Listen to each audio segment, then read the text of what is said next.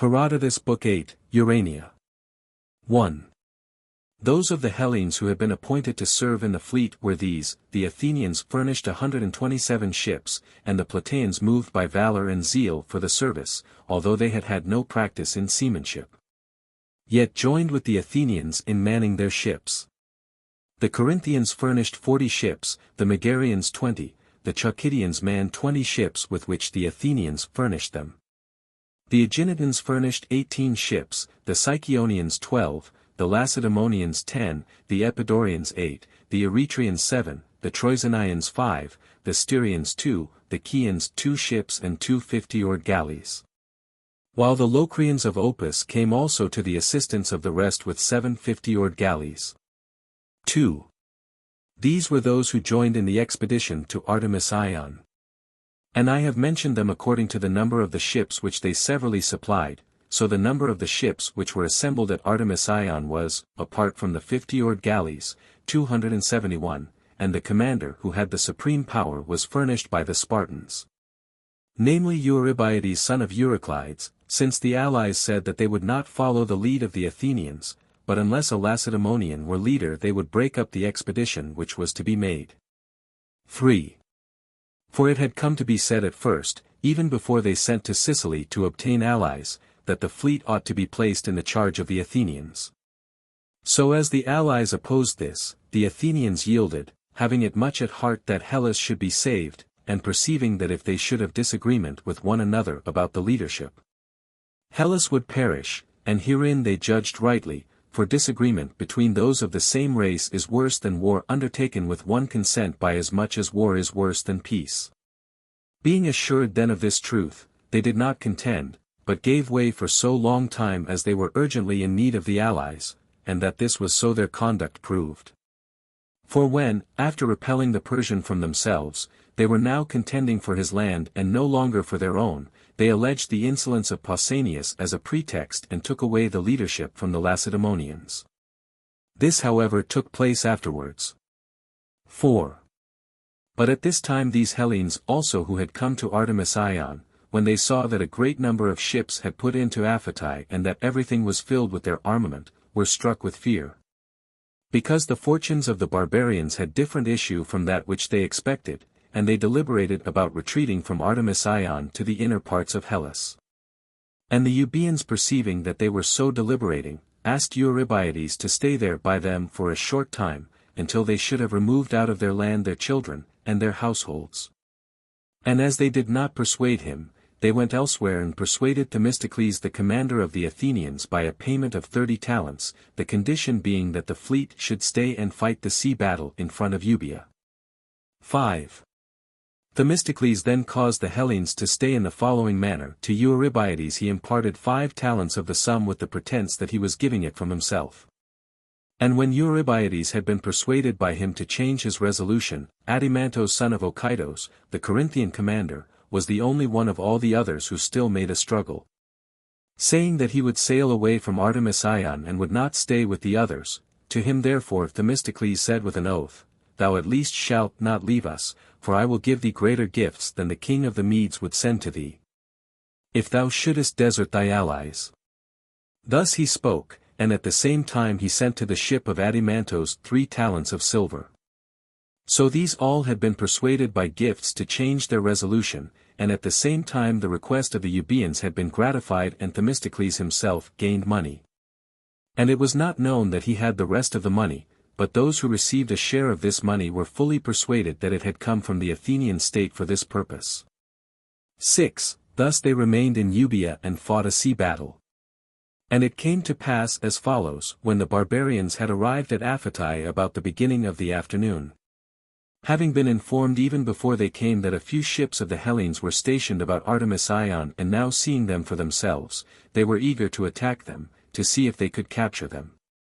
Now they did not think it good yet to sail against them directly for this reason, for fear namely that the Hellenes, when they saw them sailing against them, should set forth to take flight and darkness should come upon them in their flight. And so they were likely, thought the Persians, to get away, whereas it was right, according to their calculation, that not even the fire-bearer should escape and save his life. 7. With a view to this then they contrived as follows: of the whole number of their ships they parted off 200 and sent them round to sail by Caphareus and round Geriastos to the Euripos, going outside Skiathos so that they might not be sighted by the enemy as they sailed round Euboea, and their purpose was that with these coming up by that way, and blocking the enemy's retreat, and themselves advancing against them directly, they might surround them on all sides. Having formed this plan they proceeded to send off the ships which were appointed for this. And they themselves had no design of attacking the Hellenes on that day nor until the signal agreed upon should be displayed to them by those who were sailing round, to show that they had arrived. These ships, I say, they were sending round, and meanwhile they were numbering the rest at Aphetai. 8. During this time, while these were numbering their ships, it happened thus: there was in that camp a man of Ski named Scilias, as a diver the best of all the men of that time, who also in the shipwreck which took place by Pelion had saved for the Persians many of their goods, and many of them also he had acquired for himself. This Scilias it appears had had an intention even before this of deserting to the side of the Hellenes. But it had not been possible for him to do so then. In what manner after this attempt he did actually come to the Hellenes, I am not able to say with certainty, but I marvel if the tale is true which is reported. For it is said that he dived into the sea at Aphetai and did not come up till he reached Artemis-Ion, having traversed here somewhere about 80 furlongs through the sea. Now there are told about this man several other tales which seem likely to be false, but some also which are true. About this matter however let it be stated as my opinion that he came to Artemis-Ion in a boat. Then when he had come, he forthwith informed the commanders about the shipwreck, how it had come to pass, and of the ships which had been sent away to go round Euboea. 9. Hearing this the Hellenes considered the matter with one another. And after many things had been spoken, the prevailing opinion was that they should remain there that day and encamp on shore, and then, when midnight was past, they should set forth and go to meet those ships which were sailing round. After this however, as no one sailed out to attack them, they waited for the coming of the late hours of the afternoon and sailed out themselves to attack the barbarians, desiring to make a trial both of their manner of fighting and of the trick of breaking their line. 10. And seeing them sailing thus against them with few ships, not only the others in the army of Xerxes but also their commanders judged them to be moved by mere madness, and they themselves also put out their ships to sea, supposing that they would easily capture them, and their expectation was reasonable enough, since they saw that the ships of the Hellenes were few, while theirs were many times as numerous and sailed better. Setting their mind then on this, they came round and enclosed them in the middle.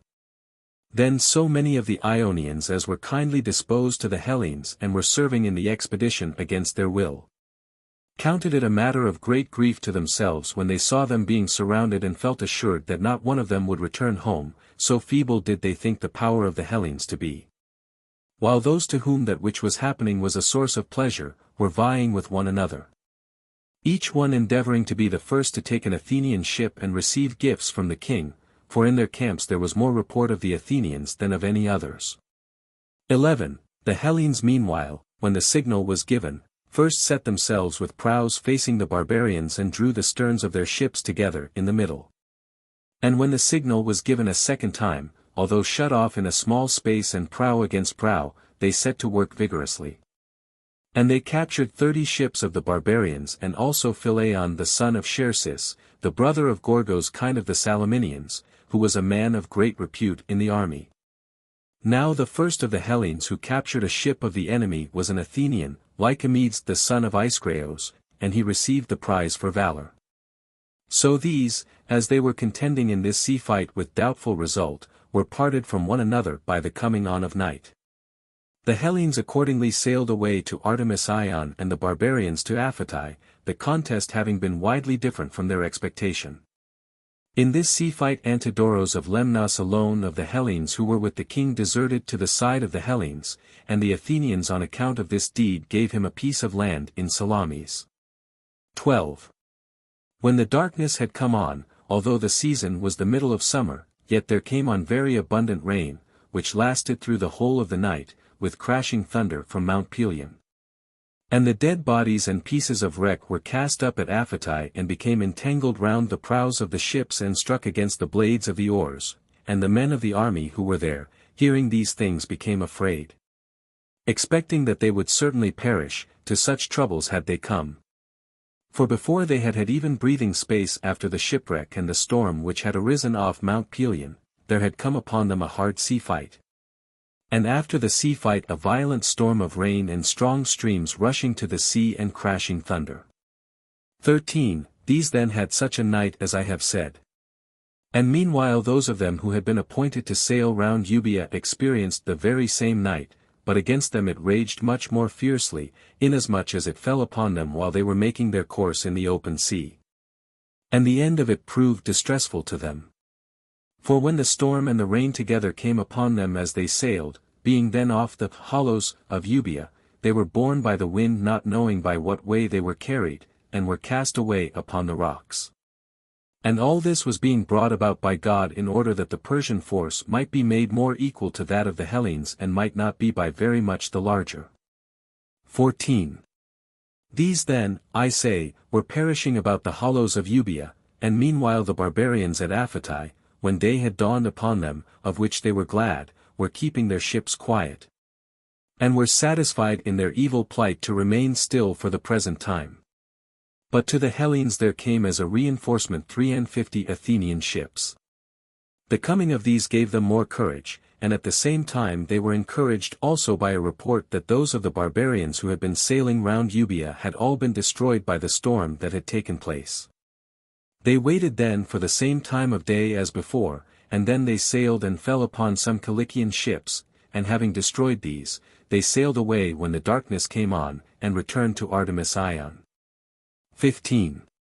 On the third day the commanders of the barbarians, being exceedingly indignant that so small a number of ships should thus do them damage, and fearing what Xerxes might do, did not wait this time for the Hellenes to begin the fight, but passed the word of command and put out their ships to sea about the middle of the day. Now it so happened that these battles at sea and the battles on land at Thermopylae took place on the same days. And for those who fought by sea the whole aim of the fighting was concerned with the channel of Euripos. Just as the aim of Leonidas and of his band was to guard the pass, the Hellenes accordingly exhorted one another not to let the barbarians go by into Hellas. While these cheered one another on to destroy the fleet of the Hellenes and to get possession of the straits. 16. Now while the forces of Xerxes were sailing in order towards them, the Hellenes kept quiet at Artemis Ion. And the barbarians, having made a crescent of their ships that they might enclose them, were endeavoring to surround them. Then the Hellenes put out to sea and engaged with them, and in this battle the two sides were nearly equal to one another. For the fleet of Xerxes by reason of its great size and numbers suffered damage from itself, since the ships were thrown into confusion and ran into one another, nevertheless it stood out and did not give way. For they disdained to be turned to flight by so few ships. Many ships therefore of the Hellenes were destroyed and many men perished, but many more ships and men of the barbarians. Thus contending they parted and went each to their own place. 17. In this sea fight the Egyptians did best of the men who fought for Xerxes. And these, besides other great deeds which they displayed, captured 5 ships of the Hellenes together with their crews, while of the Hellenes those who did best on this day were the Athenians, and of the Athenians Cleinias the son of Alcibiades, who was serving with 200 men and a ship of his own, furnishing the expense at his own proper cost. 18. Having parted, both sides gladly hastened to their moorings. And after they had separated and got away out of the sea fight, although the Hellenes had possession of the bodies of the dead and of the wrecks of the ships, yet having suffered severely, and especially the Athenians, of whose ships half had been disabled, they were deliberating now about retreating to the inner parts of Hellas. 19. Themistocles however had conceived that if there should be detached from the force of the barbarians the Ionian and Carian nations, they would be able to overcome the rest. And when the people of Euboea were driving their flocks down to that sea, he assembled the generals and said to them that he thought he had a device by which he hoped to cause the best of the king's allies to leave him. This matter he revealed to that extent only. And with regard to their present circumstances, he said that they must do as follows: every one must slaughter of the flocks of the Euboeans as many as he wanted, for it was better that their army should have them than the enemy. Moreover, he advised that each one should command his own men to kindle a fire, and as for the time of their departure he would see to it in such wise that they should come safe to Hellas. This they were content to do, and forthwith when they had kindled a fire they turned their attention to the flocks. 20. For in fact the Euboeans, neglecting the oracle of Bacchus as if it had no meaning at all, had neither carried away anything from their land or laid in any store of provisions with a view to war coming upon them. And by their conduct moreover they had brought trouble upon themselves. For the oracle uttered by Bacchus about these matters runs as follows. Mark, when a man, a barbarian, shall yoke the sea with papyrus. Then do thou plan to remove the loud bleating goats from Euboea. In the evils which at this time were either upon them or soon to be expected they might feel not a little sorry that they had paid no attention to these lines. 21. While these were thus engaged, there came to them the scout from Trachis, for there was at Artemisium a scout named Polyas, by birth of Anticyra, to whom it had been appointed, if the fleet should be disabled, to signify this to those at Thermopylae, and he had a vessel equipped and ready for this purpose. And similarly there was with Leonidas Abronichos son of Lysicles, an Athenian, ready to carry news to those at Artemisium with a 30-oared galley, if any disaster should happen to the land army. This Abronichos then had arrived, and he proceeded to signify to them that which had come to pass about Leonidas and his army. And then when they were informed of it no longer put off their retreat, but set forth in the order in which they were severally posted, the Corinthians first and the Athenians last. 22. Themistocles however selected those ships of the Athenians which sailed best, and went round to the springs of drinking water, cutting inscriptions on the stones there, which the Ionians read when they came to Artemisium on the following day. These inscriptions ran thus: Ionians, ye act not rightly in making expedition against the fathers of your race and endeavoring to enslave Hellas. Best of all were it that ye should come and be on our side. But if that may not be done by you, stand aside even now from the combat against us and ask the Carians to do the same as ye. If however neither of these two things is possible to be done, and ye are bound down by too strong compulsion to be able to make revolt, then in the action, when we engage battle, be purposely slack. Remember that ye are descended from us and that our quarrel with the barbarian took its rise at the first from you. Themistocles wrote thus, having, as I suppose, two things together in his mind, namely that either the inscriptions might elude the notice of the king and cause the Ionians to change and come over to the side on which he was, or that having been reported and denounced to Xerxes they might cause the Ionians to be distrusted by him, and so he might keep them apart from the sea fights. 23. Themistocles then had set these inscriptions, and to the barbarians there came immediately after these things a man of Histia in a boat bringing word of the retreat of the Hellenes from Artemisium. They however, not believing it, kept the messenger under guard and sent swift sailing ships to look on before. Then these having reported the facts, at last as daylight was spreading over the sky, the whole armament sailed in a body to Artemisium. And having stayed at this place till midday, after this they sailed to Histia, and there arrived they took possession of the city of Histia and overran all the villages which lie along the coast in the region of Elopia, which is the land of Histia. 24. While they were there, Xerxes, after he had made his dispositions with regard to the bodies of the dead, sent a herald to the fleet, and the dispositions which he made beforehand were as follows, for all those of his army who were lying dead at Thermopylae, and there were as many as 20,000 in all. With the exception of about 1,000 whom he left, he dug trenches and buried them, laying over them leaves and heaping earth upon them, that they might not be seen by the men of the fleet. Then when the herald had gone over to Histia, he gathered an assembly of the whole force and spoke these words: Allies, King Xerxes grants permission to any one of you who desires it, to leave his post and to come and see how he fights against those most senseless men who look to overcome the power of the king. 25. When the herald had proclaimed this, then boats were of all things most in request, so many were they who desired to see this sight. And when they had passed over they went through the dead bodies and looked at them, and every one supposed that those who were lying there were all Lacedaemonians or Thespians, though the Helots also were among those that they saw, however. They who had passed over did not fail to perceive that Xerxes had done that which I mentioned about the bodies of his own dead. For in truth it was a thing to cause laughter even, on the one side there were seen 1,000 dead bodies lying, while the others lay all gathered together in the same place, 4,000 of them. During this day then they busied themselves with looking, and on the day after this they sailed back to the ships at Histiaea, while Xerxes and his army set forth upon their march. 26. There had come also to them a few deserters from Arcadia, men in want of livelihood and desiring to be employed. These the Persians brought into the king's presence and inquired about the Hellenes, what they were doing. And one man it was who asked them this for all the rest. They told them that the Hellenes were keeping the Olympic festival and were looking on at a contest of athletics and horsemanship. He then inquired again, what was the prize proposed to them, for the sake of which they contended, and they told them of the wreath of olive which is given. Then Tigranes the son of Artabanos uttered a thought which was most noble, though thereby he incurred from the king the reproach of cowardice, for hearing that the prize was a wreath and not money, he could not endure to keep silence. But in the presence of all he spoke these words, Ah! Mardonios, what kind of men are these against whom thou hast brought us to fight, who make their contest not for money but for honor? Thus was it spoken by this man. 27.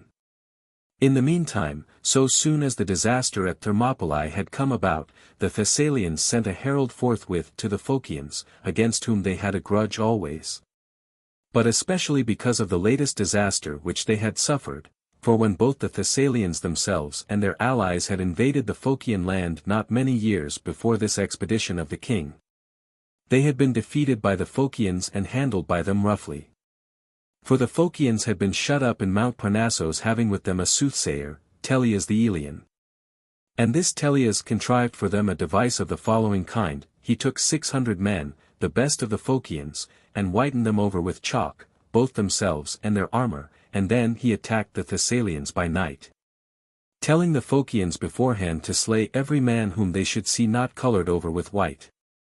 So not only the sentinels of the Thessalians, who saw these first, were terrified by them, supposing it to be something portentous and other than it was, but also after the sentinels the main body of their army. So that the Phocians remained in possession of 4,000 bodies of slain men and shields, of which last they dedicated half at Abai and half at Delphi. And from the tithe of booty got by this battle were made the large statues which are contending for the tripod in front of the temple at Delphi, and others similar to these are dedicated as an offering at Abai. 28. Thus had the Phocians done to the Thessalian footmen, when they were besieged by them. And they had done irreparable hurt to their cavalry also, when this had invaded their land, for in the pass which is by Hyampolis they had dug a great trench and laid down in it empty wine jars.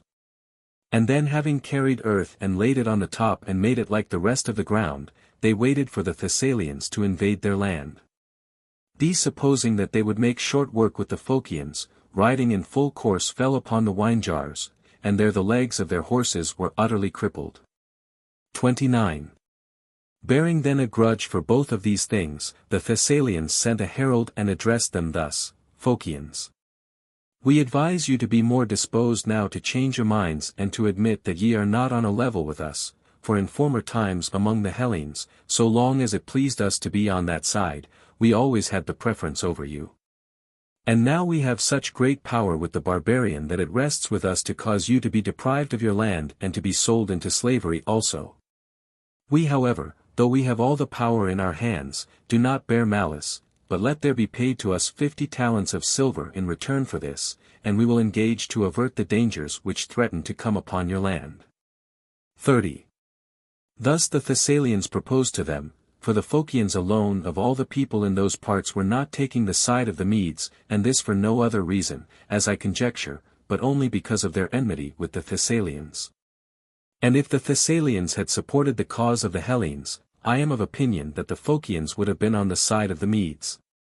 When the Thessalians proposed this, they said that they would not give the money, and that it was open to them to take the Median side just as much as the Thessalians, if they desired it for other reasons. But they would not with their own will be traitors to Hellas. 31. When these words were reported, then the Thessalians, moved with anger against the Phocians, became guides to the barbarian to show him the way, and from the land of Trachis they entered Doris. For a narrow strip of the Dorian territory extends this way, about 30 furlongs in breadth, lying between Malis and Phocis, the region which was in ancient time called Dryopus. This land is the mother country of the Dorians in Peloponnese. Now the barbarians did not lay waste this land of Doris when they entered it, for the people of it were taking the side of the Medes, and also the Thessalians did not desire it. 32. When however from Doris they entered Phocis, they did not indeed capture the Phocians themselves. For some of them had gone up to the heights of Parnassos, and that summit of Parnassos is very convenient to receive a large number, which lies by itself near the city of Neon, the name of it being Titharia. To this, I say. Some of them had carried up their goods and gone up themselves. But most of them had conveyed their goods out to the Ozolian Locrians, to the city of Amphissa, which is situated above the Crisaean plain. The barbarians however overran the whole land of Phocis, for so the Thessalians led their army, and all that they came to as they marched they burned or cut down, and delivered to the flames both the cities and the temples. 33. For they laid everything waste, proceeding this way by the river Cephisos, and they destroyed the city of Drymos by fire, and also the following, namely Charadra, Irokos, Tethronian, Amphikia, Neon, Pediais, Tridius, Elatia, Hyampolis, Peripotamioi and Abai, at which last named place there was a temple of Apollo, wealthy and furnished with treasuries and votive offerings in abundance. And there was then, as there is even now, the seat of an oracle there. This temple they plundered and burnt. Some also of the Phocians they pursued and captured upon the mountains, and some women they did to death by repeated outrage. 34. Passing by Peripotamioi the barbarians came to Panopeus, and from this point onwards their army was separated and went different ways. The largest and strongest part of the army, proceeding with Xerxes himself against Athens, entered the land of the Boeotians, coming into the territory of Orchomenos. Now the general body of the Boeotians was taking the side of the Medes, and their cities were being kept by Macedonians appointed for each, who had been sent by Alexander. And they were keeping them this aim, namely in order to make it plain to Xerxes that the Boeotians were disposed to be on the side of the Medes. 35. These, I say, of the barbarians took their way in this direction. But others of them with guides had set forth to go to the temple at Delphi, keeping Parnassos on their right hand, and all the parts of Phocis over which these marched they ravaged, for they set fire to the towns of Panopeus and Daulis and Iolis. And for this reason they marched in that direction, parted off from the rest of the army.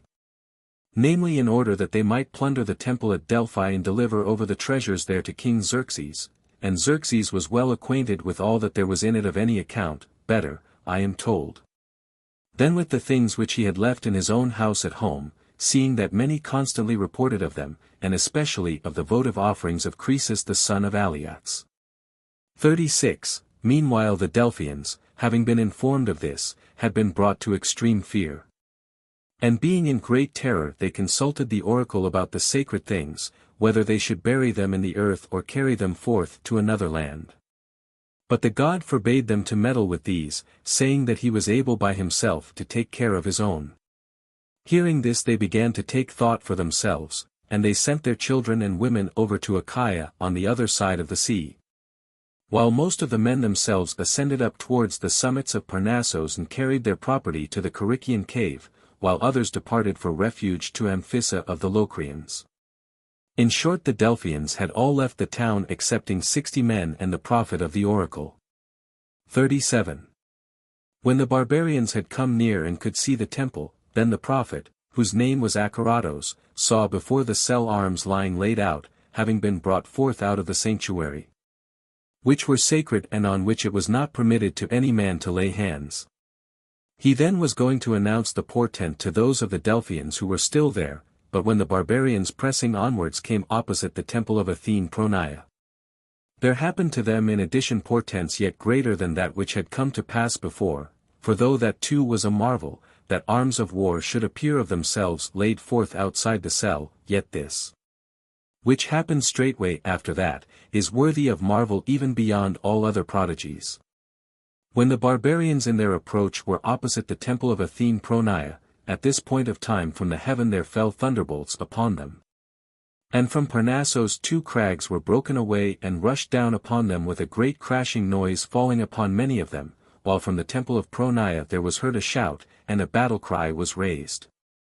38. All these things having come together, there fell fear upon the barbarians, and the Delphians having perceived that they were flying, came down after them and slew a great number of them, and those who survived fled straight to Boeotia. These who returned of the barbarians reported, as I am informed, that in addition to this which we have said they saw also other miraculous things. For 2 men, they said, in full armor and of stature more than human followed them slaying and pursuing. 39.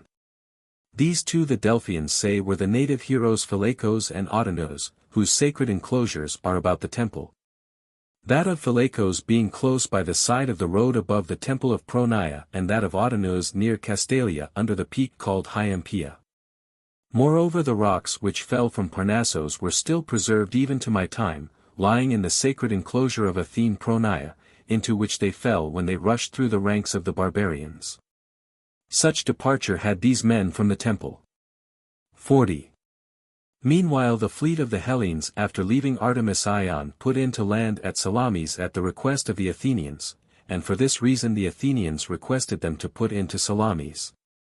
Namely in order that they might remove out of Attica to a place of safety their children and their wives, and also deliberate what they would have to do. For in their present case they meant to take counsel afresh, because they had been deceived in their expectation. For they had thought to find the Peloponnesians in full force waiting for the barbarians in Boeotia.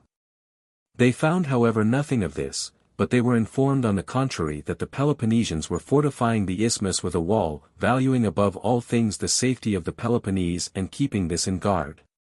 And that they were disposed to let all else go. Being informed of this, the Athenians therefore made request of them to put into Salamis. 41. The others then put in their ships to land at Salamis, but the Athenians went over to their own land.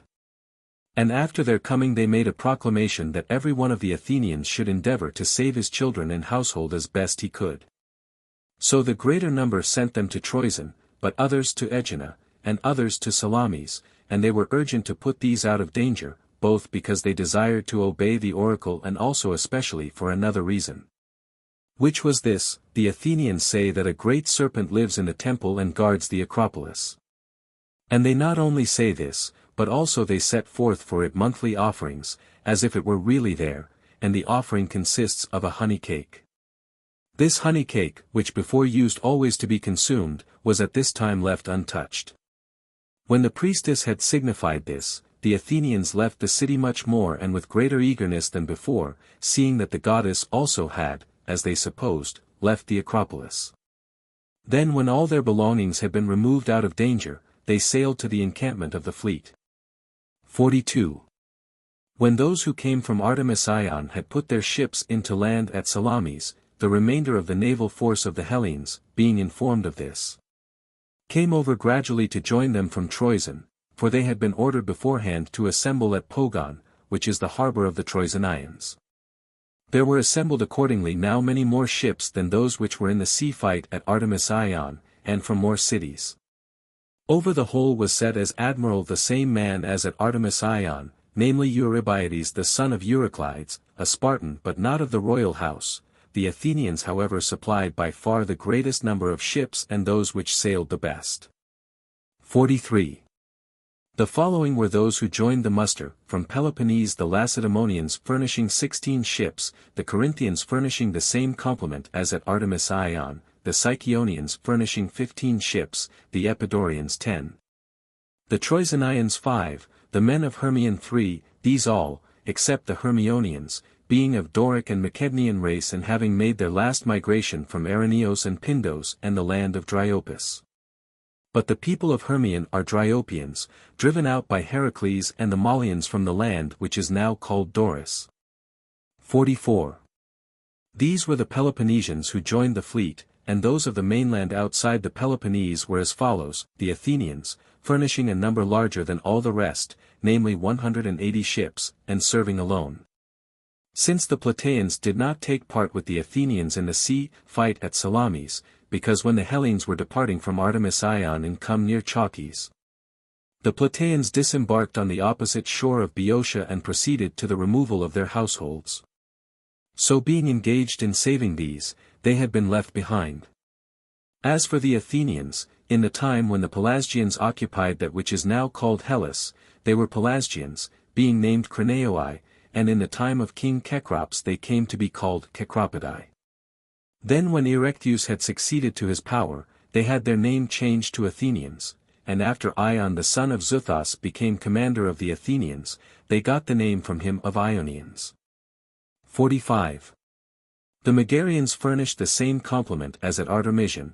The Amprachiots came to the assistance of the rest with 7 ships, and the Leucadians with 3, these being by race Dorians from Corinth. 46.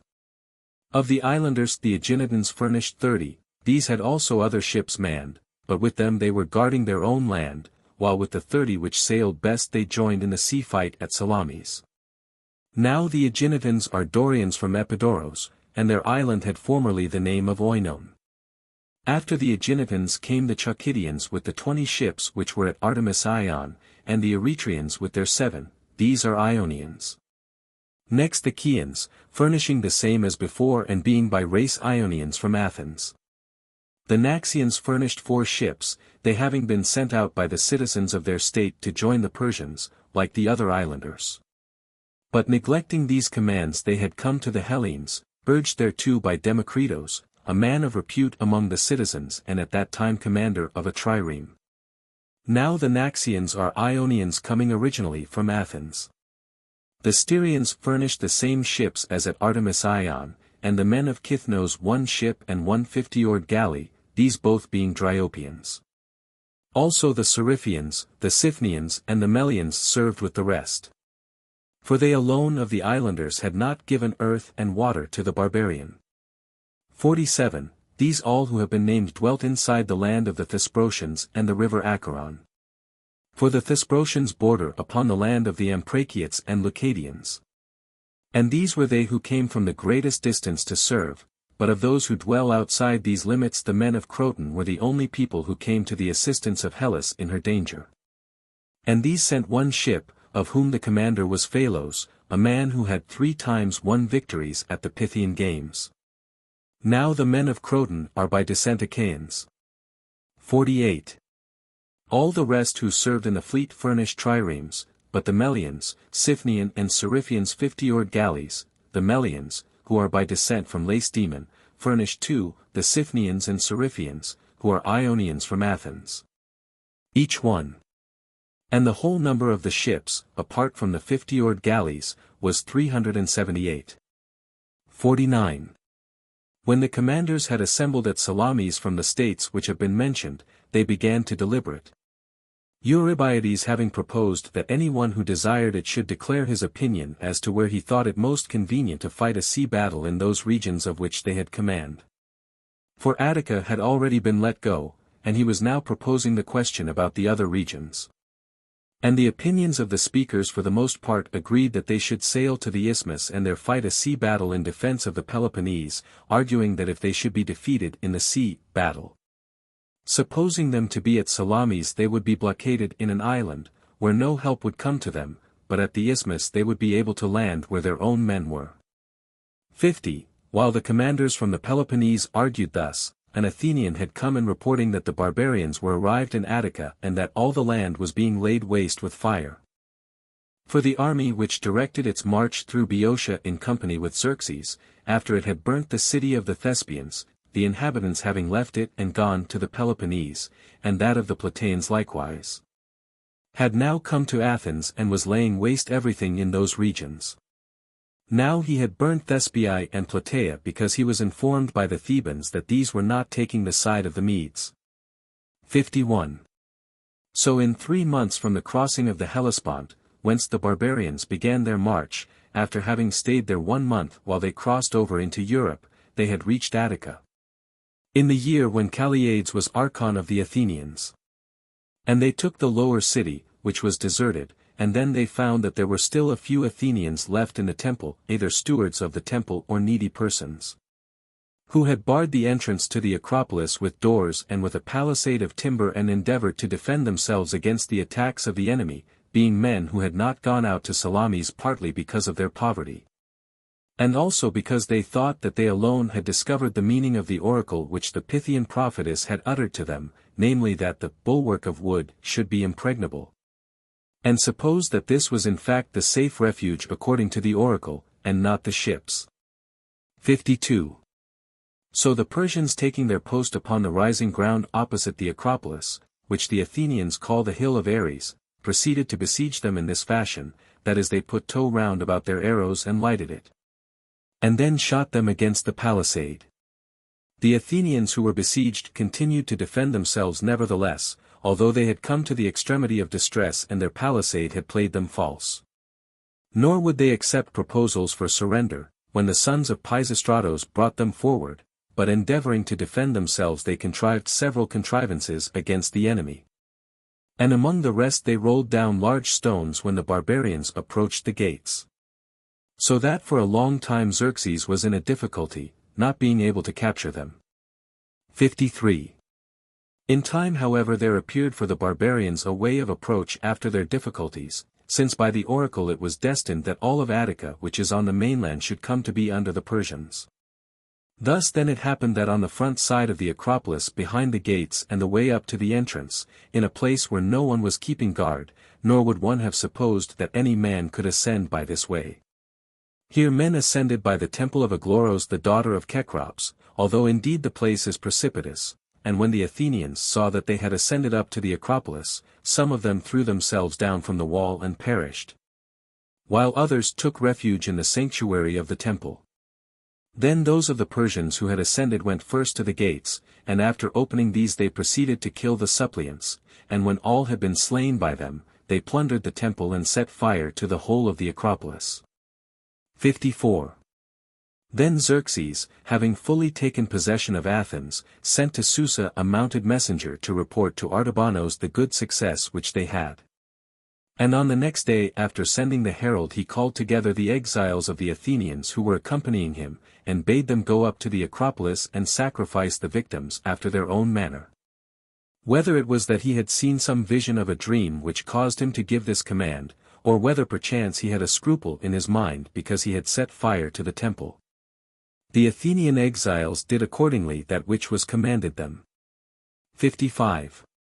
And the reason why I made mention of this I will here declare. There is in this Acropolis a temple of Erectheus, who is said to have been born of the earth, and in this there is an olive tree and a sea, which, according to the story told by the Athenians, Poseidon and Athene, when they contended for the land, set as witnesses of themselves. Now it happened to this olive tree to be set on fire with the rest of the temple by the barbarians. And on the next day after the conflagration those of the Athenians who were commanded by the king to offer sacrifice, saw when they had gone up to the temple that a shoot had run up from the stalk of the tree about a cubit in length. These then made report of this. 56. The Hellenes meanwhile at Salamis, when it was announced to them how it had been as regards the Acropolis of the Athenians, were disturbed so greatly that some of the commanders did not even wait for the question to be decided which had been proposed, but began to go hastily to their ships and to put up their sails, meaning to make off with speed. And by those of them who remained behind it was finally decided to fight at sea in defense of the isthmus. So night came on, and they having been dismissed from the council were going to their ships. 57. And when Themistocles had come to his ship, Niciphalos an Athenian asked him what they had resolved. And being informed by him that it had been determined to take out the ships to the isthmus and fight a battle by sea in defense of the Peloponnese, he said, Then, if they set sail with the ships from Salamis, thou wilt not fight any more sea battles at all for the fatherland. For they will all take their way to their several cities, and neither Eurybiades nor any other man will be able to detain them or to prevent the fleet from being dispersed, and Hellas will perish by reason of evil counsels. But if there by any means, go thou and try to unsettle that which has been resolved, if perchance thou mayest persuade Eurybiades to change his plans, so as to stay here. 58. This advice very much commended itself to Themistocles. And without making any answer he went to the ship of Eurybiades. Having come thither he said that he desired to communicate to him a matter which concerned the common good. And Eurybiades bade him come into his ship and speak, if he desired to say anything. Then Themistocles sitting down beside him repeated to him all those things which he had heard Niciphalos say, making as if they were his own thoughts, and adding to them many others. Until at last by urgent request he persuaded him to come out of his ship and gather the commanders to the council. 59. So when they were gathered together, before Eurybiades proposed the discussion of the things for which he had assembled the commanders, Themistocles spoke with much vehemence, being very eager to gain his end. And as he was speaking, the Corinthian commander, Adimantos the son of Ochitos, said, Themistocles, at the games those who stand forth for the contest before the due time are beaten with rods. He justifying himself said, Yes, but those who remain behind are not crowned. 60. At that time he made answer mildly to the Corinthian. And to Eurybiades he said not now any of those things which he had said before, to the effect that if they should set sail from Salamis they would disperse in different directions. For it was not seemly for him to bring charges against the allies in their presence, but he held to another way of reasoning, saying, 60. Now it is in thy power to save Hellas, if thou wilt follow my advice, which is to stay here and here to fight a sea battle, and if thou wilt not follow the advice of those among these men who bid thee remove the ships to the isthmus. For hear both ways, and then set them in comparison. If thou engage battle at the isthmus, thou wilt fight in an open sea, into which it is by no means convenient for us that we go to fight, seeing that we have ships which are heavier and fewer in number than those of the enemy. Then secondly thou wilt give up to destruction Salamis and Megara and Aegina, even if we have success in all else. For with their fleet will come also the land army, and thus thou wilt thyself lead them to the Peloponnese and wilt risk the safety of all Hellas. 60. If however thou shalt do as I say, thou wilt find therein all the advantages which I shall tell thee of, in the first place by engaging in a narrow place with few ships against many. If the fighting has that issue which it is reasonable to expect, we shall have very much the better. For to fight a sea fight in a narrow space is for our advantage, but to fight in a wide open space is for theirs. Then again Salamis will be preserved, whither our children and our wives have been removed for safety. And moreover there is this also secured thereby, to which ye are most of all attached, namely that by remaining here thou wilt fight in defence of the Peloponnese as much as if the fight were at the isthmus. And thou wilt not lead the enemy to Peloponnese, if thou art wise. 60. Then if that which I expect come to pass and we gain a victory with our ships, the barbarians will not come to you at the isthmus nor will they advance further than Attica, but they will retire in disorder. And we shall be the gainers by the preservation of Megara and Aegina and Salamis, at which place too an oracle tells us that we shall get the victory over our enemies. Now when men take counsel reasonably for themselves, reasonable issues are wont as a rule to come, but if they do not take counsel reasonably, then God is not wont generally to attach himself to the judgment of men. 61. When Themistocles thus spoke, the Corinthian Adimantos inveighed against him for the second time, bidding him to be silent because he had no native land, and urging Eurybiades not to put to the vote the proposal of one who was a citizen of no city. For he said that Themistocles might bring opinions before the council if he could show a city belonging to him, but otherwise not. This objection he made against him because Athens had been taken and was held by the enemy. Then Themistocles said many evil things of him and of the Corinthians both, and declared also that he himself and his countrymen had in truth a city and a land larger than that of the Corinthians, so long as they had 200 ships fully manned. For none of the Hellenes would be able to repel the Athenians if they came to fight against them. 62. Signifying this he turned then to Eurybiades and spoke yet more urgently, If thou wilt remain here, and remaining here wilt show thyself a good man, well. But if not, thou wilt bring about the overthrow of Hellas, for upon the ships depends all our power in the war. Nay, but do as I advise. If, however, thou shalt not do so, we shall forthwith take up our households and voyage to Cyrrhus in Italy, which is ours already of old, and the oracles say that it is destined to be colonized by us. And ye, when ye are left alone and deprived of allies such as we are, will remember my words. 63. When Themistocles thus spoke, Eurybiades was persuaded to change his mind. And, as I think, he changed his mind chiefly from fear lest the Athenians should depart and leave them, if he should take the ships to the isthmus. For if the Athenians left them and departed, the rest would be no longer able to fight with the enemy. He chose then this counsel, to stay in that place and decide matters there by a sea fight. 64. Thus those at Salamis, after having skirmished with one another in speech, were making preparations for a sea fight there, since Eurybiades had so determined, and as day was coming on. At the same time when the sun rose there was an earthquake felt both on the land and on the sea, and they determined to pray to the gods and to call upon the sons of Iacchos to be their helpers.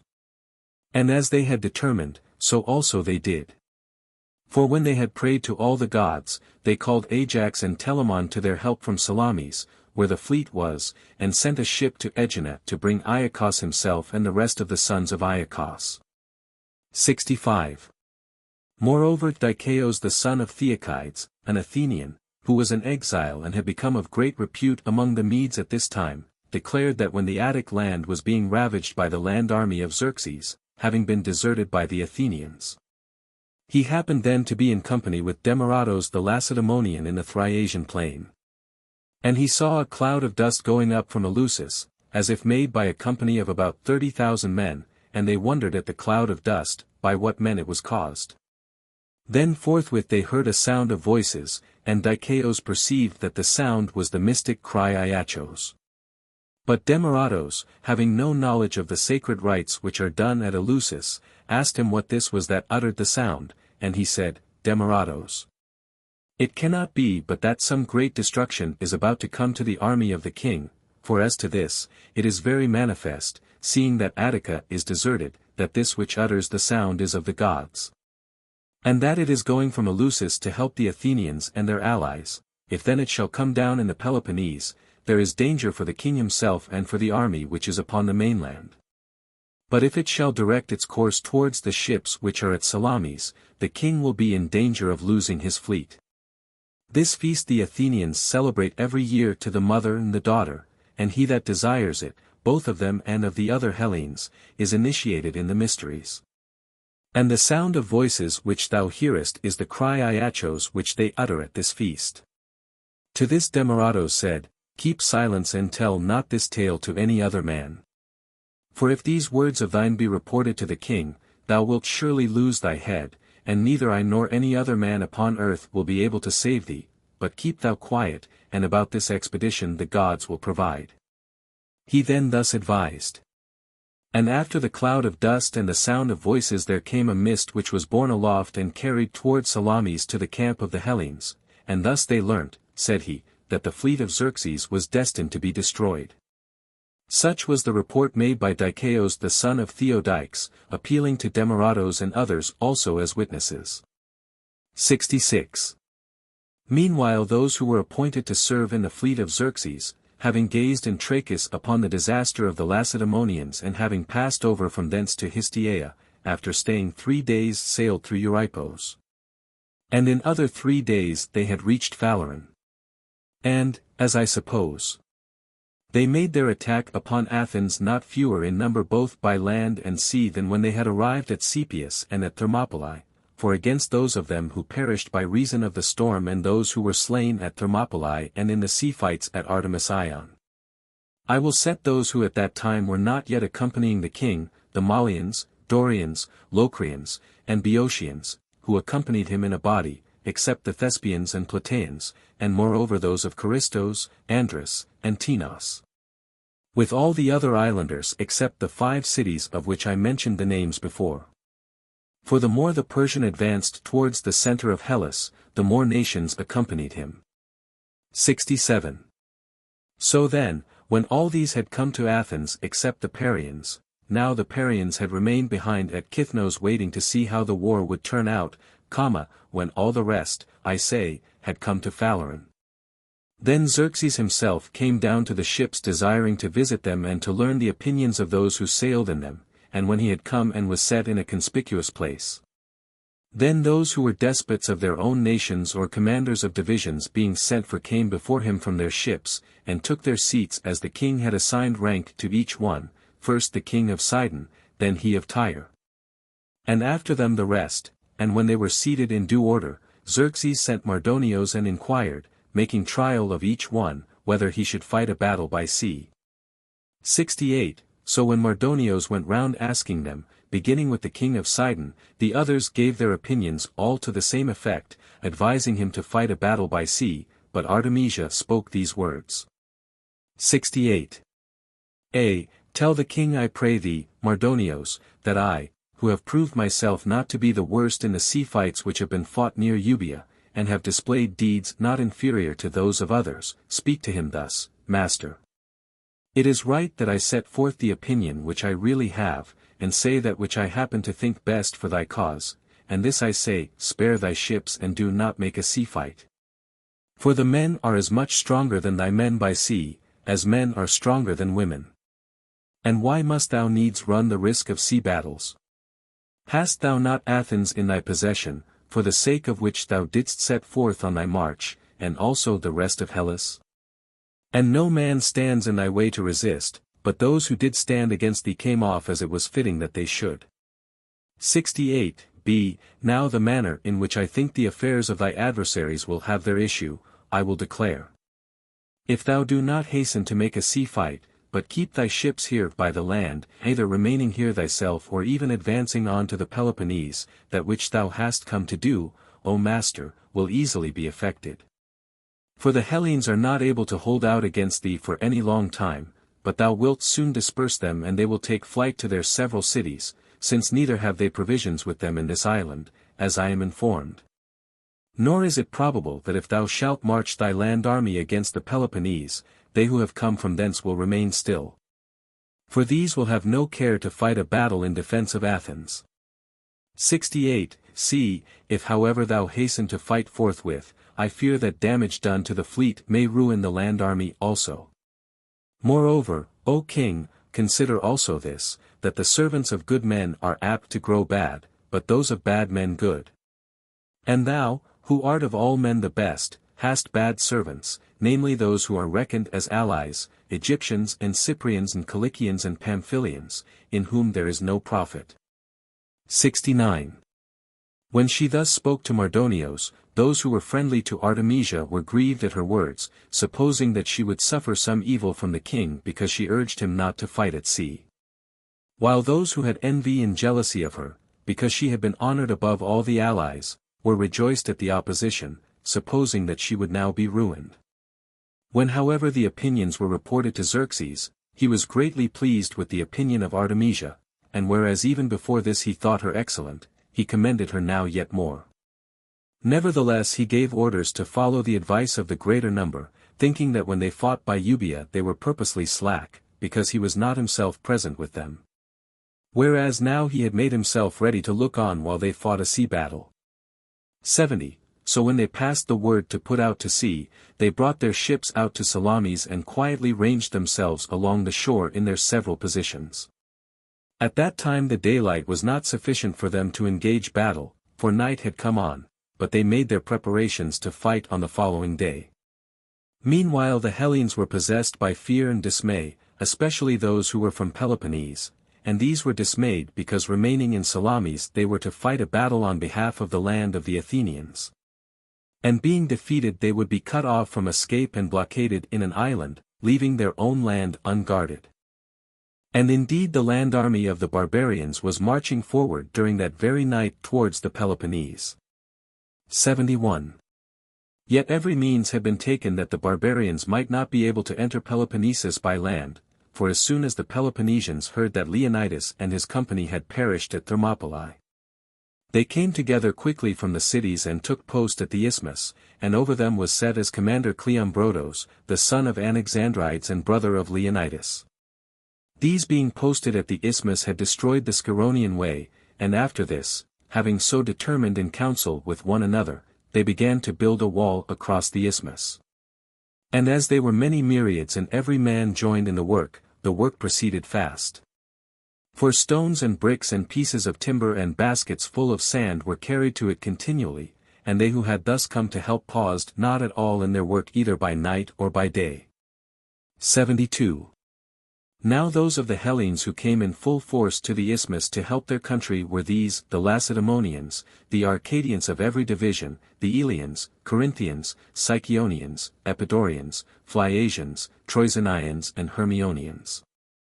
These were they who came to the help of Hellas in her danger and who had apprehension for her, while the rest of the Peloponnesians showed no care, and the Olympic and Carnean festivals had by this time gone by.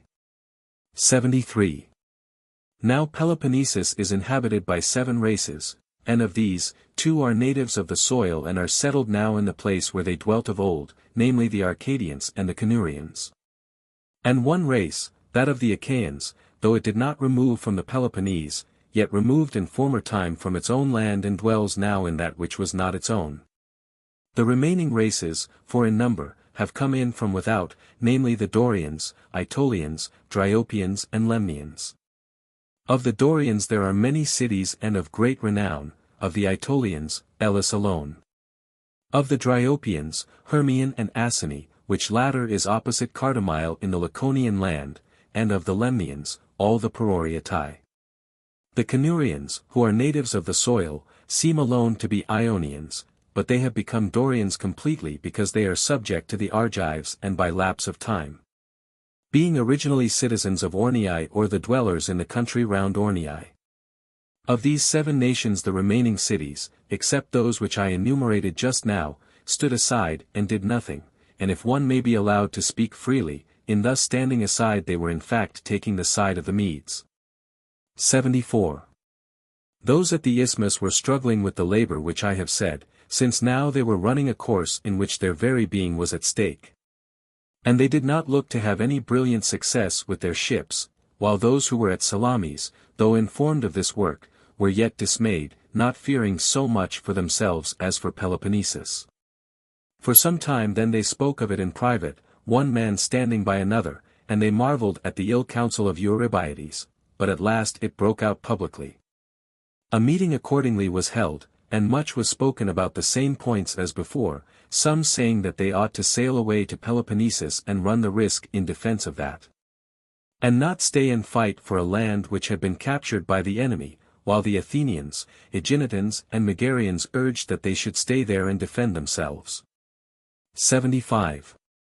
Then Themistocles, when his opinion was like to be defeated by the Peloponnesians, secretly went forth from the assembly, and having gone out he sent a man to the encampment of the Medes in a boat, charging him with that which he must say. This man's name was Sikinos, and he was a servant of Themistocles and tutor to his children. And after these events Themistocles entered him as a Thespian citizen, when the Thespians were admitting new citizens, and made him a wealthy man. He at this time came with a boat and said to the commanders of the barbarians these words: The commander of the Athenians sent me privately without the knowledge of the other Hellenes, for, as it chances, he is disposed to the cause of the king, and desires rather that your side should gain the victory than that of the Hellenes, to inform you that the Hellenes are planning to take flight, having been struck with dismay. And now it is possible for you to execute a most noble work, if ye do not permit them to flee away, for they are not of one mind with one another and they will not stand against you and fight. But ye shall see them fighting a battle by sea with one another, those who are disposed to your side against those who are not.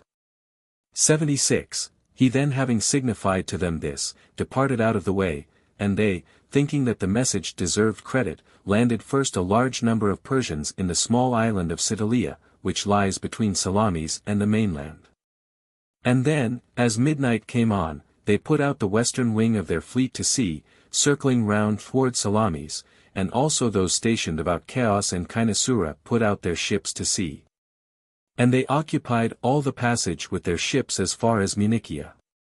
And for this reason they put out their ships, namely in order that the Hellenes might not even be permitted to get away. But being cut off in Salamis might pay the penalty for the contests at Artemisium, and they disembarked men of the Persians on the small island called Citalia for this reason, namely that when the fight should take place, these might save the men of one side and destroy those of the other, since there especially it was likely that the men and the wrecks of ships would be cast up on shore, for the island lay in the way of the sea fight which was to be. These things they did in silence, that the enemy might not have information of them. 77. They then were making their preparations thus in the night without having taken any sleep at all, and with regard to oracles, I am not able to make objections against them that they are not true. For I do not desire to attempt to overthrow the credit of them when they speak clearly, looking at such matters as these which here follow.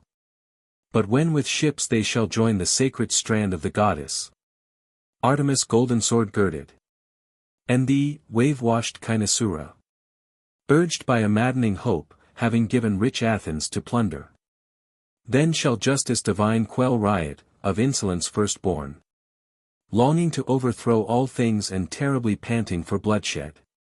Brass shall encounter with brass, and Ares the sea shall empurple, tinging its waves with the blood, then a day of freedom for Hellas cometh from wide-seeing Zeus and from victory, lady and mother. Looking to such things as this, and when Bacche speaks so clearly, I do not venture myself to make any objections about oracles, nor can I admit them from others. 78. Now between the commanders that were at Salamis there came to be great contention of speech, and they did not yet know that the barbarians were surrounding them with their ships. But they thought that they were still in their place as they saw them disposed in the day. 79. Then while the commanders were engaged in strife, there came over from Aegina Aristides the son of Lysimachos, an Athenian who had been ostracized by the people. A man whom I hold, according to that which I hear of his character, to have been the best and most upright of all Athenians. This man came into the council and called forth Themistocles, who was to him not a friend, but an enemy to the last degree. But because of the greatness of the present troubles he let those matters be forgotten and called him forth, desiring to communicate with him. Now he had heard beforehand that the Peloponnesians were pressing to take the ships away to the isthmus.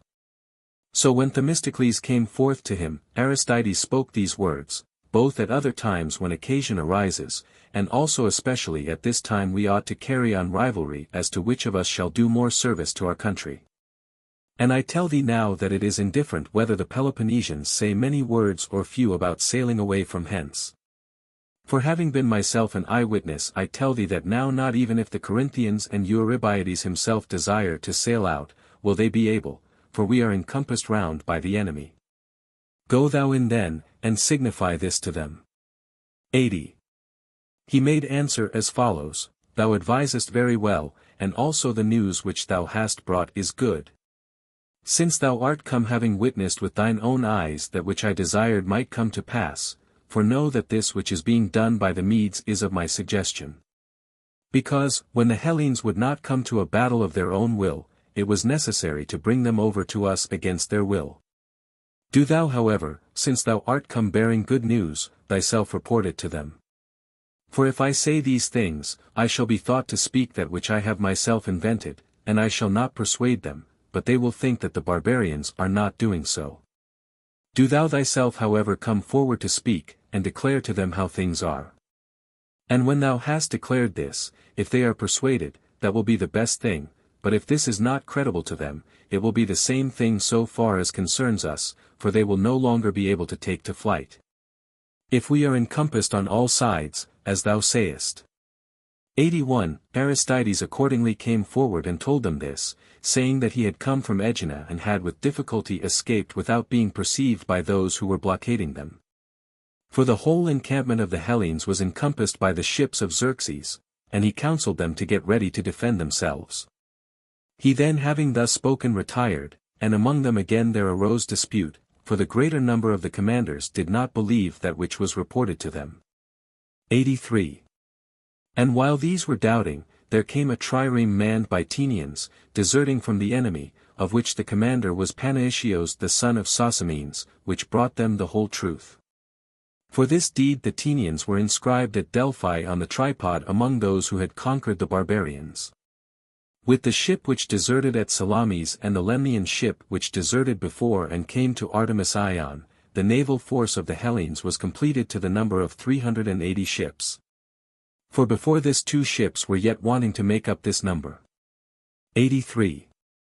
The Hellenes then, since they believed that which was said by the Athenians, were preparing for a sea fight, and as the dawn appeared, they made an assembly of those who fought on board the ships and addressed them. Themistocles making a speech which was eloquent beyond the rest. And the substance of it was to set forth all that is better as opposed to that which is worse, of the several things which arise in the nature and constitution of man. And having exhorted them to choose the better, and thus having wound up his speech, he bade them embark in their ships. These then proceeded to embark, and there came in meanwhile the trireme from Aegina which had gone away to bring the sons of Iacchos. 84. Then the Hellenes put out all their ships, and while they were putting out from shore, the barbarians attacked them forthwith. Now the other Hellenes began backing their ships and were about to run them aground, but Amanias of Pellene, an Athenian, put forth with his ship and charged one of the enemy. And his ship being entangled in combat and the men not being able to get away, the others joined in the fight to assist Amanias. The Athenians say that the beginning of the battle was made thus, but the Aeginetans say that the ship which went away to Aegina to bring the sons of Iacchos was that which began the fight. It is also reported that an apparition of a woman was seen by them, and that having appeared she encouraged them to the fight so that the whole of the army of the Hellenes heard it, first having reproached them in these words, "Madmen! How far will ye yet back your ships?" 85. Opposite the Athenians had been ranged the Phoenicians, for these occupied the wing towards Eleusis and the west, and opposite the Lacedaemonians were the Ionians, who occupied the wing which extended to the east and to Piraeus. Of them however a few were purposely slack in the fight according to the injunctions of Themistocles, but the greater number were not so. I might mention now the names of many captains of ships who destroyed ships of the Hellenes, but I will make no use of their names except in the case of Theomestor, the son of Androdamas and Philakos the son of Histiaeus. Of Samos both, and for this reason I make mention of these and not of the rest, because Theomestor on account of this deed became despot of Samos, appointed by the Persians. And Philakos was recorded as a benefactor of the king and received much land as a reward. Now the benefactors of the king are called in the Persian tongue Orosangai. 86. Thus it was with these. But the greater number of their ships were disabled at Salamis, being destroyed some by the Athenians and others by the Aeginetans, for since the Hellenes fought in order and ranged in their places, while the barbarians were no longer ranged in order nor did anything with design, it was likely that there would be some such result as in fact followed. Yet on this day they surpassed themselves much more than when they fought by Euboea, every one being eager and fearing Xerxes, and each man thinking that the king was looking especially at him. 87. As regards the rest I cannot speak of them separately, or say precisely how the barbarians or the Hellenes individually contended in the fight. But with regard to Artemisia that which happened was this, whence she gained yet more esteem than before from the king. When the affairs of the king had come to great confusion, at this crisis a ship of Artemisia was being pursued by an Athenian ship. And as she was not able to escape, for in front of her were other ships of her own side, while her ship, as it chanced, was furthest advanced towards the enemy, she resolved what she would do. And it proved also much to her advantage to have done so. While she was being pursued by the Athenian ship she charged with full career against a ship of her own side manned by Calindians and in which the king of the Calindians Damosithemos was embarked. Now, even though it be true that she had had some strife with him before, while they were still about the Hellespont, yet I am not able to say whether she did this by intention, or whether the Calindian ship happened by chance to fall in her way. Having charged against it however and sunk it, she enjoyed good fortune and got for herself good in 2 ways. For first the captain of the Athenian ship, when he saw her charge against a ship manned by barbarians, turned away and went after others. supposing that the ship of Artemisia was either a Hellenic ship or was deserting from the barbarians and fighting for the Hellenes. 88. First, I say, it was her fortune to have this, namely to escape and not suffer destruction, and then secondly it happened that though she had done mischief, she yet gained great reputation by this thing with Xerxes. For it is said that the king looking on at the fight perceived that her ship had charged the other, and one of those present said, Master, dost thou see Artemisia, how well she is fighting, and how she sank even now a ship of the enemy? He asked whether this was in truth the deed of Artemisia, and they said that it was, for, they declared, they knew very well the sign of her ship, and that which was destroyed they thought surely was one of the enemy. For besides other things which happened fortunately for her, as I have said, there was this also, namely that not one of the crew of the Calindian ship survived to become her accuser. And Xerxes in answer to that which was said to him is reported to have uttered these words, My men have become women, and my women men. Thus it is said that Xerxes spoke. 89.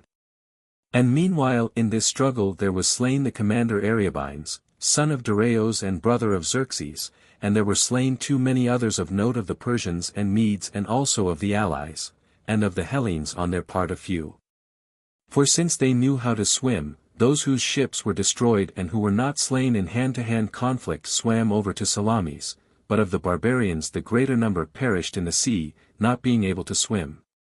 And when the first ships turned to flight, then it was that the largest number perished, for those who were stationed behind, while endeavoring to pass with their ships to the front in order that they also might display some deed of valor for the king to see, ran into the ships of their own side as they fled. 90. It happened also in the course of this confusion that some of the Phoenicians, whose ships had been destroyed, came to the king and accused the Ionians, saying that by means of them their ships had been lost, and that they had been traitors to the cause. Now it so came about that not only the commanders of the Ionians did not lose their lives, but the Phoenicians who accused them received a reward such as I shall tell. While these men were yet speaking thus, a Samothracian ship charged against an Athenian ship, and as the Athenian ship was being sunk by it, an Aeginetan ship came up against the Samothracian vessel and ran it down. Then the Samothracians, being skillful javelin throwers, by hurling cleared off the fighting men from the ship which had wrecked theirs and then embarked upon it and took possession of it. This event saved the Ionians from punishment. For when Xerxes saw that they had performed a great exploit, he turned to the Phoenicians, for he was exceedingly vexed and disposed to find fault with all, and bade cut off their heads, in order that they might not, after having been cowards themselves, accuse others who were better men than they. For whensoever Xerxes, sitting just under the mountain opposite Salamis, which is called Aigalios, saw any one of his own side display a deed of valor in the sea fight, he inquired about him who had done it. And the scribes recorded the name of the ship's captain with that of his father and the city from whence he came. Moreover also Ariaramnes, a Persian who was present, shared the fate of the Phoenicians, being their friend. They then proceeded to deal with the Phoenicians. 91. In the meantime, as the barbarians turned to flight and were sailing out towards Phaleron, the Aeginetans waited for them in the passage and displayed memorable actions, for while the Athenians in the confused tumult were disabling both those ships which resisted and those which were fleeing, the Aeginetans were destroying those which attempted to sail away. And whenever any escaped the Athenians, they went in full course and fell among the Aeginetans. 92. Then there met one another the ship of Themistocles, which was pursuing a ship of the enemy, and that of Polycretos the son of Creos the Aeginetan. This last had charged against a ship of Sidon, the same that had taken the Aeginetan vessel which was keeping watch in advance at Sciathos, and in which sailed Pythias the son of Ischaeneus, whom the Persians kept in their ship. All cut to pieces as he was, making a marvel of his valor. The Sidonian ship then was captured bearing with it this man as well as the Persians of whom I spoke, so that Pythias thus came safe to Aegina. Now when Polycretos looked at the Athenian vessel he recognized when he saw it the sign of the admiral's ship. And shouting out he addressed Themistocles with mockery about the accusation brought against the Aeginetans of taking the side of the Medes, and reproached him. This taunt Polycretos threw out against Themistocles after he had charged against the ship of Sidon. And meanwhile those barbarians whose ships had escaped destruction fled and came to Phaleron to be under cover of the land army. 93. In this sea fight the Aeginetans were of all the Hellenes the best reported of, and next to them the Athenians. And of the individual men the Aeginetan Polykritos and the Athenians Eumenes of Anagyrus and Amanias of Pallene, the man who had pursued after Artemisia. Now if he had known that Artemisia was sailing in this ship, he would not have ceased until either he had taken her or had been taken himself. For orders had been given to the Athenian captains, and moreover a prize was offered of 10,000 drachmas for the man who should take her alive, since they thought it intolerable that a woman should make an expedition against Athens. She then, as has been said before, had made her escape, and the others also, whose ships had escaped destruction, were at Phaleron. 94. As regards Adimantos the commander of the Corinthians, the Athenians say that forthwith at the beginning when the ships were engaging in the fight, being struck with panic and terror he put up his sails and fled away. And the Corinthians, when they saw the admiral's ship fleeing, departed likewise, and after this, as the story goes, when they came in their flight opposite to the temple of Athene Sciras in the land of Salamis. There fell in with them by divine guidance a light vessel, which no one was ever found to have sent, and which approached the Corinthians at a time when they knew nothing of that which was happening with the fleet. And by this it is conjectured that the matter was of the deity. For when they came near to the ships, the men in the light vessel said these words, Adimantos, thou hast turned thy ships away and hast set forth to flee, deserting the cause of the Hellenes. While they are in truth gaining a victory and getting the better of their foes as much as they desired. When they said this, since Adimantos doubted of it, they spoke a second time and said that they might be taken as hostages and slain, if the Hellenes should prove not to be gaining the victory. Then he turned his ship back, he and the others with him, and they reached the camp when the work was finished. Such is the report spread by the Athenians against these. The Corinthians however do not allow this to be so, but hold that they were among the first in the sea fight, and the rest of Hellas also bears witness on their side. 95. Aristides moreover the son of Lysimachos, the Athenian, of whom I made mention also shortly before this as a very good man. He in this tumult which had arisen about Salamis did as follows, taking with him a number of the hoplites of Athenian race who had been ranged along the shore of the land of Salamis, with them he disembarked on the island of Cytalia. And these slew all the Persians who were in this islet. 96. When the sea fight had been broken off, the Hellenes towed into Salamis so many of the wrecks as chanced to be still about there, and held themselves ready for another sea fight, expecting that the king would yet make use of the ships which remained unhurt. But many of the wrecks were taken by the west wind and borne to that strand in Attica which is called Colias. So as to fulfill not only all that other oracle which was spoken about this sea fight by Bacchus and Musaeus, but also especially, with reference to the wrecks cast up here. That which had been spoken in an oracle many years before these events by Lysistratos, an Athenian who uttered oracles, and which had not been observed by any of the Hellenes.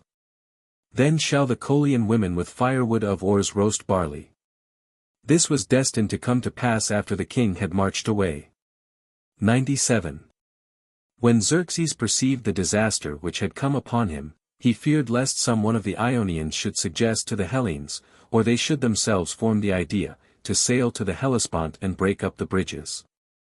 And so he might be cut off in Europe and run the risk of perishing utterly, therefore he began to consider about taking flight. He desired however that his intention should not be perceived either by the Hellenes or by those of his own side. Therefore he attempted to construct a mole going across to Salamis, and he bound together Phoenician merchant vessels in order that they might serve him both for a bridge and a wall. And made preparations for fighting as if he were going to have another battle by sea. Seeing him do so, all the rest made sure that he had got himself ready in earnest and intended to stay and fight. But Mardonios did not fail to perceive the true meaning of all these things, being by experience very well versed in his way of thinking. 98. While Xerxes was doing thus, he sent a messenger to the Persians, to announce the calamity which had come upon them. Now there is nothing mortal which accomplishes a journey with more speed than these messengers, so skillfully has this been invented by the Persians, for they say that according to the number of days of which the entire journey consists, so many horses and men are set at intervals, each man and horse appointed for a day's journey. These neither snow nor rain nor heat nor darkness of night prevents from accomplishing each one the task proposed to him, with the very utmost speed. The first then rides and delivers the message with which he is charged to the second, and the second to the third. And after that it goes through them handed from one to the other, as in the torch race among the Hellenes, which they perform for Hephaestos. This kind of running of their horses the Persians call Angarion. 99. The first message then which came to Susa, announcing that Xerxes had Athens in his possession, so greatly rejoiced the Persians who had been left behind, that they strewed all the ways with myrtle boughs and offered incense perpetually, and themselves continued in sacrifices and feasting. The second message however, which came to them after this, so greatly disturbed them that they all tore their garments and gave themselves up to crying and lamentation without stint, laying the blame upon Mardonios, and this the Persians did not so much because they were grieved about the ships, as because they feared for Xerxes himself. 100. As regards the Persians this went on for all the time which intervened, until the coming of Xerxes himself caused them to cease, and Mardonios seeing that Xerxes was greatly troubled by reason of the sea fight, and suspecting that he was meaning to take flight from Athens, considered with regard to himself that he would have to suffer punishment for having persuaded the king to make an expedition against Hellas, and that it was better for him to run the risk of either subduing Hellas or ending his own life honorably, placing his safety in suspense for a great end, though his opinion was rather that he would subdue Hellas. He reckoned up these things, I say, and addressed his speech to the king as follows: Master, be not thou grieved, nor feel great trouble on account of this thing which has come to pass. For it is not upon a contest of timbers that all our fortunes depend, but of men and of horses, and none of these who suppose now that all has been achieved by them will attempt to disembark from the ships and stand against thee. Nor will any in this mainland do so. But those who did stand against us paid the penalty. If therefore thou thinkest this good to do, let us forthwith attempt the Peloponnese, or if thou thinkest good to hold back, we may do that. Do not despond however, for there is no way of escape for the Hellenes to avoid being thy slaves, after they have first given an account of that which they did to thee both now and at former times. Thus it were best to do. But if thou hast indeed resolved to retire thyself and to withdraw thy army, I have another counsel to offer for that case too. Do not thou, O king, let the Persians be an object of laughter to the Hellenes. For none of thy affairs have suffered by means of the Persians, nor wilt thou be able to mention any place where we proved ourselves cowards, but if Phoenicians or Egyptians or Cyprians or Cilicians proved themselves cowards, the calamity which followed does not belong to the Persians in any way. Now therefore, since it is not the Persians who are guilty towards thee, follow my counsel.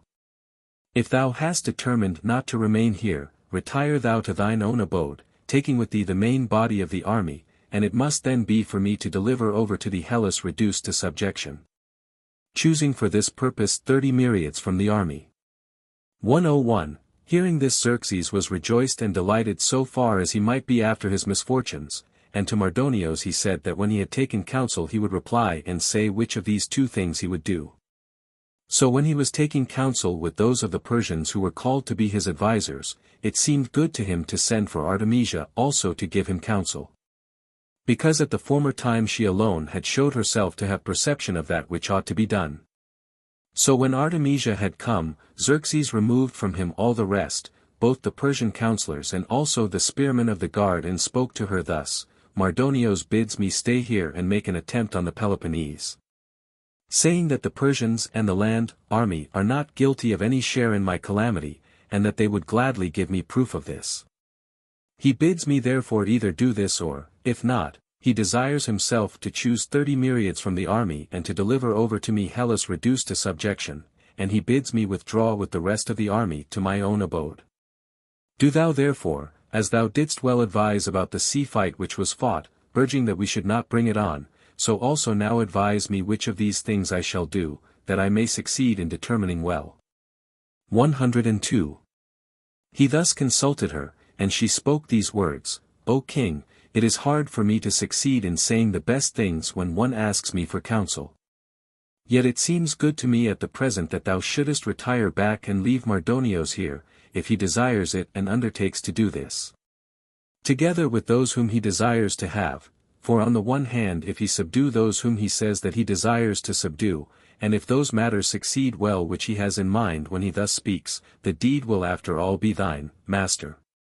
Seeing that thy slaves achieved it, and on the other hand if the opposite shall come to pass of that which Mardonios intends, it will be no great misfortune, seeing that thou wilt thyself remain safe. And also the power in those parts which concerns thy house, for if thou shalt remain safe with thy house, many contests many times over repeated will the Hellenes have to pass through for their own existence. Of Mardonios however, if he suffer any disaster, no account will be made, and if the Hellenes conquer they gain a victory which is no victory, having destroyed one who is but thy slave. Thou however wilt retire having done that for which thou didst make thy march, that is to say, having delivered Athens to the fire. 103. With this advice Xerxes was greatly delighted, since she succeeded in saying that very thing which he himself was meaning to do, for not even if all the men and all the women in the world had been counseling him to remain, would he have done so. As I think, so much had he been struck with terror. He commended Artemisia therefore and sent her away to conduct his sons to Ephesos, for there were certain bastard sons of his which accompanied him. 104. With these sons he sent Hermodamos to have charge of them, who was by race of Pedissa and was in the estimation of the king second to none of the eunuchs. Now the Pedasians dwell above Halicarnassos, and at this Pedissa a thing happens as follows: whenever to the whole number of those who dwell about this city some trouble is about to come within a certain time, then the priestess of Athene in that place gets a long beard. And this has happened to them twice before now.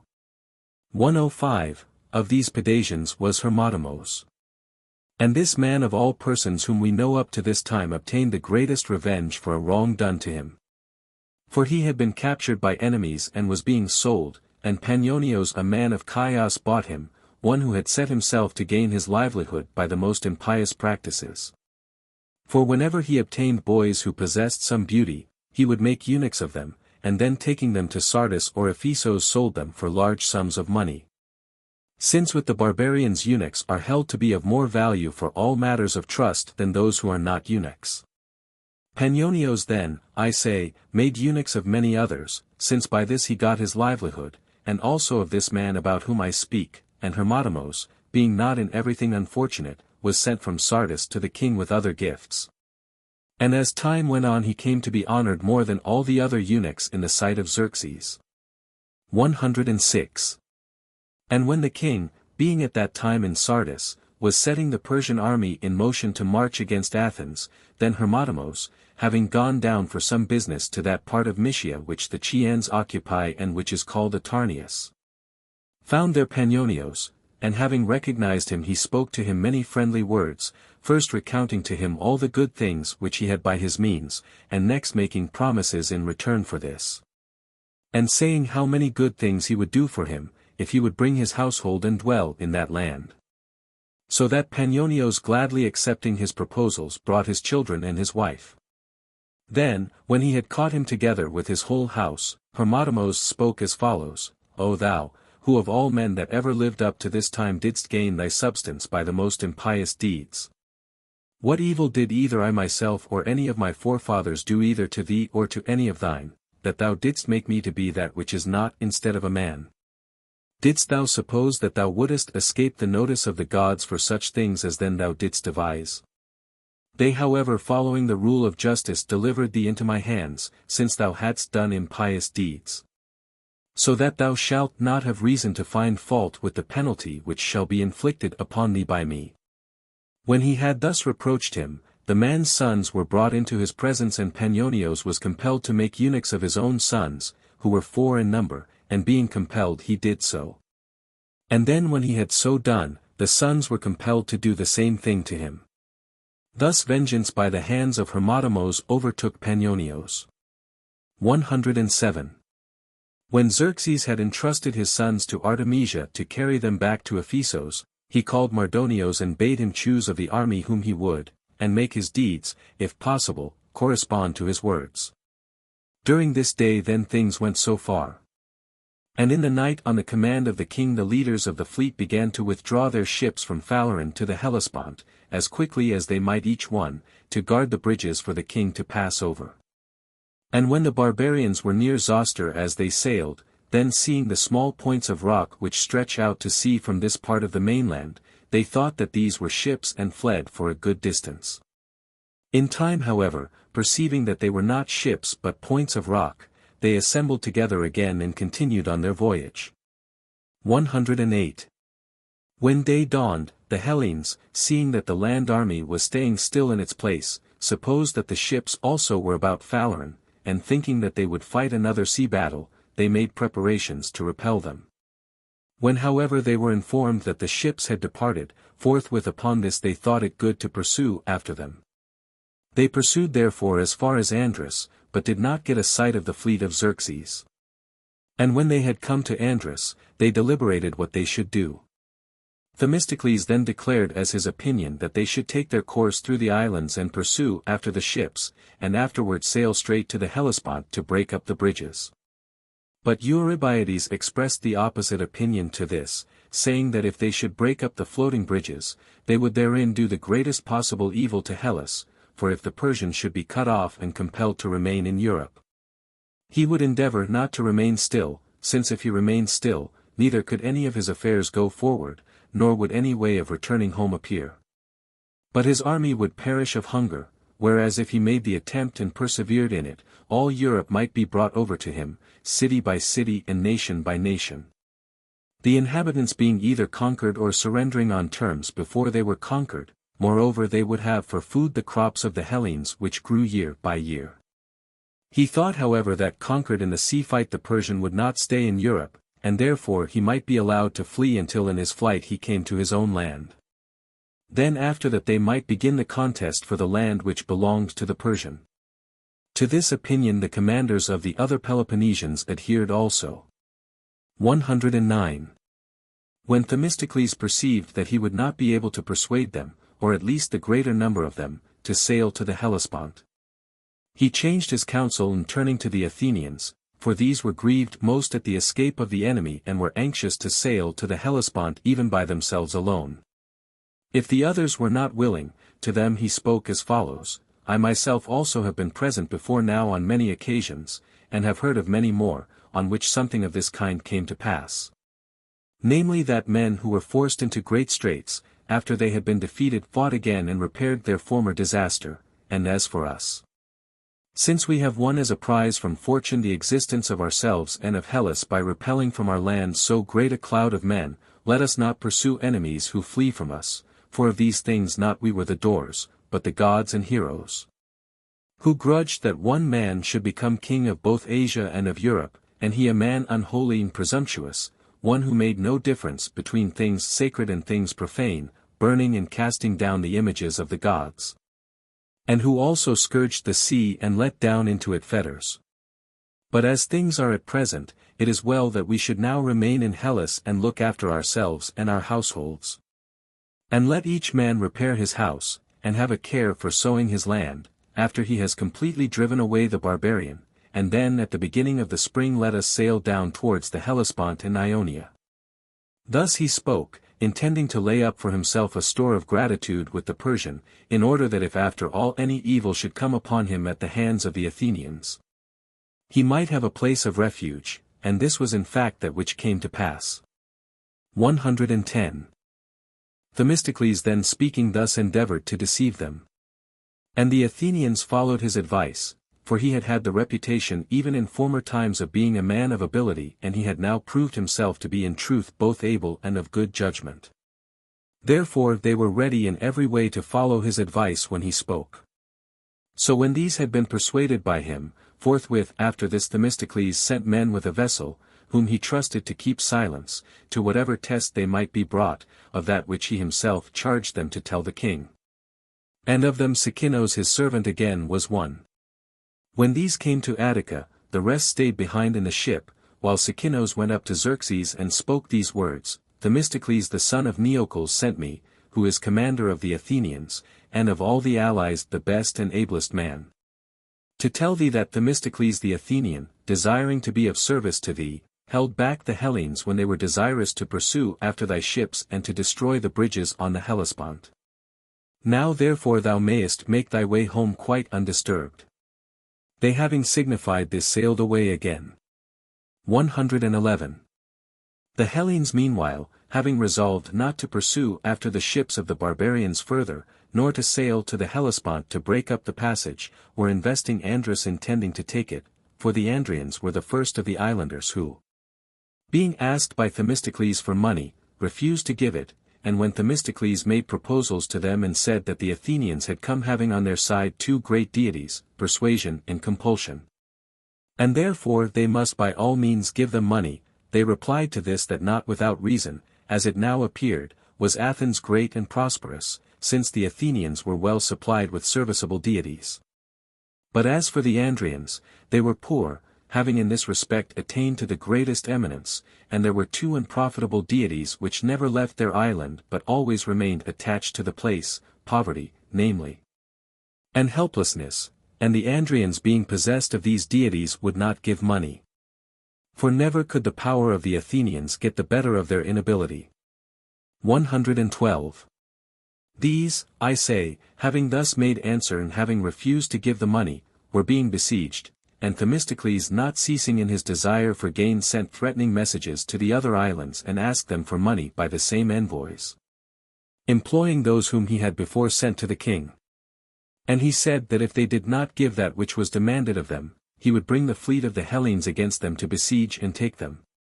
Thus saying he collected great sums of money from the Christians and the Parians, who being informed how Andros was being besieged, because it had taken the side of the Medes, and how Themistocles was held in more regard than any of the other commanders, sent money for fear of this.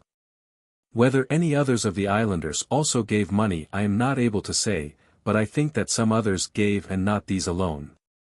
Yet to the Christians at least there was no respite from the evil on this account, but the Parians escaped the attack, because they propitiated Themistocles with money. Thus Themistocles with Andros as his starting point was acquiring sums of money for himself from the men of the islands without the knowledge of the other commanders. 113. Xerxes meanwhile with his army stayed for a few days after the sea fight. And then they all began to march forth towards Boeotia by the same way by which they had come, for Mardonios thought both that it was well for him to escort the king on his way, and also that it was now too late in the year to carry on the war. It was better, he thought, to winter in Thessaly and then at the beginning of spring to attempt the Peloponnese. When he came to Thessaly, then Mardonios chose out for himself first all those Persians who are called immortals, except only their commander Hydarnes, for Hydarnes said that he would not be left behind by the king. And after them of the other Persians those who wore cuirasses, and the body of 1,000 horse, also the Medes, Sacans, Bactrians and Indians, foot and horsemen both. These nations he chose in the mass, but from the other allies he selected by few at a time, choosing who had fine appearance of those of whom he knew that they had done good service. From the Persians he chose more than from any other single nation, and these wore collars of twisted metal and bracelets, and after them came the Medes, who in fact were not inferior in number to the Persians, but only in bodily strength. The result was that there were 30 myriads in all, including cavalry. 114. During this time, while Mardonios was selecting his army and Xerxes was in Thessaly, there had come an oracle from Delphi to the Lacedaemonians, bidding them ask satisfaction from Xerxes for the murder of Leonidas and accept that which should be given by him. The Spartans therefore sent a herald as quickly as possible, who having found the whole army still in Thessaly came into the presence of Xerxes and spoke these words, O king of the Medes! The Lacedaemonians and the sons of Heracles of Sparta demand of thee satisfaction for murder, because thou didst kill their king, fighting in defense of Hellas. He laughed and then kept silent some time, and after that pointing to Mardonios, who happened to be standing by him, he said, Then Mardonios here shall give them satisfaction, such as is fitting for them to have. 115. The herald accordingly accepted the utterance and departed. And Xerxes leaving Mardonios in Thessaly went on himself in haste to the Hellespont and arrived at the passage where the crossing was in 35 days, bringing back next to nothing, as one may say, of his army, and whithersoever they came on the march and to whatever nation, they seized the crops of that people and used them for provisions. And if they found no crops, then they took the grass which was growing up from the earth, and stripped off the bark from the trees and plucked down the leaves and devoured them, alike of the cultivated trees and of those growing wild. And they left nothing behind them, thus they did by reason of famine. Then plague too seized upon the army and dysentery, which destroyed them by the way, and some of them also who were sick the king left behind, laying charge upon the cities where at the time he chanced to be in his march, to take care of them and support them. Of these he left some in Thessaly, and some at Cyrrhus in Paeonia, and some in Macedonia. In these parts too he had left behind him the sacred chariot of Zeus, when he was marching against Hellas. But on his return he did not receive it back, for the Paeonians had given it to the Thracians, and when Xerxes asked for it again, they said that the mares while at pasture had been carried off by the Thracians of the upper country, who dwelt about the source of the Strymon. 1:16, Here also a Thracian, the king of the Bisaltians and of the Crestonian land, did a deed of surpassing horror. For he had said that he would not himself be subject to Xerxes with his own will and had gone away up to Mount Rhodope, and also he had forbidden his sons to go on the march against Hellas. They however, either because they cared not for his command, or else because a desire came upon them to see the war, went on the march with the Persian, and when they returned all unhurt, being 6 in number, their father plucked out their eyes for this cause. 117. They then received this reward, and as to the Persians, when passing on from Thrace they came to the passage, they crossed over the Hellespont in haste to Abydos by means of the ships. For they did not find the floating bridges still stretched across but broken up by a storm. While staying there for a time they had distributed to them an allowance of food more abundant than they had had by the way. And from satisfying their hunger without restraint and also from the changes of water there died many of those in the army who had remained safe till then. The rest arrived with Xerxes at Sardis. 118. There is also another story reported as follows, namely that when Xerxes on his march away from Athens came to Ion on the Strymon, from that point he did not continue further to make marches by road, but delivered his army to Hydarnes to lead back to the Hellespont, while he himself embarked in a Phoenician ship and set forth for Asia. And as he sailed he was seized by a wind from the Strymon, violent and raising great waves. And since he was tossed by the storm more and more, the ship being heavily laden, for there were upon the deck great numbers of Persians, those namely who went with Xerxes, the king upon that falling into fear shouted aloud and asked the pilot whether there were for them any means of safety. He said, Master, there are none, unless some way be found of freeing ourselves of the excessive number of passengers. Then it is said that Xerxes, when he heard this, spoke thus, Persians, now let each one of you show that he has care for the king, for my safety, as it seems, depends upon you. He, they say, thus spoke, and they made obeisance to him and leapt out into the sea, and so the ship being lightened came safe to Asia. As soon as they had landed Xerxes, they say, first presented the pilot with a wreath of gold, because he had saved the life of the king, and then cut off his head, because he had caused the death of many of the Persians. 119.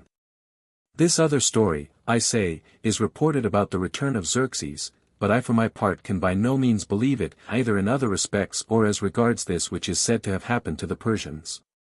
For if this which I have related had in truth been said by the pilot to Xerxes, not one person's opinion in 10,000 will differ from mine that the king would have done some such thing as this, that is to say, he would have caused those who were upon the deck to go down below into the hold, seeing that they were Persians of the highest rank among the Persians.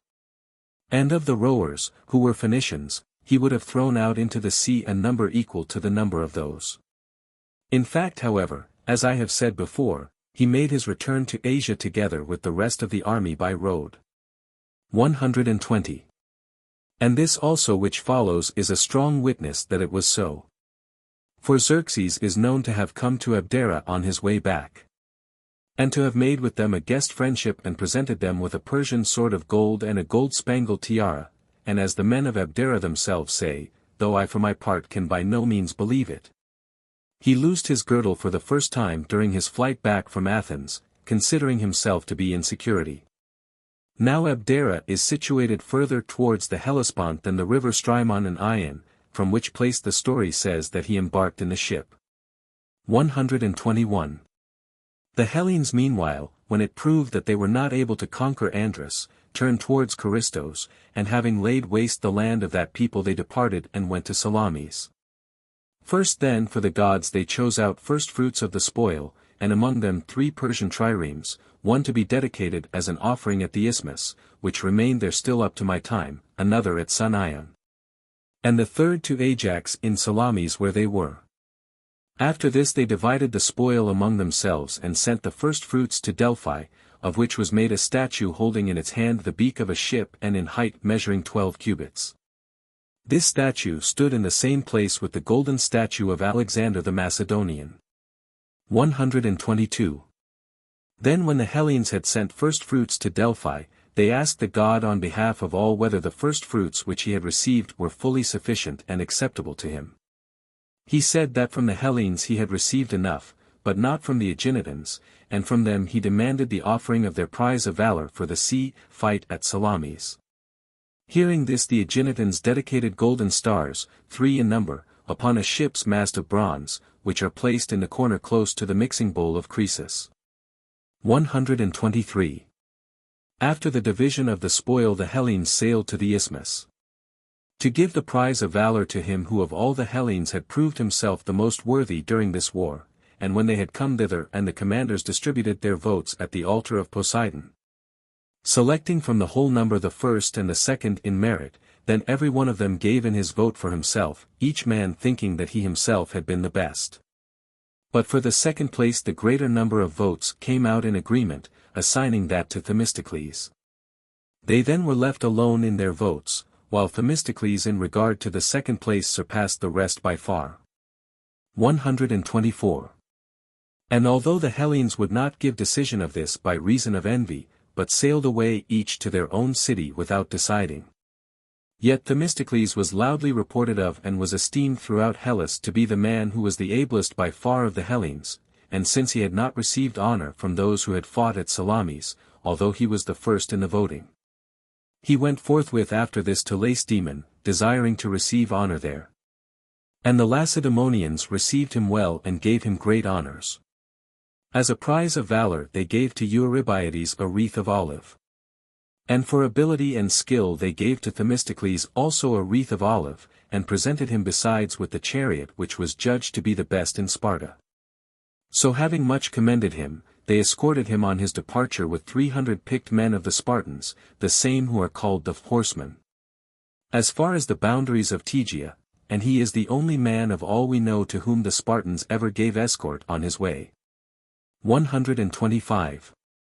When however he had come to Athens from Lacedaemon, Timodemos of Aphidnae, one of the opponents of Themistocles, but in other respects not among the men of distinction, maddened by envy attacked him, bringing forward against him his going to Lacedaemon, and saying that it was on account of Athens that he had those marks of honor which he had from the Lacedaemonians, and not on his own account. Then, as Timodemos continued ceaselessly to repeat this, Themistocles said, I tell thee thus it is, if I had been a native of Belbina I should never have been thus honored by the Spartans. But neither wouldest thou, my friend, for all that thou art an Athenian. So far then went these matters.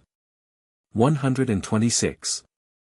Artabatzos meanwhile the son of Pharnax, a man who was held in esteem among the Persians even before this and came to be so yet more after the events about Plataea, was escorting the king as far as the passage with 6 myriads of that army which Mardonios had selected for himself.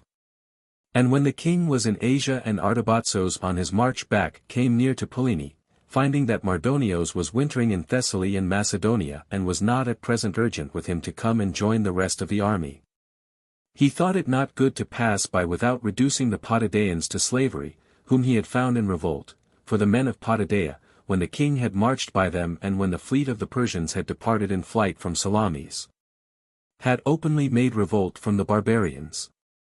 And so also had the others done who occupy Pallene. 127.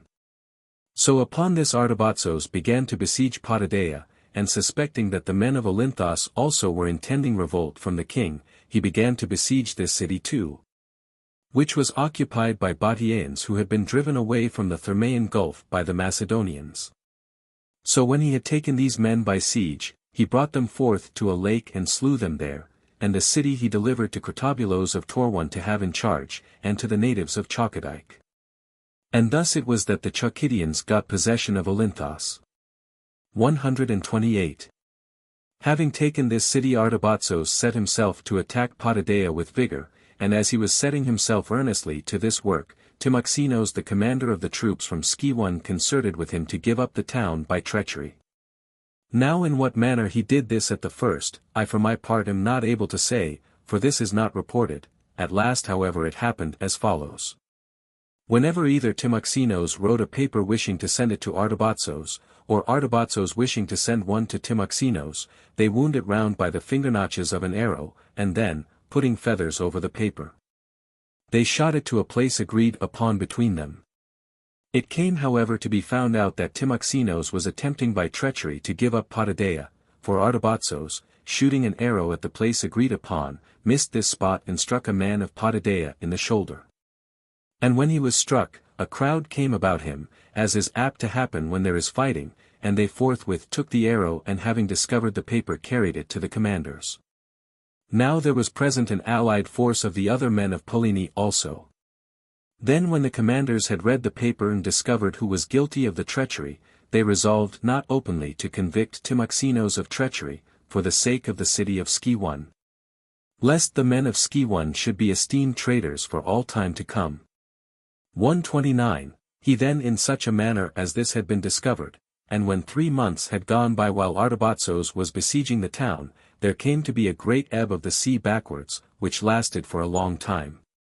And the barbarians, seeing that shallow water had been produced, endeavored to get by into the peninsula of Pallene, but when they had passed through 2/5 parts of the distance, and yet 3/5 remained, which they must pass through before they were within Pallene, then there came upon them a great flood tide of the sea, higher than ever before, as the natives of the place say, though high tides come often.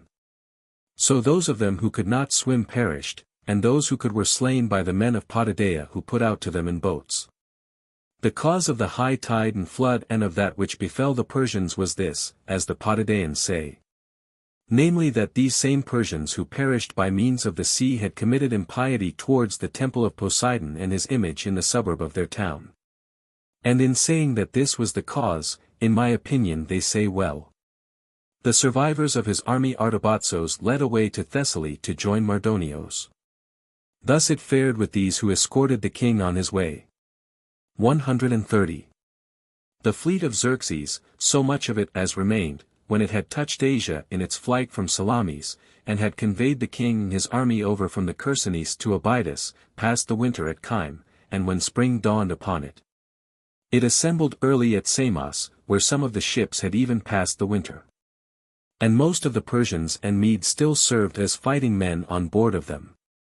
To be commanders of them there came Mardontes the son of Bagaeos, and Artaintes the son of Artaches, and with them also Ithamidas was in joint command, who was brother's son to Artaintes and had been added by the choice of Artaintes himself. They then, since they had suffered a heavy blow, did not advance further up towards the west, nor did any one compel them to do so. But they remained still in Samos and kept watch over Ionia, lest it should revolt, having 300 ships including those of the Ionians. And they did not expect that the Hellenes on their part would come to Ionia, but thought that it would satisfy them to guard their own land. Judging from the fact that they had not pursued after them in their flight from Salamis but were well contented then to depart homewards. As regards the sea then their spirit was broken, but on land they thought that Mardonios would get much the advantage. So they being at Samos were taking counsel to do some damage if they could to their enemies, and at the same time they were listening for news how the affairs of Mardonios would fall out. 131. The Hellenes on their part were roused both by the coming on of spring and by the presence of Mardonios in Thessaly. Their land army had not yet begun to assemble, when the fleet arrived at Aegina, in number 110 ships, and the commander and admiral was Leotychides, who was the son of Menares, the son of Hygesilos, the son of Hippocrates. The son of Leotychides, the son of Anaxilos, the son of Archidemos, the son of Anaxandrides, the son of Theopompos, the son of Nicander, the son of Cherolaus, the son of Eunomos, the son of Polydectes, the son of Prytanes, the son of Euryphon, the son of Procles, the son of Aristodemos, the son of Aristomachos, the son of Cleodeos, the son of Hylos, the son of Heracles, being of the other royal house. These all, except the two enumerated first after Leotychides, had been kings of Sparta. And of the Athenians the commander was Xanthippos the son of Ariphon. 132. When all the ships had arrived at Aegina, there came Ionian envoys to the camp of the Hellenes, who also came a short time before this to Sparta and asked the Lacedaemonians to set Ionia free, and of them one was Herodotus the son of Basilides. These had banded themselves together and had plotted to put to death Stratus the despot of Chios, being originally 7 in number.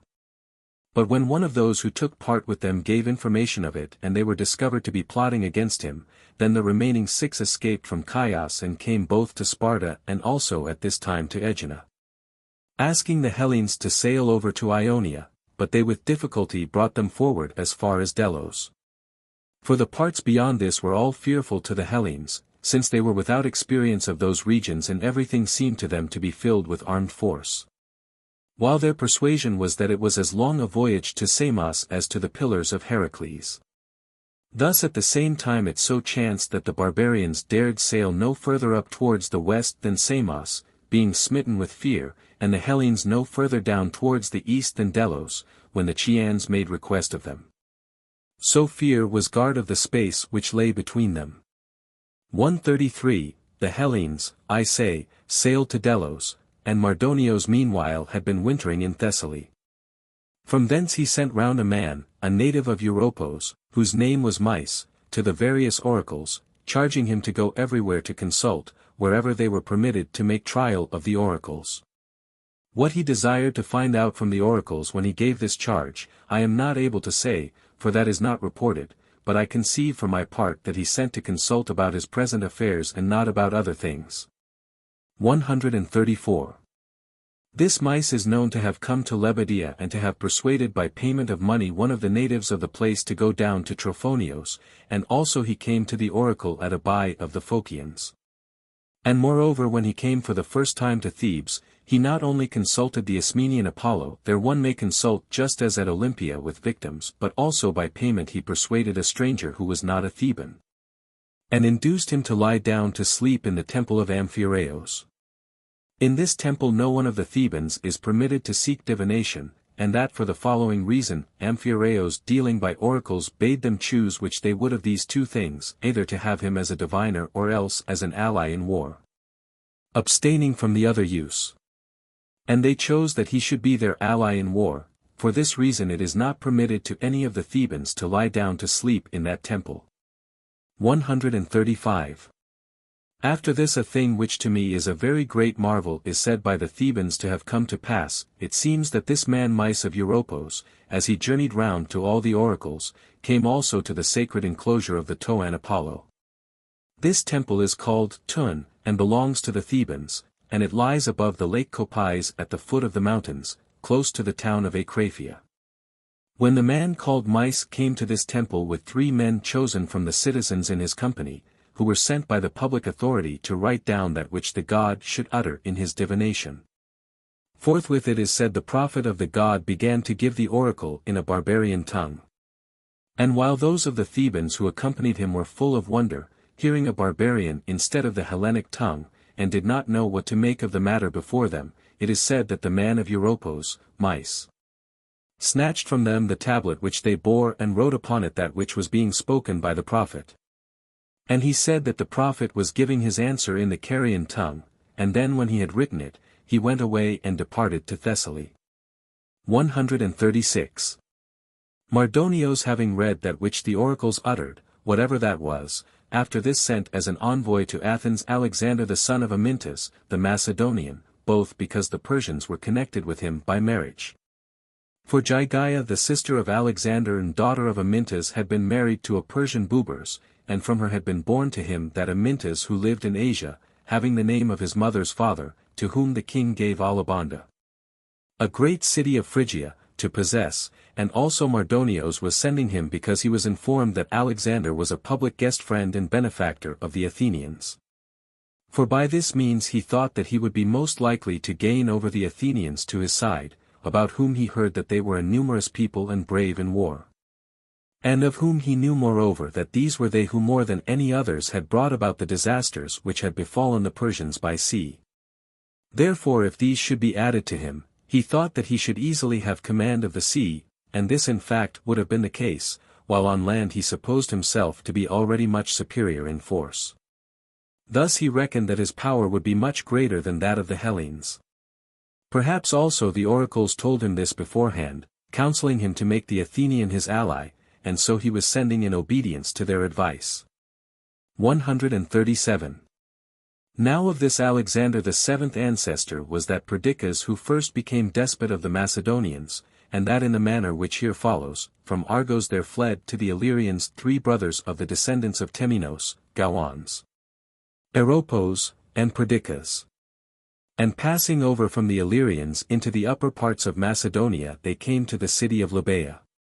There they became farm servants for pay in the household of the king, one pasturing horses, the second oxen, and the youngest of them, namely Perdiccas, the smaller kinds of cattle.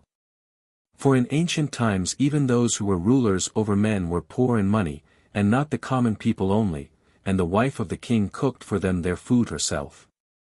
And whenever she baked, the loaf of the boy their servant, namely Perdiccas, became double as large as by nature it should be.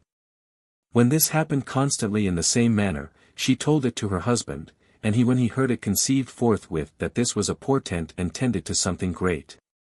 He summoned the farm servants therefore, and gave notice to them to depart out of his land, and they said that it was right that before they went forth they should receive the wages which were due. Now it chanced that the sun was shining into the house down through the opening which received the smoke, and the king when he heard about the wages said, being infatuated by a divine power, I pay you then this for wages. And it is such as ye deserve, pointing to the sunlight. So then Gauans and Eropos the elder brothers stood struck with amazement when they heard this, but the boy, who happened to have in his hand a knife, said these words, We accept, O king, that which thou dost give. And he traced a line with his knife round the sunlight on the floor of the house, and having traced the line round he thrice drew of the sunlight into his bosom, and after that he departed both himself and his fellows. 138. They then were going away, and to the king one of those who sat by him at table told what manner of thing the boy had done, and how the youngest of them had taken that which was given with some design, and he hearing this and being moved with anger, sent after them horsemen to slay them. Now there is a river in this land to which the descendants of these men from Argos sacrifice as a savior. This river, so soon as the sons of Temenos had passed over it, began to flow with such great volume of water that the horsemen became unable to pass over. So the brothers, having come to another region of Macedonia, took up their dwelling near the so-called gardens of Midas the son of Gordius, where roses grow wild which have each one 60 petals and excel all others in perfume. In these gardens 2 Silenos was captured, as is reported by the Macedonians, and above the gardens is situated a mountain called Bermaion, which is inaccessible by reason of the cold. Having taken possession of that region, they made this their starting point, and proceeded to subdue also the rest of Macedonia.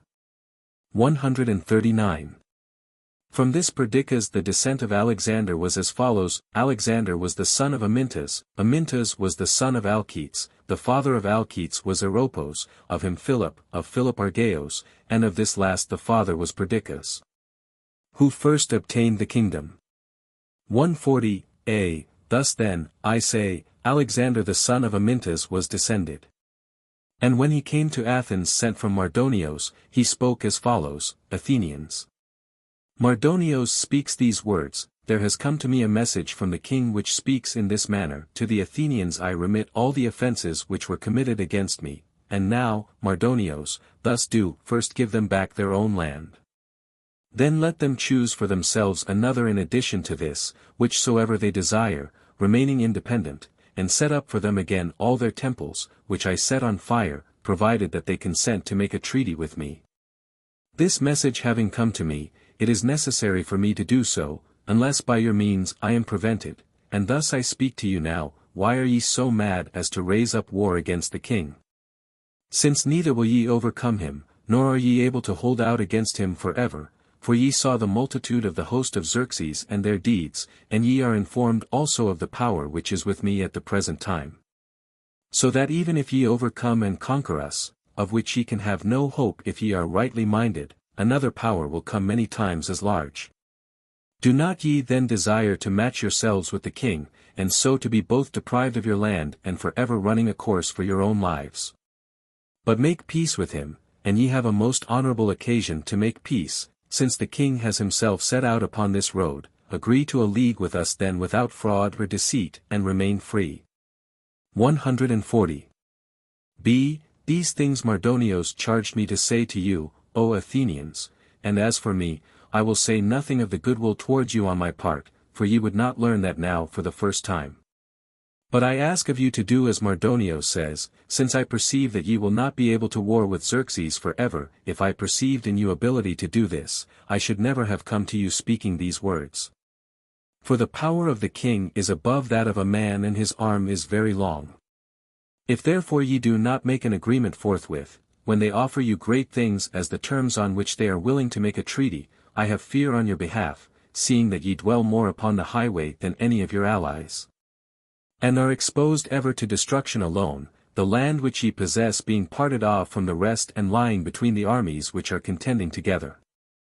Nay, but be persuaded, for this is a matter of great consequence to you, that to you alone of the Hellenes the great king remits the offences committed and desires to become a friend. 141. Thus spoke Alexander. And the Lacedaemonians, having been informed that Alexander had come to Athens to bring the Athenians to make a treaty with the barbarians, and remembering the oracles, who it was destined that they together with the other Dorians should be driven forth out of the Peloponnese by the Medes and the Athenians combined, had been very greatly afraid lest the Athenians should make a treaty with the Persians. And forthwith they had resolved to send envoys. It happened moreover that they were introduced at the same time with Alexander. For the Athenians had waited for them, protracting the time, because they were well assured that the Lacedaemonians would hear that an envoy had come from the barbarians to make a treaty, and that having heard it they would themselves send envoys with all speed. They acted therefore of set purpose, so as to let the Lacedaemonians see their inclination. 142. So when Alexander had ceased speaking, the envoys from Sparta followed him forthwith and said, As for us, the Lacedaemonians send us to ask of you not to make any change in that which concerns Hellas, nor to accept proposals from the barbarian. Since this is not just in any way nor honorable for any of the Hellenes to do, but least of all for you, and that for many reasons. Ye were they who stirred up this war, when we by no means willed it. And the contest came about for your dominion, but now it extends even to the whole of Hellas. Besides this, it is by no means to be endured that ye Athenians, who are the authors of all this, should prove to be the cause of slavery to the Hellenes, seeing that ye ever from ancient time also have been known as the liberators of many. We feel sympathy however with you for your sufferings, and because you were deprived of your crops twice and have had your substance ruined now for a long time. In compensation for this the Lacedaemonians and their allies make offer to support your wives and all those of your households who are unfitted for war, so long as this war shall last, but let not Alexander the Macedonian persuade you. Making smooth the speech of Mardonios. For these things are fitting for him to do, since being himself a despot he is working in league with a despot, for you however they are not fitting to do, if ye chance to be rightly minded. For ye know that in barbarians there is neither faith nor truth at all. Thus spoke the envoys. 143. And to Alexander the Athenians made answer thus, Even of ourselves we know so much, that the Mede has a power many times as numerous as ours. So that there is no need for thee to cast this up against us. Nevertheless, because we long for liberty, we shall defend ourselves as we may be able, and do not thou endeavor to persuade us to make a treaty with the barbarian, for we on our part shall not be persuaded. And now report to Mardonios that the Athenians say thus: so long as the sun goes on the same course by which he goes now, we will never make an agreement with Xerxes. But we will go forth to defend ourselves against him, trusting in the gods and the heroes as allies, for whom he had no respect when he set fire to their houses and to their sacred images. And in the future do not thou appear before the Athenians with any such proposals as these, nor think that thou art rendering them good service in advising them to do that which is not lawful. For we do not desire that thou shouldest suffer anything unpleasant at the hands of the Athenians, who art their public guest and friend. 144.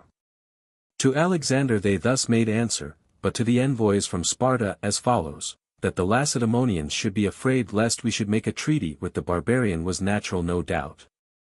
But it seems to be an unworthy fear for men who know so well the spirit of the Athenians, namely that there is neither so great quantity of gold anywhere upon the earth, nor any land so much excelling in beauty and goodness, that we should be willing to accept it and enslave Hellas by taking the side of the Medes.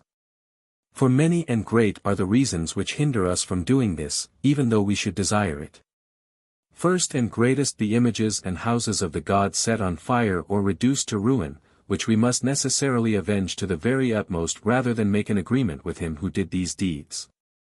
Then secondly, there is the bond of Hellenic race, by which we are of one blood and of one speech, the common temples of the gods and the common sacrifices, the manners of life which are the same for all.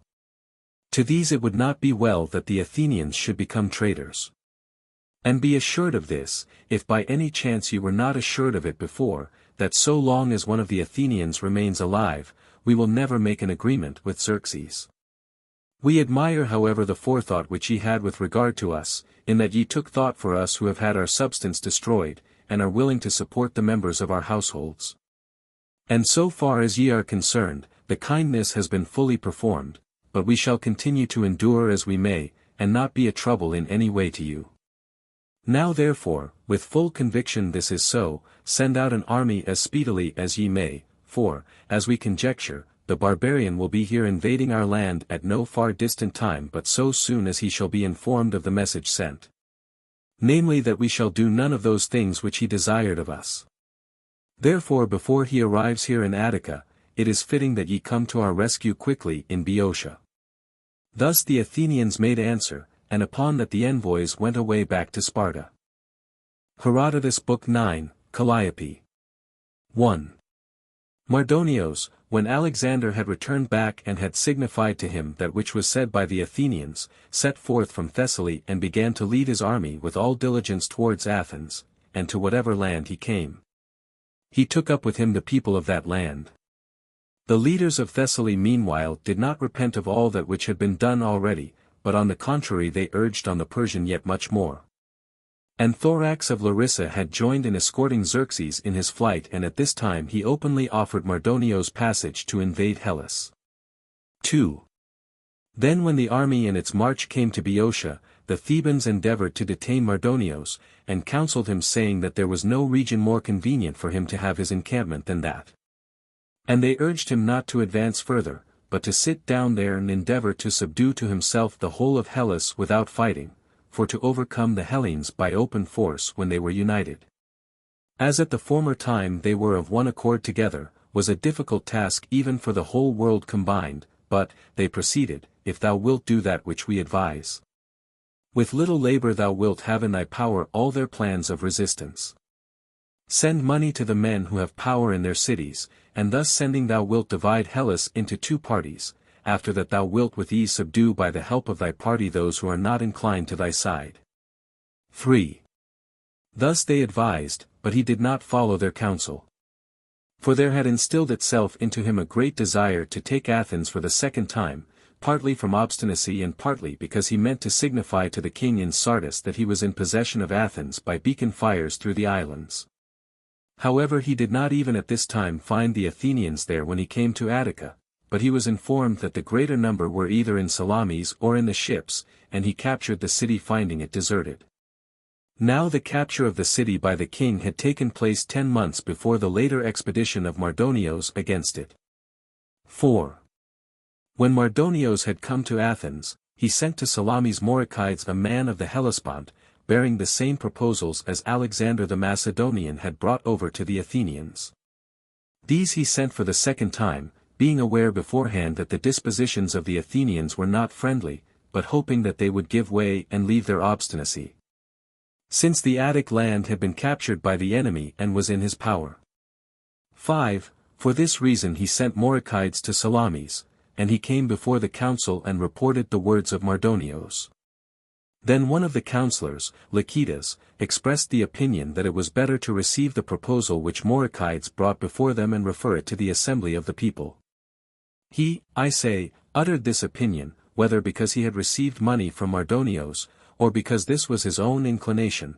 However, the Athenians forthwith, both those of the council and those outside, when they heard of it, were very indignant.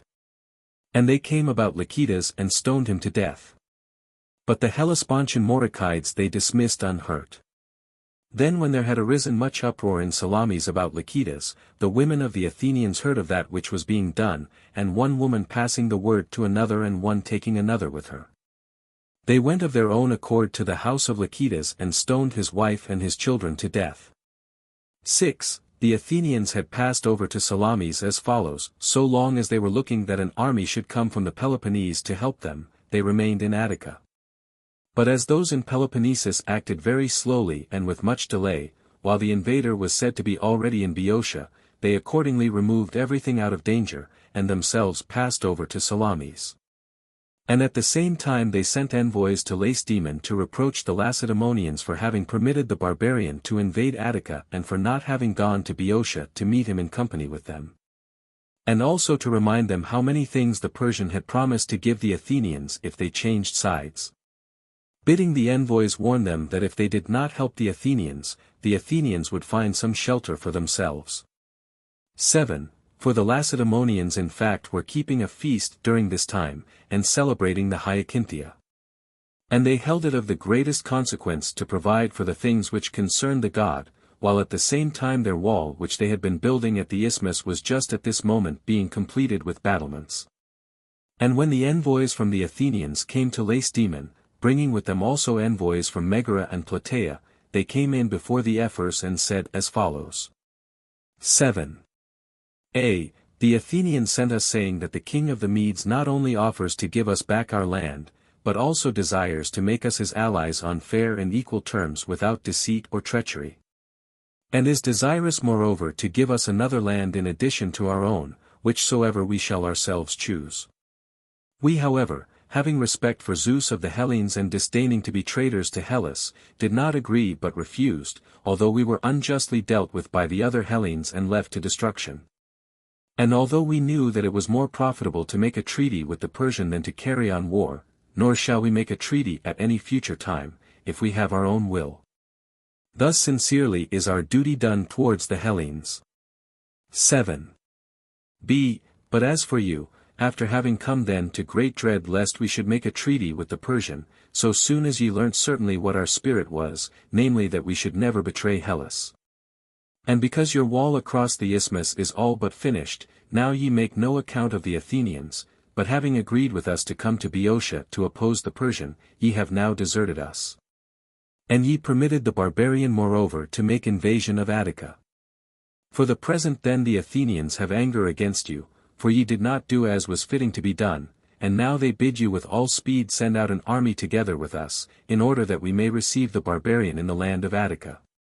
For since we failed of Boeotia, the most suitable place to fight in our land is the Thriasian plain. 8. When the ephors heard this they deferred their reply to the next day, and then on the next day to the succeeding one. And this they did even for 10 days, deferring the matter from day to day, while during this time the whole body of the Peloponnesians were building the wall over the isthmus with great diligence and were just about to complete it. Now I am not able to say why, when Alexander the Macedonian had come to Athens, they were so very anxious lest the Athenians should take the side of the Medes, whereas now they had no care about it. Except indeed that their wall over the isthmus had now been built, and they thought they had no need of the Athenians any more. Whereas when Alexander came to Attica the wall had not yet been completed, but they were working at it in great dread of the Persians. 9. At last however the answer was given and the going forth of the Spartans took place in the following manner. On the day before that which was appointed for the last hearing of the envoys, Chilios a man of Tegea, who of all strangers had most influence in Lacedaemon, heard from the ephors all that which the Athenians were saying. And he, it seems, said to them these words, Thus the matter stands, ephors, if the Athenians are not friendly with us but are allies of the barbarian, then though a strong wall may have been built across the isthmus, yet a wide door has been opened for the Persian into Peloponnesus. Listen to their request, however, before the Athenians resolve upon something else tending to the fall of Hellas. 10. Thus he counseled them, and they forthwith took his words to heart. And saying nothing to the envoys who had come from the cities, while yet it was night they sent out 5,000 Spartans, with no less than 7 of the Helots set to attend upon each man of them, appointing Pausanias the son of Cleombrotus to lead them forth. Now the leadership belonged to Pleistarchus the son of Leonidas. But he was yet a boy, and the other was his guardian and cousin, for Cleombrotus, the father of Pausanias and son of Anaxandrides, was no longer alive, but when he had led home from the isthmus the army which had built the wall, no long time after this he died. Now the reason why Cleombrotus led home the army from the isthmus was this: as he was offering sacrifice for fighting against the Persian, the sun was darkened in the heaven. And Pausanias chose as commander in addition to himself Euryanax the son of Dorieus, a man of the same house. 11. So Pausanias with his army had gone forth out of Sparta. And the envoys, when day had come, not knowing anything of this going forth, came in before the ephors meaning to depart also, each to his own state, and when they had come in before them they said these words, Ye, O Lacedaemonians, are remaining here and celebrating this Hyacinthia and disporting yourselves, having left your allies to destruction. And the Athenians being wronged by you and for want of allies will make peace with the Persians on such terms as they can, and having made peace, evidently we become allies of the king.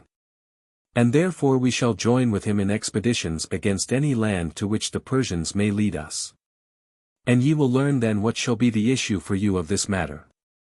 When the envoys spoke these words, the ephors said and confirmed it with an oath, that they supposed by this time the men were at Orestion on their way against the strangers, for they used to call the barbarians strangers. So they, not knowing of the matter, asked the meaning of these words, and asking they learnt all the truth, so that they were struck with amazement and set forth as quickly as possible in pursuit. And together with them 5,000 chosen hoplites of the Lacedaemonian, dwellers in the country round, did the same thing also. 12. They then, I say, were hastening towards the isthmus. And the Argives so soon as they heard that Pausanias with his army had gone forth from Sparta, sent as a herald to Attica the best whom they could find of the long-distance runners.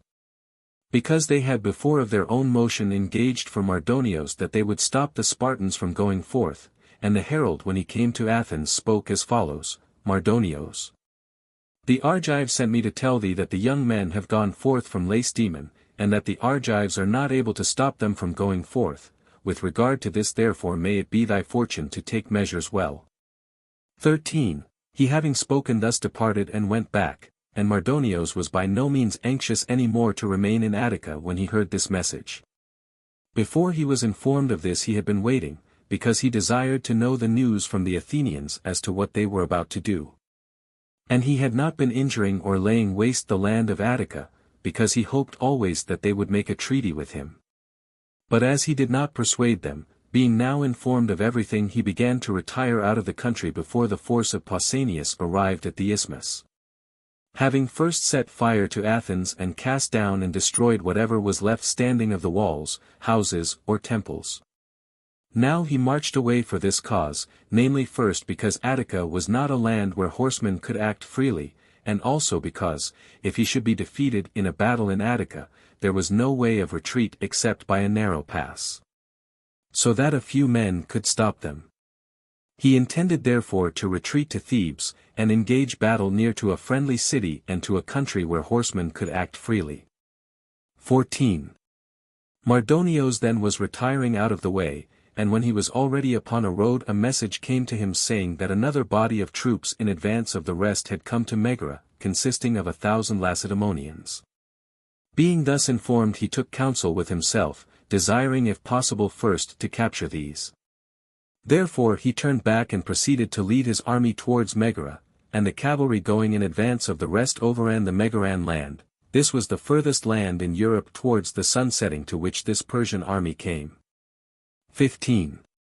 After this a message came to Mardonios that the Hellenes were assembled at the isthmus. Therefore he marched back by Decelia, for the chiefs of Boeotia had sent for those of the Aesopians who dwelt near the line of march, and these were his guides along the road to Sphindalius and thence to Tanagra. So having encamped for the night at Tanagra and on the next day having directed his march to Skolos, he was within the land of the Thebans. Then he proceeded to cut down the trees in the lands of the Thebans, although they were on the side of the Medes, moved not at all by enmity to them, but pressed by urgent necessity both to make a defense for his camp. And also he was making it for a refuge, in case that when he engaged battle things should not turn out for him as he desired. Now the encampment of his army extended from Erythrae along by Hyzai and reached the river Asopos. He was not however making the wall to extend so far as this, but with each face measuring somewhere about 10 furlongs. 16. While the barbarians were engaged upon this work, Atigenos the son of Phurnon, a Theban, having made magnificent preparations invited to an entertainment Mardonios himself and 50 of the Persians who were of most account. And these being invited came, and the dinner was given at Thebes. Now this which follows I heard from Thersander, an Orchomenian and a man of very high repute in Orchomenos. This Thersander said that he too was invited by Atigenos to this dinner, and there were invited also 50 men of the Thebans, and their host did not place them to recline separately each nation by themselves, but a Persian and a Theban upon every couch. Then when dinner was over, as they were drinking pledges to one another, the Persian who shared a couch with him speaking in the Hellenic tongue asked him of what place he was, and he answered that he was of Orchomenos. The other said, Since now thou hast become my table companion and the sharer of my libation, I desire to leave behind with thee a memorial of my opinion. In order that thou thyself also mayest know beforehand and be able to take such counsels for thyself as may be profitable. Dost thou see these Persians who are feasting here, and the army which we left behind encamped upon the river? Of all these, when a little time has gone by, thou shalt see but very few surviving. While the Persian said these words he shed many tears, as Thersander reported, and he marveling at his speech said to him, Surely then it is right to tell Mardonios and to those of the Persians who after him are held in regard.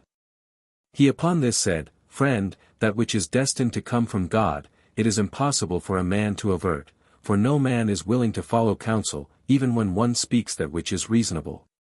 And these things which I say many of us Persians know well, yet we go with the rest being bound in the bonds of necessity, and the most hateful grief of all human griefs is this, to have knowledge of the truth but no power over the event.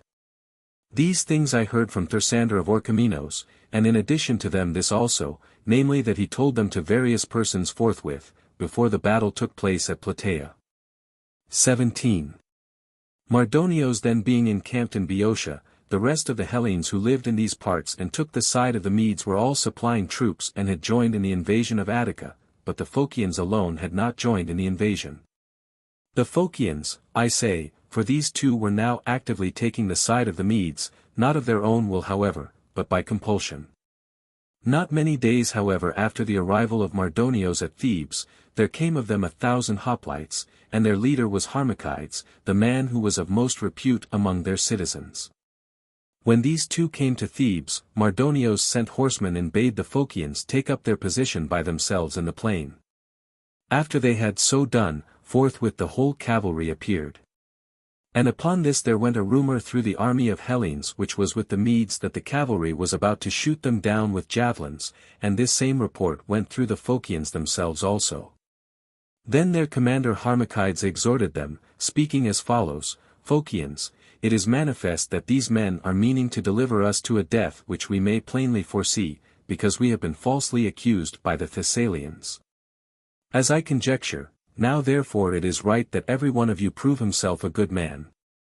For it is better to bring our lives to an end doing deeds of valor and defending ourselves, than to be destroyed by a dishonorable death offering ourselves for the slaughter. Let each man of them learn that they are barbarians and that we, against whom they contrived murder, are Hellenes. 18. While he was thus exhorting them, the horsemen having encompassed them round were riding towards them as if to destroy them. And they were already aiming their missiles as if about to discharge them, nay some perhaps did discharge them, and meanwhile the Phocians stood facing them gathered together and with their ranks closed as much as possible every way. Then the horsemen turned and rode away back. Now I am not able to say for certain whether they came to destroy the Phocians at the request of the Thessalians, and then when they saw them turn to defense they feared lest they also might suffer some loss, and therefore rode away back. For so Mardonios had commanded them. Or whether on the other hand he desired to make trial of them and to see if they had in them any warlike spirit. Then, when the horsemen had ridden away back, Mardonios sent a herald and spoke to them as follows: Be of good courage, Phocians, for ye proved yourselves good men, and not as I was informed. Now therefore carry on this way with zeal, for ye will not surpass in benefits either myself or the king. Thus far it happened as regards the Phocians. 19. When the Lacedaemonians came to the isthmus they encamped upon it, and hearing this the rest of the Peloponnesians who favored the better cause, and some also because they saw the Spartans going out, did not think it right to be behind the Lacedaemonians in their going forth. So from the isthmus, when the sacrifices had proved favorable, they marched all together and came to Eleusis. And having performed sacrifices there also, when the signs were favorable they marched onwards, and the Athenians together with them, who had passed over from Salamis and had joined them at Eleusis. And then they had come to Erythrae in Boeotia, then they learnt that the barbarians were encamping on the Asopos, and having perceived this they ranged themselves over against them on the lower slopes of Kithaeron. 20. Then Mardonios, as the Hellenes did not descend into the plain, sent towards them all his cavalry, of which the commander was Mecistios, by the Hellenes called Mecistios, a man of reputation among the Persians, who had an Assaean horse with a bridle of gold and in other respects finely caparisoned. So when the horsemen had ridden up to the Hellenes they attacked them by squadrons, and attacking they did them much mischief, and moreover in contempt they called them women. 21.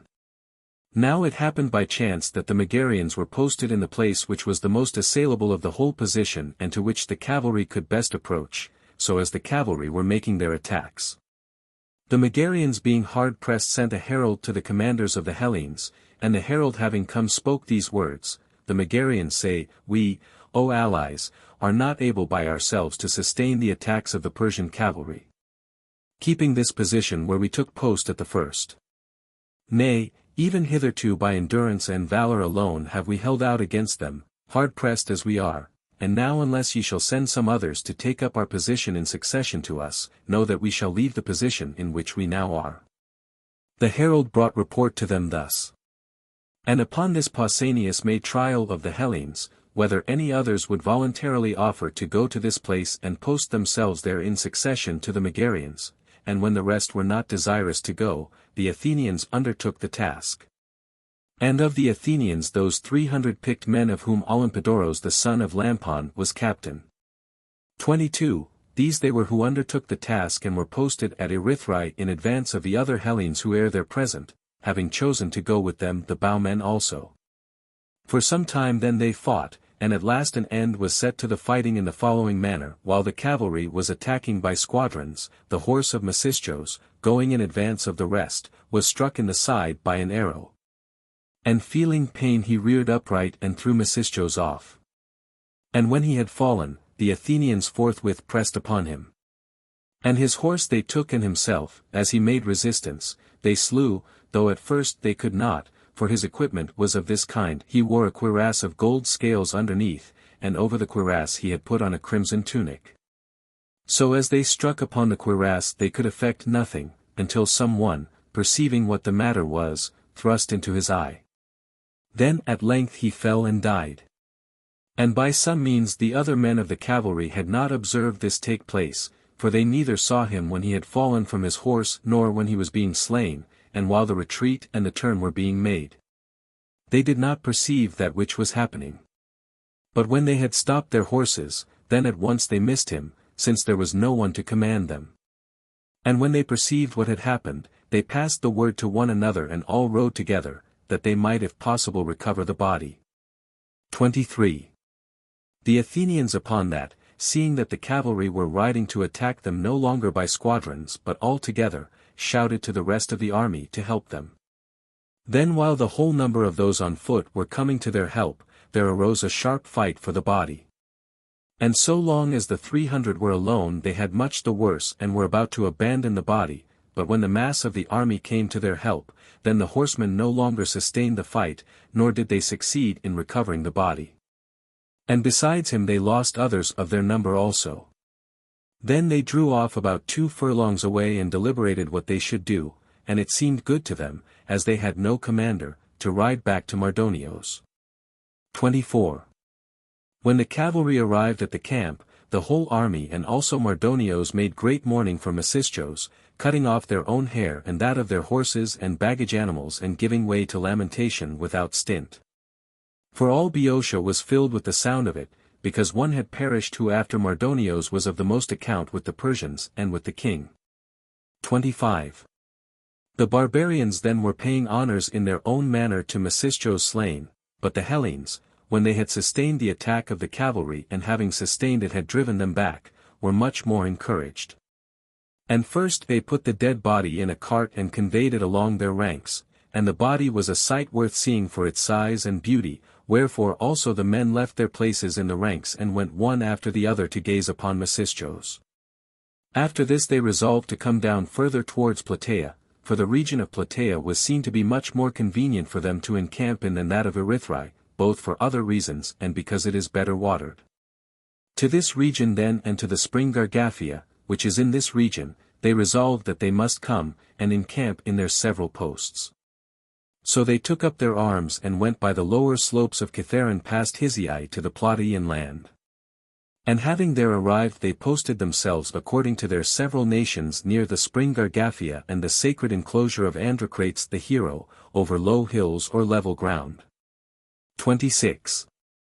Then in the arranging of the several posts there arose a contention of much argument between the Tegeans and the Athenians, for they each claimed to occupy the other wing of the army themselves, alleging deeds both new and old. The Tegeans on the one hand said as follows: We have been always judged worthy of this post by the whole body of allies in all the common expeditions which the Peloponnesians have made before this, whether in old times or but lately. Ever since that time when the sons of Heracles endeavored after the death of Eurystheus to return to the Peloponnese. This honor we gained at that time by reason of the following event, when with the Achaeans and the Ionians who were then in Peloponnesus we had come out to the isthmus to give assistance and were encamped opposite those who desired to return. Then it is said that Hyllos made a speech saying that it was not right that the one army should risk its safety by engaging battle with the other. And urging that that man of the army of the Peloponnesians whom they should judge to be the best of them should fight in single combat with himself on terms concerted between them. The Peloponnesians then resolved that this should be done, and they made oath with one another on this condition that if Hyllos should conquer the leader of the Peloponnesians, then the sons of Heracles should return to their father's heritage. But he should be conquered, then on the other hand the sons of Heracles should depart and lead away their army, and not within 100 years attempt to return to the Peloponnese. There was selected then of all the allies, he himself making a voluntary offer, Echemos the son of Eropos, the son of Phegeus, who was our commander and king, and he fought a single combat and slew Hyllos. By reason of this deed we obtained among the Peloponnesians of that time, besides many other great privileges which we still possess, this also of always leading the other wing of the army, when a common expedition is made. To you, Lacedaemonians, we make no opposition, but we give you freedom of choice, and allow you to command whichever wing ye desire. But of the other we say that it belongs to us to be the leaders as in former time, and apart from this deed which has been related, we are more worthy than the Athenians to have this post. For in many glorious contests have we contended against you, O Spartans, and in many also against others. Therefore it is just that we have the other wing rather than the Athenians, for they have not achieved deeds such as ours, either new or old. 27.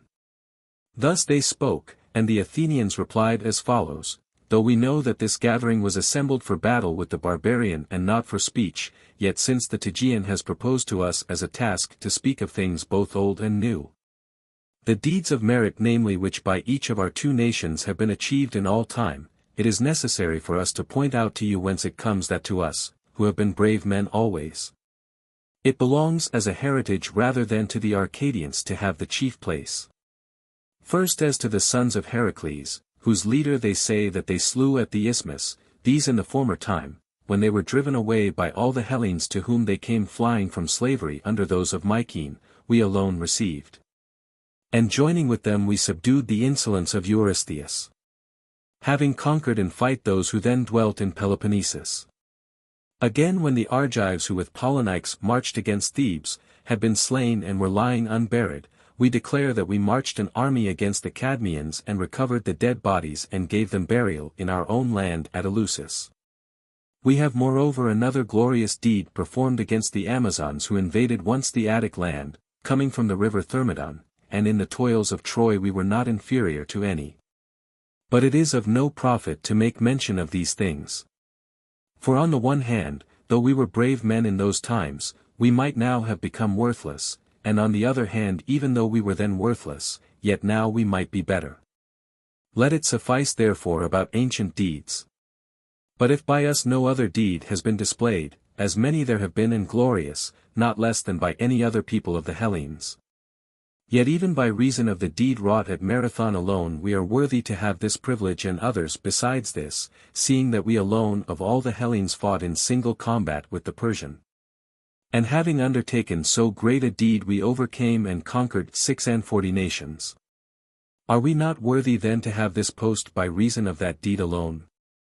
However, since at such a time as this it is not fitting to contend for post, we are ready to follow your saying, O Lacedaemonians, as to where ye think it most convenient that we should stand and opposite to whom. For wheresoever we are posted, we shall endeavor to be brave men. Prescribe to us therefore and we shall obey. They made answer thus.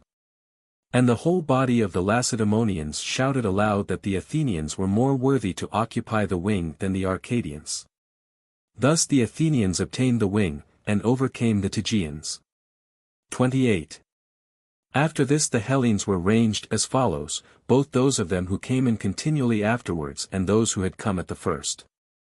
The right wing was held by 10,000 Lacedaemonians.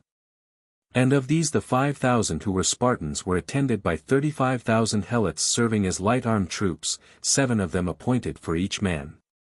To stand next to themselves the Spartans chose the Tegeans, both to do them honor and also because of their valor, and of these there were 1,500 hoplites.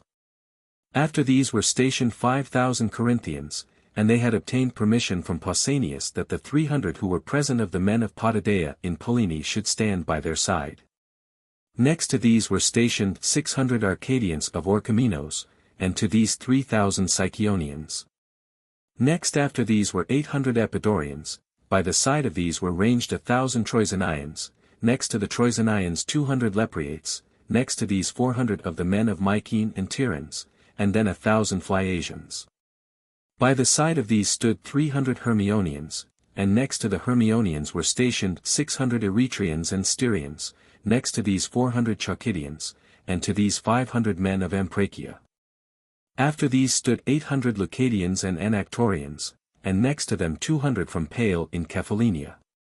After these were ranged 500 Aeginetans, by their side 3,000 Megarians, and next to these 600 Plataeans. Last, or if you will first, were ranged the Athenians, occupying the left wing, 8,000 in number, and the commander of them was Aristides the son of Lysimachos. 29.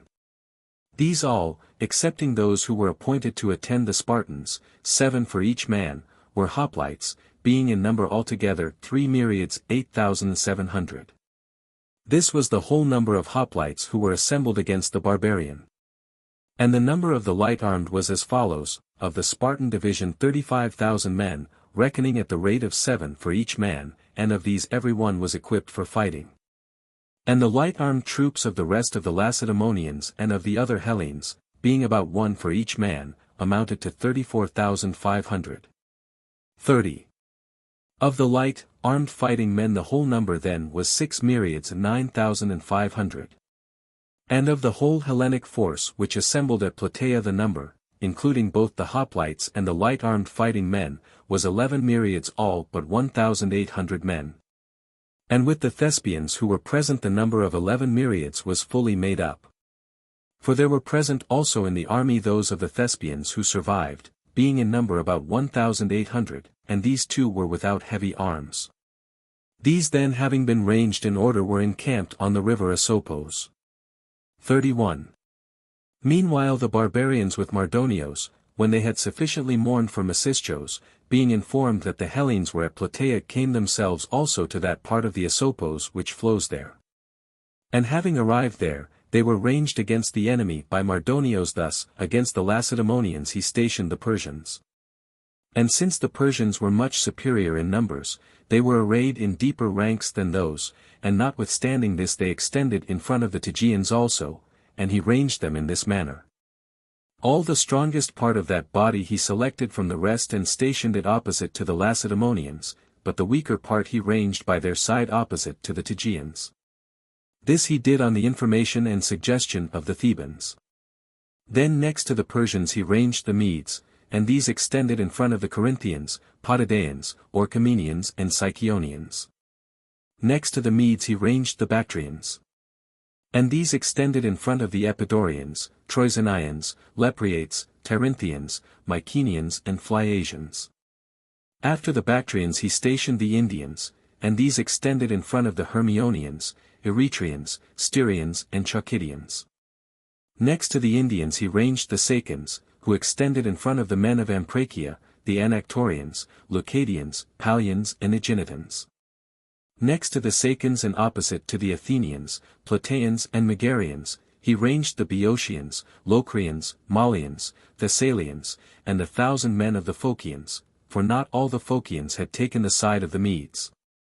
But some of them were even supporting the cause of the Hellenes, being shut up in Parnassos. And setting out from thence they plundered from the army of Mardonios and from those of the Hellenes who were with him. He ranged the Macedonians also and those who dwell about the borders of Thessaly opposite to the Athenians. 32. These which have been named were the greatest of the nations who were arrayed in order by Mardonios, those, I mean, which were the most renowned and of greatest consideration, but there were in his army also men of several other nations mingled together, of the Phrygians, Thracians, Mysians, Paeonians, and the rest.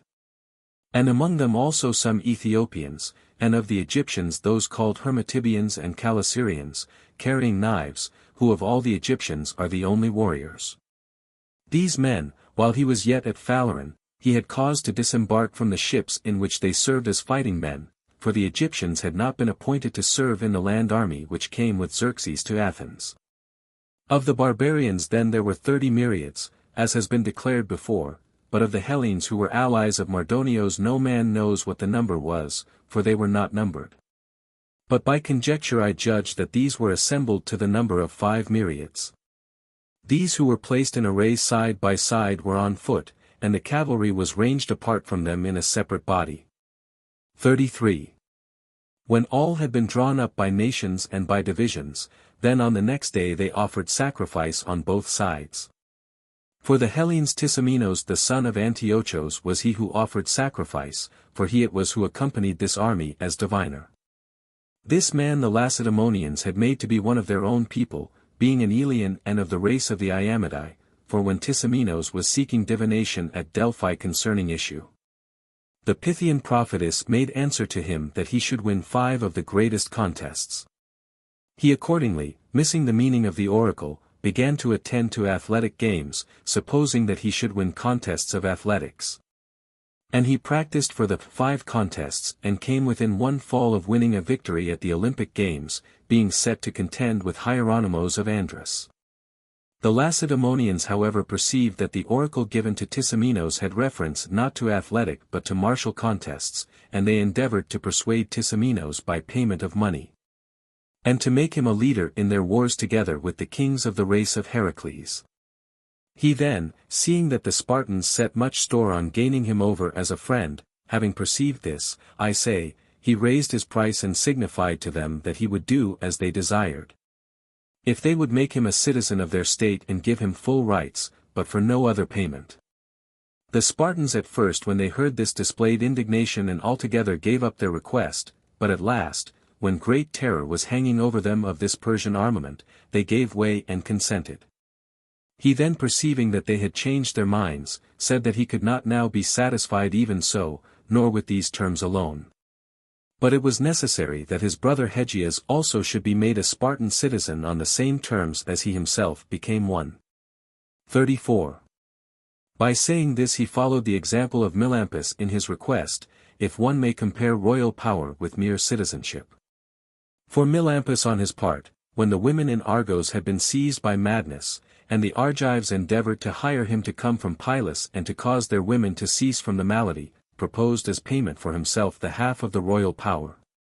And the Argives did not suffer this, but departed, and afterwards, when more of their women became mad, at length they accepted that which Melampus had proposed, and went to offer him this, but he then seeing that they had changed their minds, increased his demand, and said that he would not do that which they desired unless they gave to his brother Bias also the third share in the royal power. And the Argives, being driven into straits, consented to this also. 35. Just so the Spartans also, being very much in need of Tisamenos, agreed with him on any terms which he desired, and when the Spartans had agreed to this demand also, then Tisamenos the Elean, having become a Spartan, had part with them in winning 5 of the greatest contests as their diviner, and these were the only men who ever were made fellow citizens of the Spartans.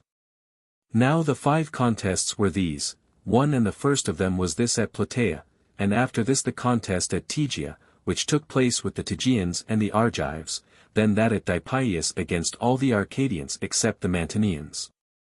After that the contest with the Messenians at Ithome, and last of all that which took place at Tanagra against the Athenians and Argives. This, I say, was accomplished last of the 5 contests. 36. This Tisamenos was acting now as diviner for the Hellenes in the Plataean land, being brought by the Spartans. Now to the Hellenes the sacrifices were of good omen if they defended themselves only, but not if they crossed the Asopos and began a battle. 37. And Mardonios too, who was eager to begin a battle, found the sacrifices not favorable to this design, but they were of good omen to him also if he defended himself only. For he too used the Hellenic manner of sacrifice, having as diviner Hegesistratos and Elean and the most famous of the Teleadai, whom before these events the Spartans had taken and bound, in order to put him to death, because they had suffered much mischief from him. He then being in this evil case, seeing that he was running a course for his life and was likely moreover to suffer much torment before his death, had done a deed such as may hardly be believed. Being made fast on a block bound with iron, he obtained an iron tool, which in some way had been brought in, and contrived forthwith a deed the most courageous of any that we know, for having first calculated how the remaining portion of his foot might be got out of the block, he cut away the flat of his own foot, and after that, since he was guarded still by warders, he broke through the wall and so ran away to Tegea, traveling during the nights and in the daytime entering a wood and resting there. So that, though the Lacedaemonians searched for him in full force, he arrived at Tegea on the 3rd night. And the Lacedaemonians were possessed by great wonder both at his courage, when they saw the piece of the foot that was cut off lying there, and also because they were not able to find him. So he at that time having thus escaped them took refuge at Tegea, which then was not friendly with the Lacedaemonians, and when he was healed and had procured for himself a wooden foot, he became an open enemy of the Lacedaemonians. However in the end the enmity into which he had fallen with the Lacedaemonians was not to his advantage, for he was caught by them while practicing divination in Zakynthos, and was put to death. 38. However the death of Hegesistratos took place later than the events at Plataea, and he was now at the Asopos, having been hired by Mardonians for no mean sum.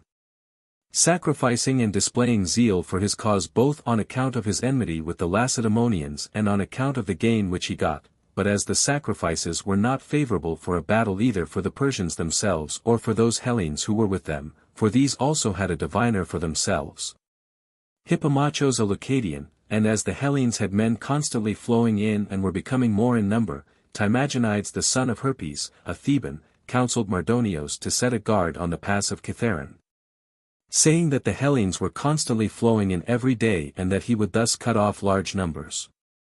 39. 8 days had now passed while they had been sitting opposite to one another, when he gave this counsel to Mardonios. And Mardonios, perceiving that the advice was good, sent the cavalry when night came on to the pass of Kithaeron leading towards Plataea, which the Boeotians call the 3 Heads, and the Athenians the Oak Heads. Having been thus sent, the cavalry did not come without effect, for they caught 500 baggage animals coming out into the plain, which were bearing provisions from Peloponnesus to the army. And also the men who accompanied the carts, and having taken this prize the Persians proceeded to slaughter them without sparing either beast or man. And when they were satiated with killing they surrounded the rest and drove them into the camp to Mardonios. 40. After this deed they spent 2 days more, neither side wishing to begin a battle. For the barbarians advanced as far as the Asopos to make trial of the Hellenes, but neither side would cross the river. However the cavalry of Mardonios made attacks continually and did damage to the Hellenes. For the Thebans, being very strong on the side of the Medes, carried on the war with vigor, and always directed them up to the moment of fighting. And after this the Persians and Medes took up the work and were they who displayed valor in their turn. 41. For 10 days then nothing more was done than this. But when the 11th day had come, while they still sat opposite to one another at Plataea, the Hellenes having by this time grown much more numerous and Mardonios being greatly vexed at the delay of action. Then Mardonios the son of Gobryas and Artabatzos the son of Pharnax, who was esteemed by Xerxes as few of the Persians were besides, came to speech with one another. And as they conferred, the opinions they expressed were these, that of Artabatzos, that they must put the whole army in motion as soon as possible and go to the walls of the Thebans, whither great stores of corn had been brought in for them and fodder for their beasts. And that they should settle there quietly and get their business done as follows. They had, he said, great quantities of gold, both coined and uncoined, and also of silver and of drinking cups. And these he advised they should send about to the Hellenes without stint, more especially to those of the Hellenes who were leaders in their several cities. And these, he said, would speedily deliver up their freedom, and he advised that they should not run the risk of a battle. His opinion then was the same as that of the Thebans, for he as well as they had some true foresight, but the opinion of Mardonios was more vehement and more obstinate, and he was by no means disposed to yield. For he said that he thought their army far superior to that of the Hellenes, and he gave as his opinion that they should engage battle as quickly as possible and not allow them to assemble in still greater numbers than were already assembled. And as for the sacrifices of Hegesistratos, they should leave them alone and not endeavor to force a good sign, but follow the custom of the Persians and engage battle. 42. When he so expressed his judgment, none opposed him, and thus his opinion prevailed, for he and not Artabatzos had the command of the army given him by the king. He summoned therefore the commanders of the divisions and the generals of those Hellenes who were with him, and asked whether they knew of any oracle regarding the Persians, which said that they should be destroyed in Hellas. And when those summoned to council were silent, some not knowing the oracles and others knowing them but not esteeming it safe to speak, Mardonios himself said, Since then ye either know nothing or do not venture to speak, I will tell you. Since I know very well. There is an oracle saying that the Persians are destined when they come to Hellas to plunder the temple at Delphi, and having plundered it to perish every one of them. We therefore, just because we know this, will not go to that temple nor will we attempt to plunder it, and for this cause we shall not perish. So many of you therefore as chance to wish well to the Persians, have joy so far as regards this matter, and be assured that we shall overcome the Hellenes. Having spoken to them thus, he next commanded to prepare everything and to set all in order, since at dawn of the next day a battle would be fought. 43. Now this oracle, which Mardonios said referred to the Persians, I know for my part was composed with reference with the Illyrians and the army of the Enchelians, and not with reference to the Persians at all. However, the oracle which was composed by Bacchis with reference to this battle. The gathering of Hellenes together and cry of barbarian voices. Where the Thermodon flows, by the banks of grassy Asopos. Here very many shall fall ere destiny gave them to perish. Medes bow-bearing in fight, when the fatal day shall approach them. These sayings, and others like them composed by Musaeus, I know had reference to the Persians. Now the river Thermodon flows between Tanagra and Glycis. 44. After the inquiry about the oracles and the exhortation given by Mardonios, night came on and the guards were set, and when night was far advanced, and it seemed that there was quiet everywhere in the camps, and that the men were in their deepest sleep, then Alexander the son of Amyntas, commander and king of the Macedonians, rode his horse up to the guard posts of the Athenians and requested that he might have speech with their generals. So while the greater number of the guards stayed at their posts, some ran to the generals, and when they reached them they said that a man had come riding on a horse out of the camp of the Medes, who discovered nothing further, but only named the generals and said that he desired to have speech with them. 45. Having heard this, forthwith they accompanied the men to the guard posts, and when they had arrived there, Alexander thus spoke to them, Athenians, I lay up these words of mine as a trust to you, charging you to keep them secret and tell them to no one except only to Pausanias, lest ye bring me to ruin, for I should not utter them if I did not care greatly for the general safety of Hellas. Seeing that I am a Hellene myself by original descent and I should not wish to see Hellas enslaved instead of free. I say then that Mardonios and his army cannot get the offerings to be according to their mind, for otherwise you would long ago have fought. Now however he has resolved to let the offerings alone and to bring on a battle at dawn of day. For, as I conjecture, he fears lest ye should assemble in greater numbers. Therefore prepare yourselves, and if after all Mardonios should put off the battle and not bring it on, stay where ye are and hold out patiently. For they have provisions only for a few days remaining. And if this way shall have its issue according to your mind, then each one of you ought to remember me also concerning liberation, since I have done for the sake of the Hellenes so hazardous a deed by reason of my zeal for you. Desiring to show you the design of Mardonios, in order that the barbarians may not fall upon you when ye are not as yet expecting them, and I am Alexander the Macedonian. Thus having spoken he rode away back to the camp and to his own position. 46. Then the generals of the Athenians came to the right wing and told Pausanias that which they had heard from Alexander. Upon this saying he being struck with fear of the Persians spoke as follows, Since then at dawn the battle comes on, it is right that ye, Athenians, should take your stand opposite to the Persians. And we opposite to the Boeotians and those Hellenes who are now posted against you. And for this reason, namely because ye are acquainted with the Medes and with their manner of fighting, having fought with them at Marathon, whereas we have had no experience of these men and are without knowledge of them. For not one of the Spartans has made trial of the Medes in fight, but of the Boeotians and Thessalians we have had experience.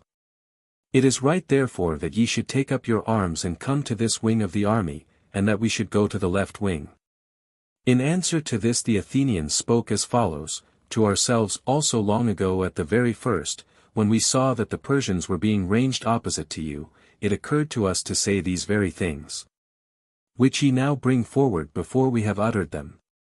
But we feared lest these words might not be pleasing to you. Since however ye yourselves have made mention of this, know that your words have caused us pleasure, and that we are ready to do this which ye say. 47. Both then were content to do this, and as dawn appeared they began to change their positions with one another, and the Boeotians perceiving that which was being done reported it to Mardonios, who, when he heard it, forthwith himself also endeavored to change positions, bringing the Persians along so as to be against the Lacedaemonians, and when Pausanias learnt that this was being done, he perceived that he was not unobserved. And he led the Spartans back again to the right wing. And just so also did Mardonios upon his left. 48. When they had been thus brought to their former positions, Mardonios sent a herald to the Spartans and said as follows, Lacedaemonians, ye are said forsooth by those who are here to be very good men. And they have admiration for you because ye do not flee in war nor leave your post, but stay there and either destroy your enemies or perish yourselves. In this however, as it now appears, there is no truth. For before we engaged battle and came to hand conflict we saw you already flee and leave your station, desiring to make the trial with the Athenians first, while ye ranged yourselves opposite to our slaves. These are not at all the deeds of good men in war, but we were deceived in you very greatly, for we expected by reason of your renown that ye would send a herald to us, challenging us and desiring to fight with the Persians alone. But though we on our part were ready to do this, we did not find that ye said anything of this kind, but rather that ye cowered with fear. Now therefore since ye were not the first to say this, we are the first. Why do we not forthwith fight, ye on behalf of the Hellenes, since ye have the reputation of being the best, and we on behalf of the barbarians, with equal numbers on both sides? And if we think it good that the others should fight also, then let them fight afterwards. And if on the other hand we should not think it good, but think it sufficient that we alone should fight, then let us fight it out to the end, and whichsoever of us shall be the victors, let these be counted as victorious with their whole army. 49. The herald having thus spoken waited for some time, and then, as no one made him any answer, he departed and went back, and having returned he signified to Mardonios that which had happened to him. Mardonios then being greatly rejoiced and elated by his empty victory, sent the cavalry to attack the Hellenes, and when the horsemen had ridden to attack them, they did damage to the whole army of the Hellenes by hurling javelins against them and shooting with bows, being mounted archers and hard therefore to fight against, and they disturbed and choked up the spring Gargaphia, from which the whole army of the Hellenes was drawing its water. Now the Lacedaemonians alone were posted near this spring, and it was at some distance from the rest of the Hellenes, according as they chanced to be posted, while the Asopos was near at hand. But when they were kept away from the Asopos, then they used to go backwards and forwards to this spring, for they were not permitted by the horsemen and archers to fetch water from the river. 50. Such then being the condition of things, the generals of the Hellenes, since the army had been cut off from its water and was being harassed by the cavalry, assembled to consult about these and other things. Coming to Pausanias upon the right wing, for other things too troubled them yet more than these of which we have spoken, since they no longer had provisions. And their attendants who had been sent to Peloponnese for the purpose of getting them had been cut off by the cavalry and were not able to reach the camp. 51. It was resolved then by the generals in council with one another, that if the Persians put off the battle for that day, they would go to the island. This is distant 10 furlongs from the Asopos and the spring Gargaphia, where they were then encamped, and is in front of the city of the Plataeans, and if it be asked how there can be an island on the mainland. Thus it is, the river parts in two above, as it flows from Kithaeron down to the plain, keeping a distance of about 3 furlongs between its streams, and after that it joins again in one stream. And the name of it is Ouro, said by the natives of the country to be the daughter of Asopos. To this place of which I speak they determined to remove, in order that they might be able to get an abundant supply of water and that the cavalry might not do them damage, as now when they were right opposite. And they proposed to remove when the second watch of the night should have come, so that the Persians might not see them set forth and harass them with the cavalry pursuing. They proposed also, after they had arrived at this place, round which, as I say, Ouro the daughter of Asopos flows, parting into 2 streams as she runs from Kithaeron, to send half the army to Kithaeron during this same night, in order to take up their attendants who had gone to get the supplies of provisions. For these were cut off from them in Kithaeron. 52. Having thus resolved, during the whole of that day they had trouble unceasingly, while the cavalry pressed upon them. But when the day drew to a close and the attacks of the cavalry had ceased, then as it was becoming night and the time had arrived at which it had been agreed that they should retire from their place, the greater number of them set forth and began to retire, not however keeping it in mind to go to the place which had been agreed upon. But on the contrary, when they had begun to move, they readily took occasion to flee from the cavalry towards the city of the Plataeans, and in their flight they came as far as the temple of Hera. which temple is in front of the city of the Plataeans at a distance of 20 furlongs from the spring Gargaphia. And when they had there arrived they halted in front of the temple. 53. These then were encamping about the temple of Hera. And Pausanias, seeing that they were retiring from the camp, gave the word to the Lacedaemonians also to take up their arms and go after the others who were preceding them, supposing that these were going to the place to which they had agreed to go. Then, when all the other commanders were ready to obey Pausanias, Amompharitos the son of Polyades, the commander of the Pitonate division, said that he would not flee from the strangers, nor with his own will would he disgrace Sparta. And he expressed wonder at seeing that which was being done, not having been present at the former discussion.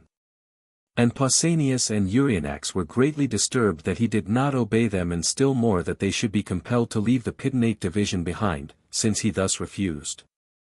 For they feared that if they should leave it in order to do that which they had agreed with the other Hellenes, both Amompharitos himself would perish being left behind and also the men with him. With this thought they kept the Lacedaemonian force from moving, and meanwhile they endeavored to persuade him that it was not right for him to do so. 54. They then were exhorting Amompharitos, who had been left behind alone of the Lacedaemonians and Tegeans. And meanwhile the Athenians were keeping themselves quiet in the place where they had been posted, knowing the spirit of the Lacedaemonians, that they were apt to say otherwise than they really meant. And when the army began to move, they sent a horseman from their own body to see whether the Spartans were attempting to set forth, or whether they had in truth no design at all to retire, and they bade him ask Pausanias what they ought to do. 55.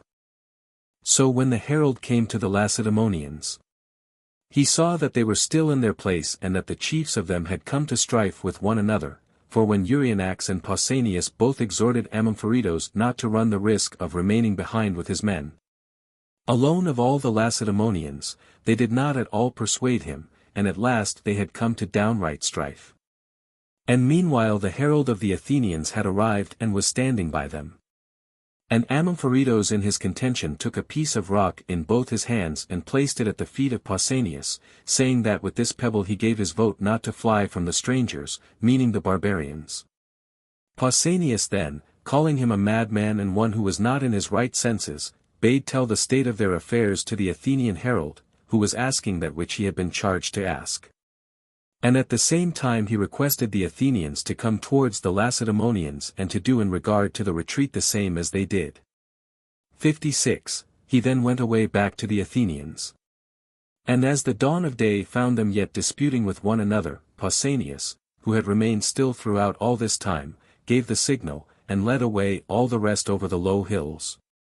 Supposing that Amompharitos would not stay behind when the other Lacedaemonians departed, in which he was in fact right. And with them also went the Tegeans. Meanwhile the Athenians, following the commands which were given them, were going in the direction opposite to that of the Lacedaemonians. For these were clinging to the hills and the lower slope of Kithaeron from fear of the cavalry, while the Athenians were marching below in the direction of the plain. 57. As for Amompharitos, he did not at first believe that Pausanias would ever venture to leave him and his men behind, and he stuck to it that they should stay there and not leave their post. But when Pausanias and his troops were well in front, then he perceived that they had actually left him behind, and he made his division take up their arms and led them slowly towards the main body. This, when it had got away about 10 furlongs, stayed for the division of Amompharitos, halting at the river Molois and the place called Argiopion, where also there stands a temple of the Eleusinian Demeter, and it stayed there for this reason. Namely in order that of Amompharitos and his division should not leave the place where they had been posted, but should remain there, it might be able to come back to their assistance. So Amompharitos and his men were coming up to join them, and the cavalry also of the barbarians was at the same time beginning to attack them in full force, for the horsemen did on this day as they had been wont to do every day. And seeing the place vacant in which the Hellenes had been posted on the former days, they rode their horses on continually further, and as soon as they came up with them they began to attack them. 58. Then Mardonios, when he was informed that the Hellenes had departed during the night, and when he saw their place deserted, called Thorax of Larissa and his brothers Eurypylos and Thrasydios, and said, Sons of Aleus, will ye yet say anything? now that ye see these places deserted? For ye who dwell near them were wont to say that the Lacedaemonians did not fly from a battle, but were men unsurpassed in war. And these men ye not only saw before this changing from their post, but now we all of us see that they have run away during the past night. And by this they showed clearly, when the time came for them to contend in battle with those who were in truth the best of all men, that after all they were men of no worth, who had been making a display of valor among Hellenes, a worthless race. As for you, since ye had had no experience of the Persians, I for my part was very ready to excuse you when ye praised these, of whom after all ye knew something good. But much more I marveled at Artabatzos that he should have been afraid of the Lacedaemonians, and that having been afraid he should have uttered that most cowardly opinion. Namely that we ought to move our army away and go to the city of the Thebans to be besieged there, an opinion about which the king shall yet be informed by me. Of these things we will speak in another place. Now however we must not allow them to act thus, but we must pursue them until they are caught and pay the penalty to us for all that they did to the Persians in time past. 59. Thus having spoken he led on the Persians at a run, after they had crossed the Asopos, on the track of the Hellenes, supposing that these were running away from him. And he directed his attack upon the Lacedaemonians and Tegeans only, for the Athenians, whose march was towards the plain, he did not see by reason of the hills. Then the rest of the commanders of the barbarian divisions, seeing that the Persians had started to pursue the Hellenes, forthwith all raised the signals for battle and began to pursue, each as fast as they could. Not arranged in any order or succession of post. 60. These then were coming on with shouting in confused numbers, thinking to make short work of the Hellenes. And Pausanias, when the cavalry began to attack, sent to the Athenians a horseman and said thus, Athenians, now that the greatest contest is set before us, namely that which has for its issue the freedom or the slavery of Hellas.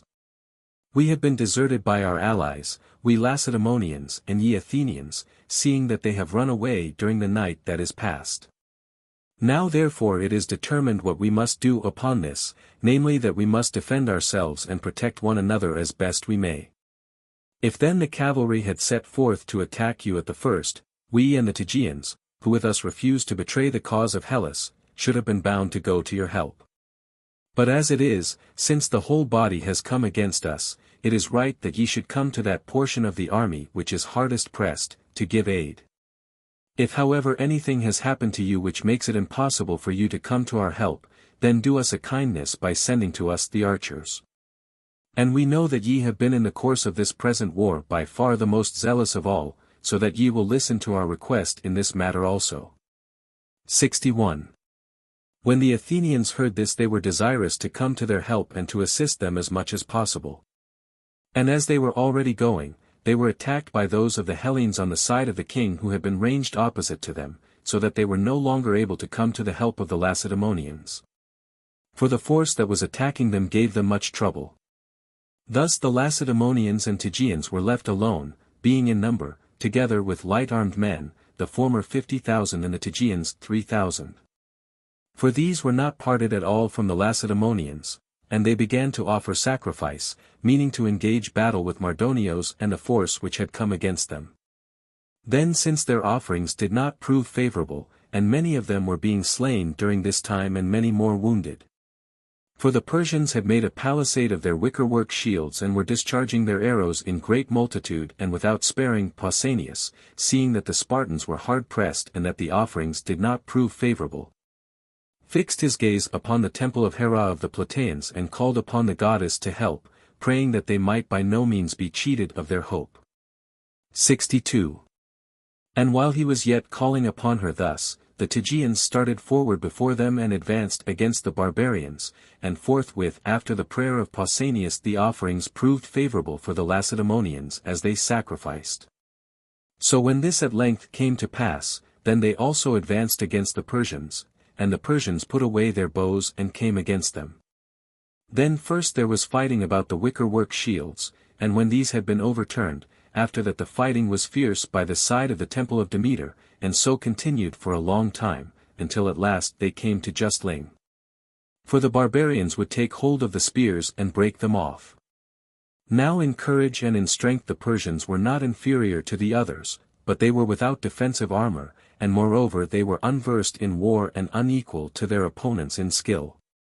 And they would dart out one at a time or in groups of about 10 together, some more and some less, and fall upon the Spartans and perish. 63. In the place where Mardonios himself was, riding on a white horse and having about him the 1,000 best men of the Persians chosen out from the rest, here, I say, they pressed upon their opponents most of all, and so long as Mardonios survived, they held out against them, and defending themselves they cast down many of the Lacedaemonians. But when Mardonios was slain and the men who were ranged about his person, which was the strongest portion of the whole army, had fallen, then the others too turned and gave way before the Lacedaemonians. For their manner of dress, without defensive armor, was a very great cause of destruction to them, since in truth they were contending light-armed against hoplites. 64. Then the satisfaction for the murder of Leonidas was paid by Mardonios according to the oracle given to the Spartans, and the most famous victory of all those about which we have knowledge was gained by Pausanias the son of Cleombrotus, the son of Anaxandrides. Of his ancestors above this the names have been given for Leonidas, since, as it happens, they are the same for both.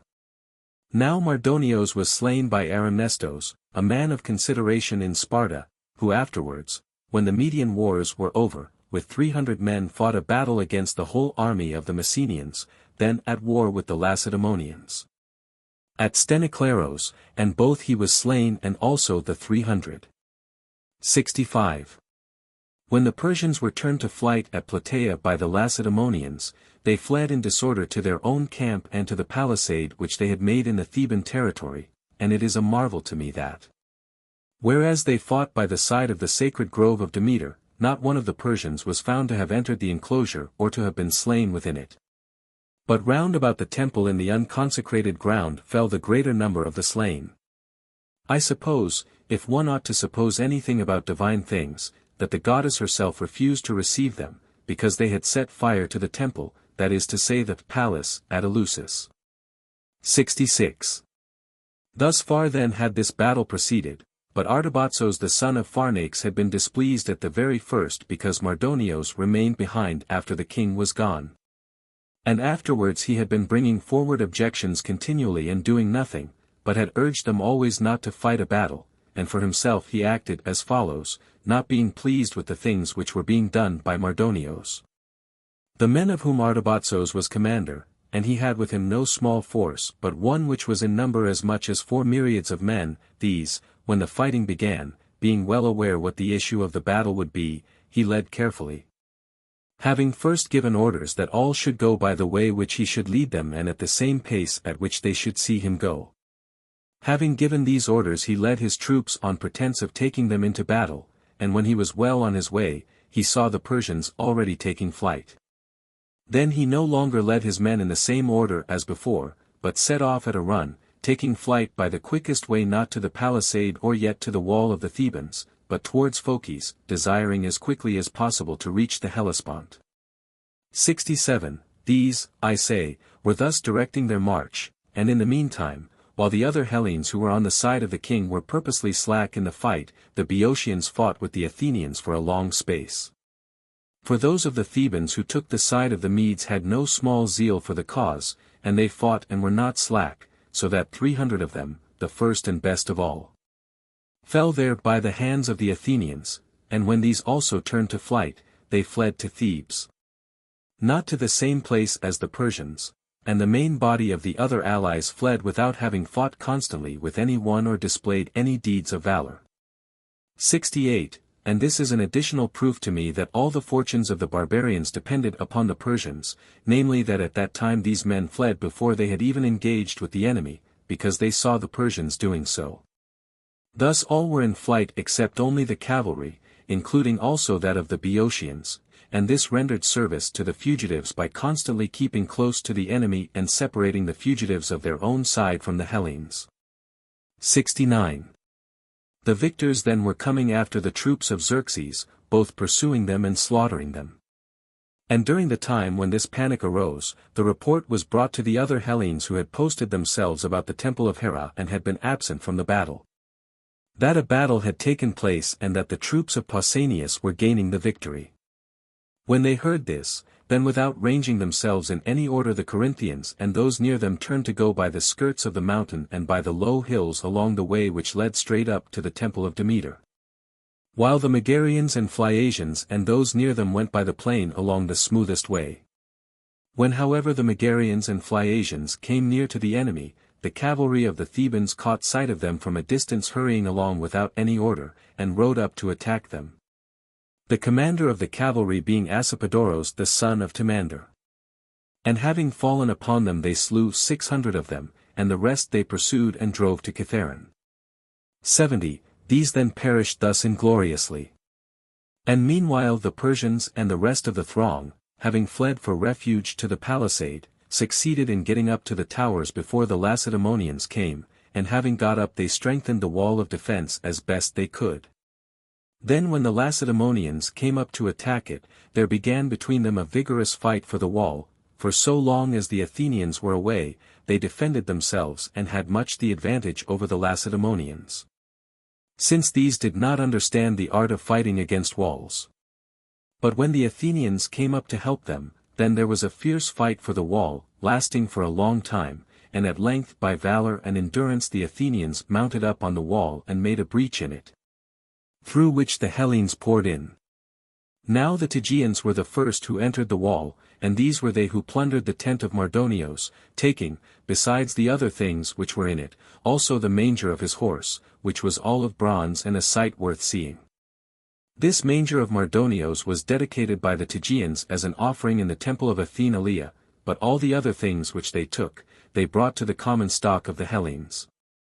The barbarians however, after the wall had been captured, no longer formed themselves into any close body, nor did any of them think of making resistance, but they were utterly at a loss, as you might expect from men who were in a panic with many myriads of them shut up together in a small space, and the Hellenes were able to slaughter them so that out of an army of 30 myriads, if those 4 be subtracted which Artabatzos took with him in his flight, of the remainder not 3,000 men survived. Of the Lacedaemonians from Sparta there were slain in the battle 91 in all, of the Tegeans 16, and of the Athenians 250. 71. Among the barbarians those who proved themselves the best men were, of those on foot the Persians, and of the cavalry the Sacans, and for a single man Mardonios it is said was the best. Of the Hellenes, though both the Tegeans and the Athenians proved themselves good men, yet the Lacedaemonians surpassed them in valor. Of this I have no other proof, for all these were victorious over their opposites, but only this, that they fought against the strongest part of the enemy's force and overcame it. And the man who proved himself in my opinion by much the best was that Aristodemos who, having come back safe from Thermopylae alone of the 300, had reproach and dishonor attached to him. After him the best were Posidonios and Philocion and Amompharidos the Spartan. However, when there came to be conversation as to which of them had proved himself the best, the Spartans who were present gave it as their opinion that Aristodemos had evidently wished to be slain in consequence of the charge which lay against him.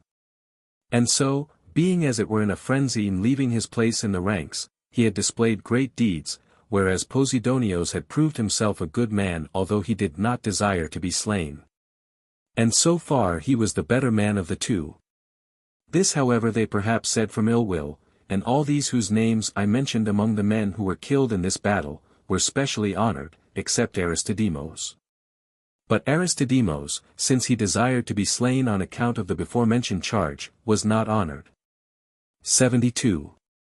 These obtained the most renown of those who fought at Plataea, for as for Callicrates, the most beautiful who came to the camp, not of the Lacedaemonians alone, but also of all the Hellenes of his time, he was not killed in the battle itself. But when Pausanias was offering sacrifice, he was wounded by an arrow in the side, as he was sitting down in his place in the ranks. And while the others were fighting, he having been carried out of the ranks was dying a lingering death, and he said to Arimnestos a Plataean that it did not grieve him to die for Hellas, but it grieved him only that he had not proved his strength of hand, and that no deed of valor had been displayed by him worthy of the spirit which he had in him to perform great deeds. 73. Of the Athenians the man who gained most glory is said to have been Sophanes the son of Eutychides of the demi of Decelea, a demi of which the inhabitants formerly did a deed that was of service to them for all time. As the Athenians themselves report. For when of old the sons of Tyndareus invaded the Attic land with a great host, in order to bring home Helen, and were laying waste the demes, not knowing to what place of hiding Helen had been removed, then they say that the men of Decelea, or as some say Declos himself, being aggrieved by the insolence of Theseus and fearing for all the land of the Athenians, told them the whole matter and led them to Aphidnae. Which Titacos who was sprung from the soil delivered up by treachery to the sons of Tyndareus. In consequence of this deed the Deceleans have had continually freedom from dues in Sparta and front seats at the games, privileges which exist still to this day.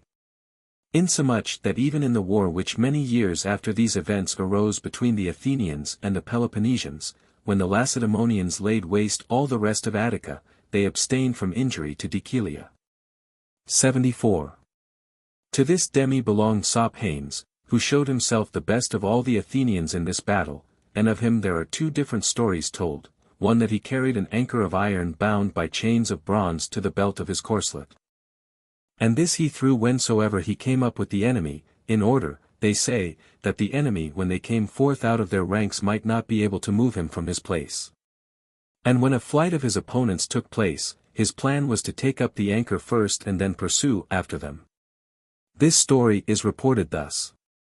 But the other of the stories, disputing the truth of that which has been told above, is reported as follows, namely that upon his shield, which was ever moving about and never remaining still, he bore an anchor as a device.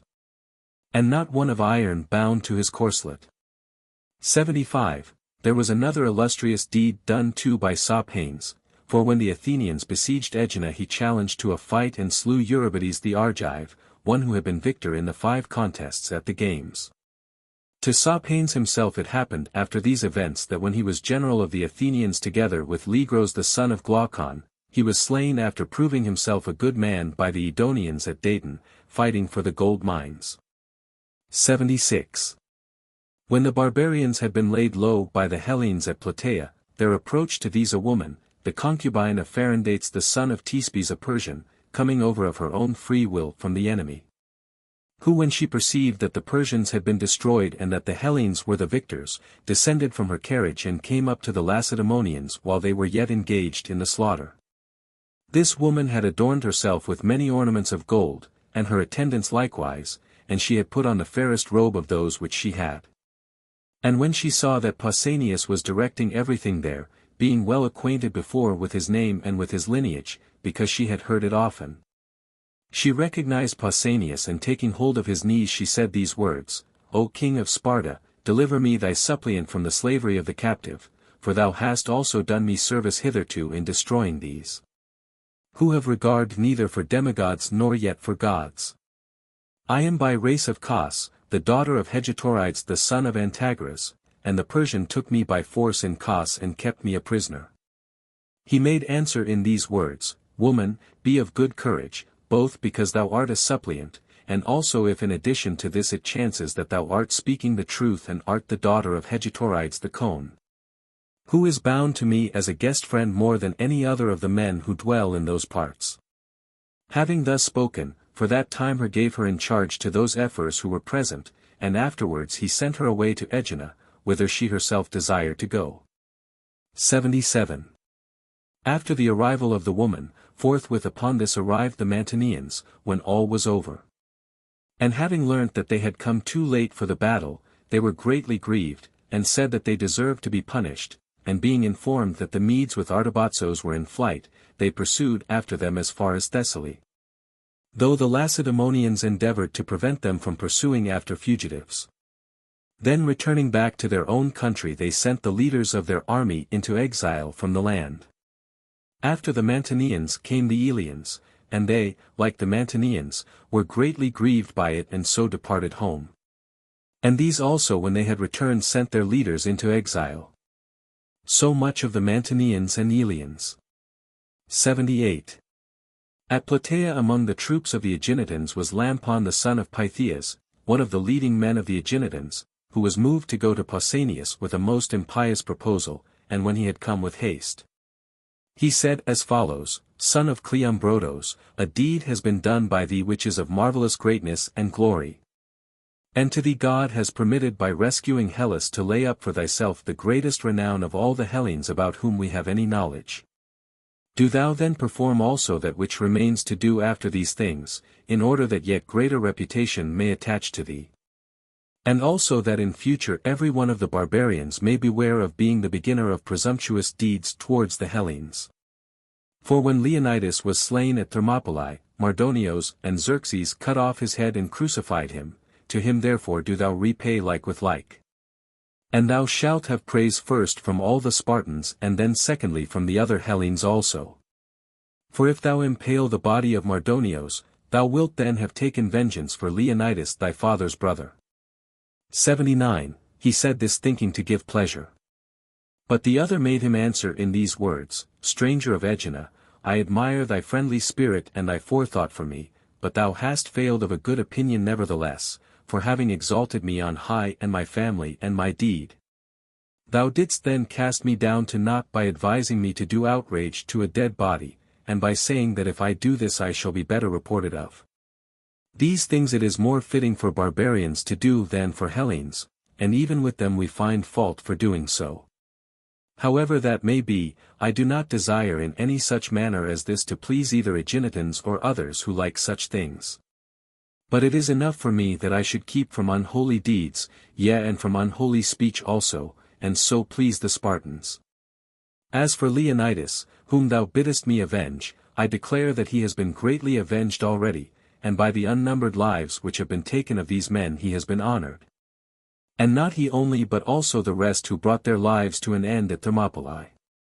As for thee however, come not again to me with such a proposal, nor give me such advice, and be thankful moreover that thou hast no punishment for it now. 80. He having heard this went his way. And Pausanias made a proclamation that none should lay hands upon the spoil, and he ordered the Helots to collect the things together. They accordingly dispersed themselves about the camp and found tents furnished with gold and silver, and beds overlaid with gold and overlaid with silver, and mixing bowls of gold, and cups and other drinking vessels. They found also sacks laid upon wagons, in which there proved to be cauldrons both of gold and of silver. And from the dead bodies which lay there they stripped bracelets and collars, and also their swords if they were of gold, for as to embroidered raiment, there was no account made of it. Then the Helots stole many of the things and sold them to the Aeginetans, but many things also they delivered up, as many of them as they could not conceal. So that the great wealth of the Aeginetans first came from this, that they bought the gold from the Helots making pretense that it was brass. 81.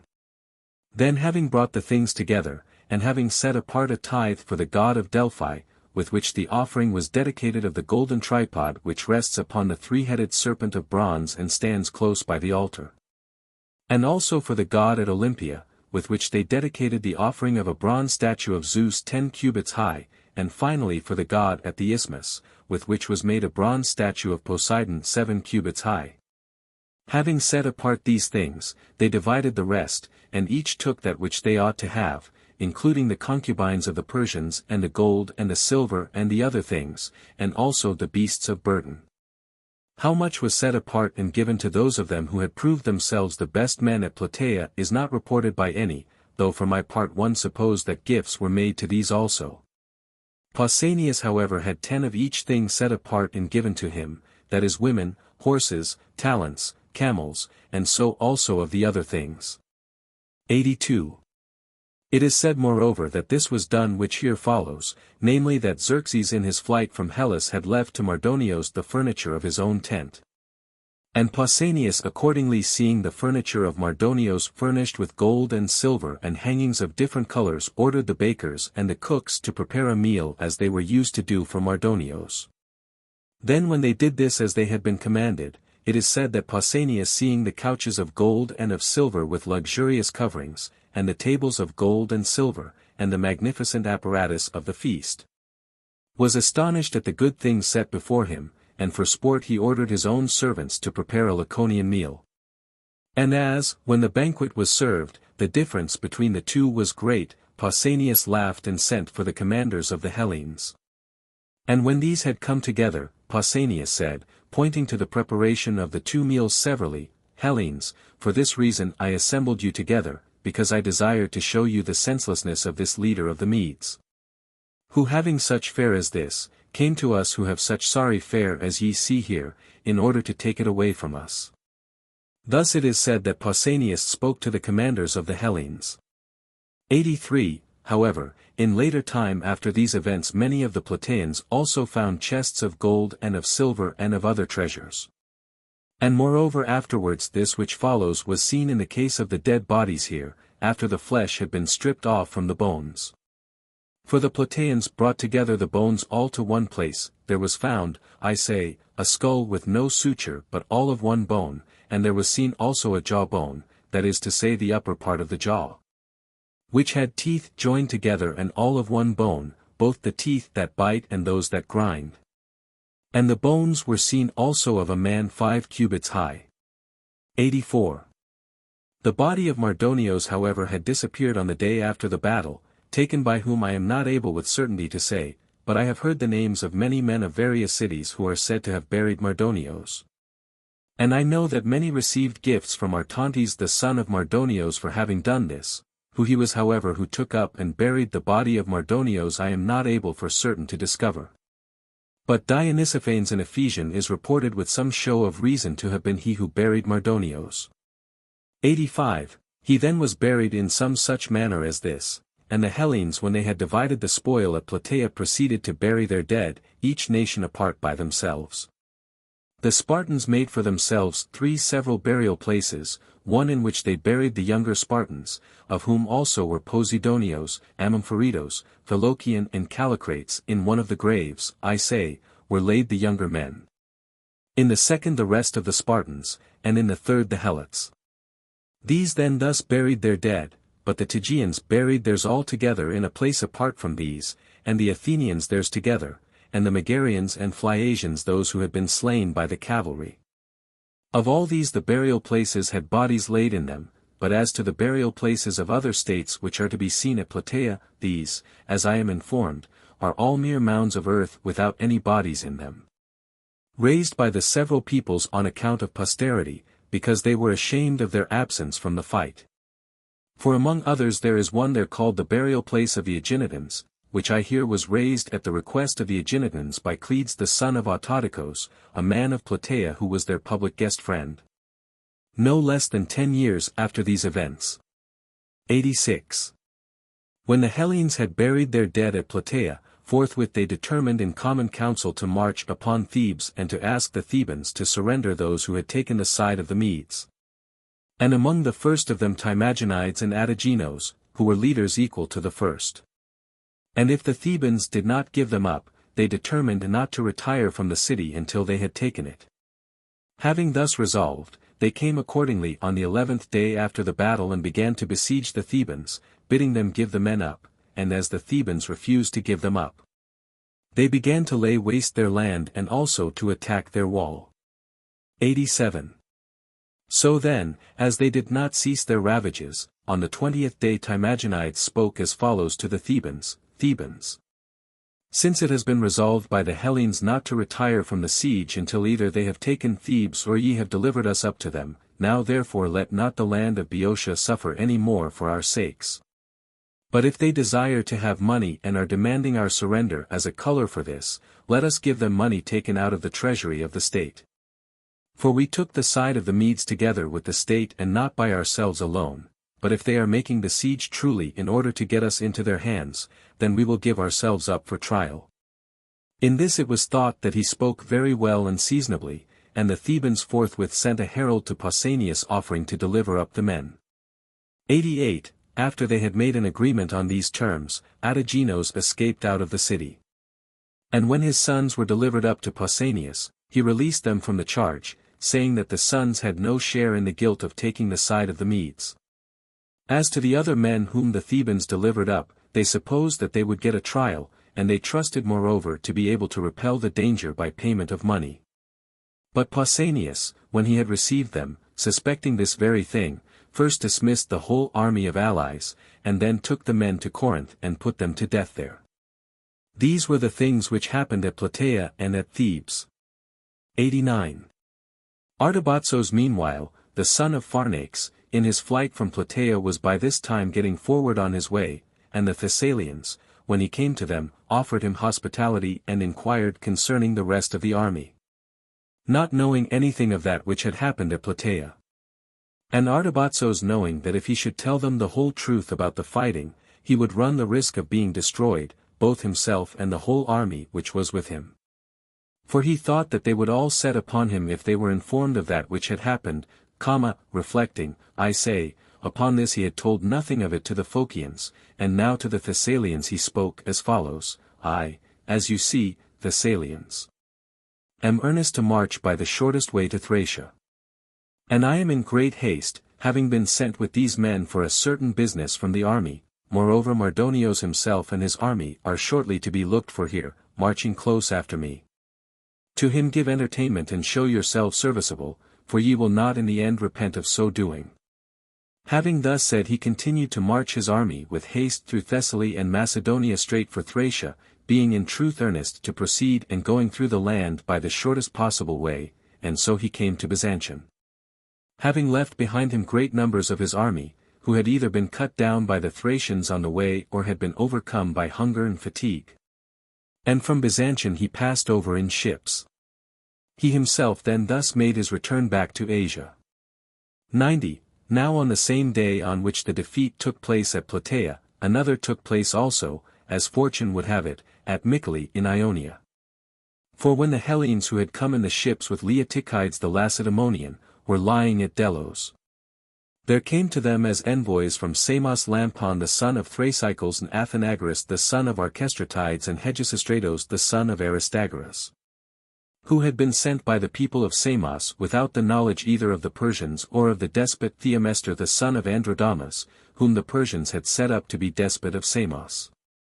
When these had been introduced before the commanders, Hegesistratos spoke at great length using arguments of all kinds, and saying that so soon as the Ionians should see them they would at once revolt from the Persians, and that the barbarians would not wait for their attack. And if after all they did so, then the Hellenes would take a prize such as they would never take again hereafter.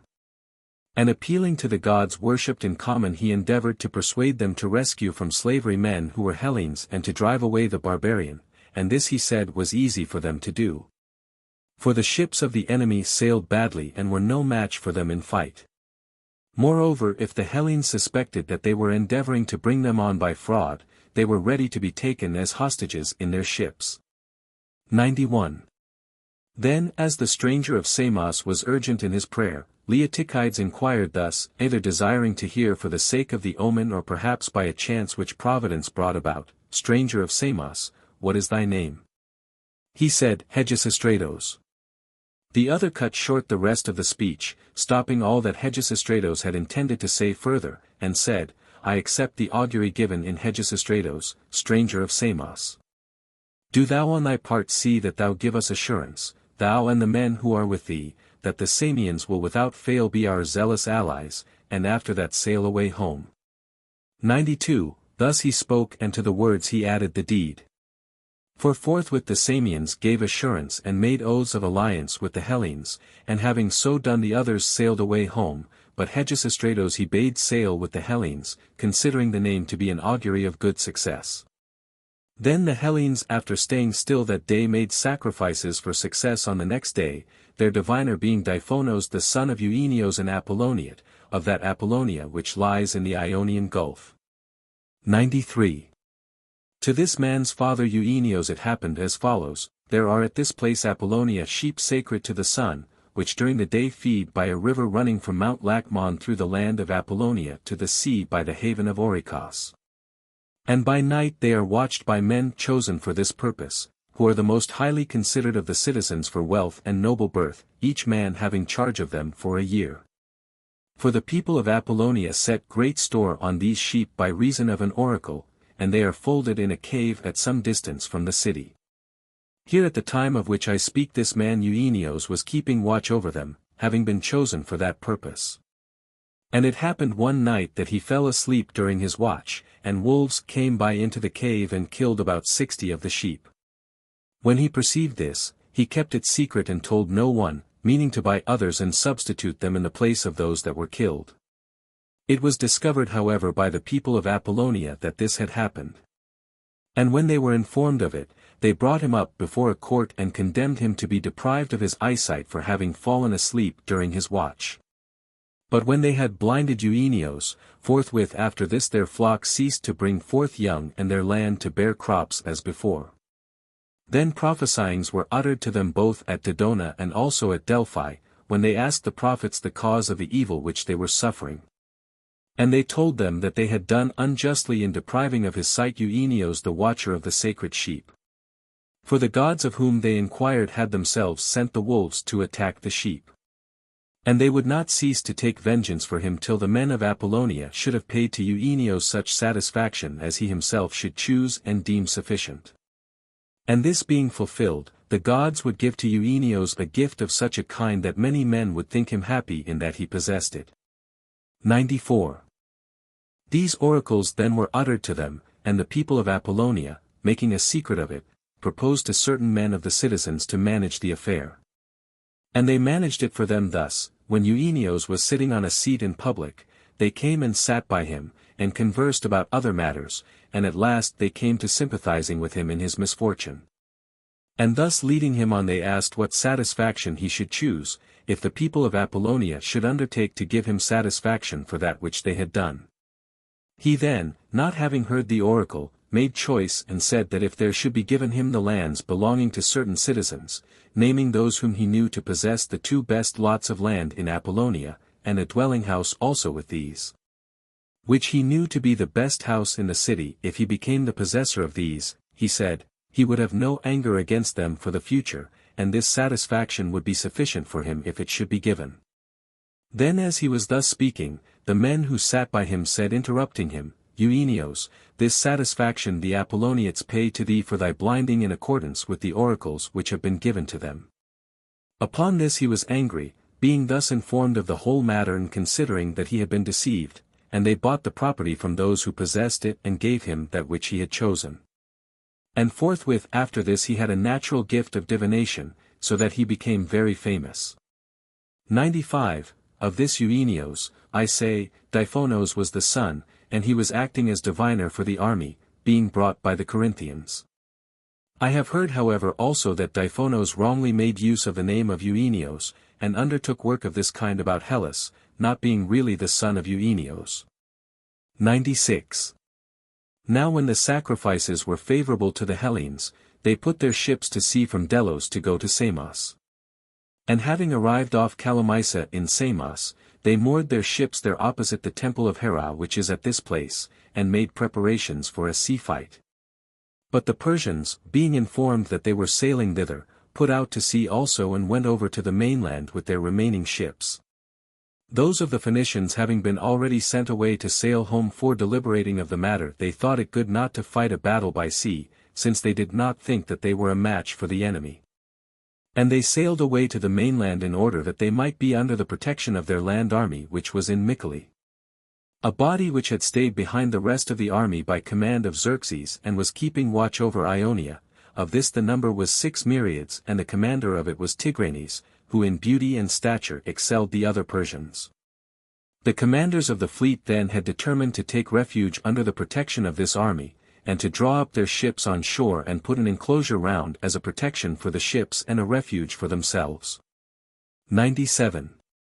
Having thus determined they began to put out to sea. And they came along by the temple of the revered goddesses, to the Gazon and to Scoloppius in Mycale, where there is a temple of the Eleusinian Demeter, which Philistos the son of Pasicles erected when he had accompanied Nilius the son of Codros for the founding of Miletos.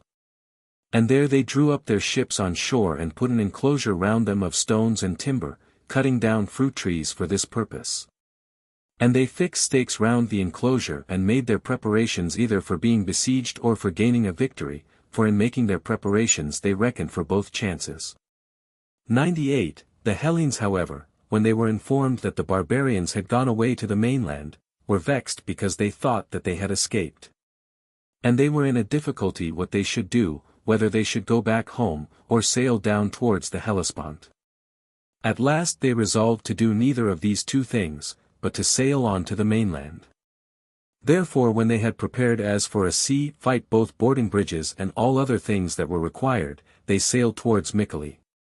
And when they came near to the camp and no one was seen to put out against them, but they perceived ships drawn up within the wall and a large land army ranged along the shore, then first Leotychides, sailing along in his ship and coming as near to the shore as he could, made proclamation by a herald to the Ionians, saying, Ionians, those of you who chance to be within hearing of me, attend to this which I say, for the Persians will not understand anything at all of that which I enjoin to you.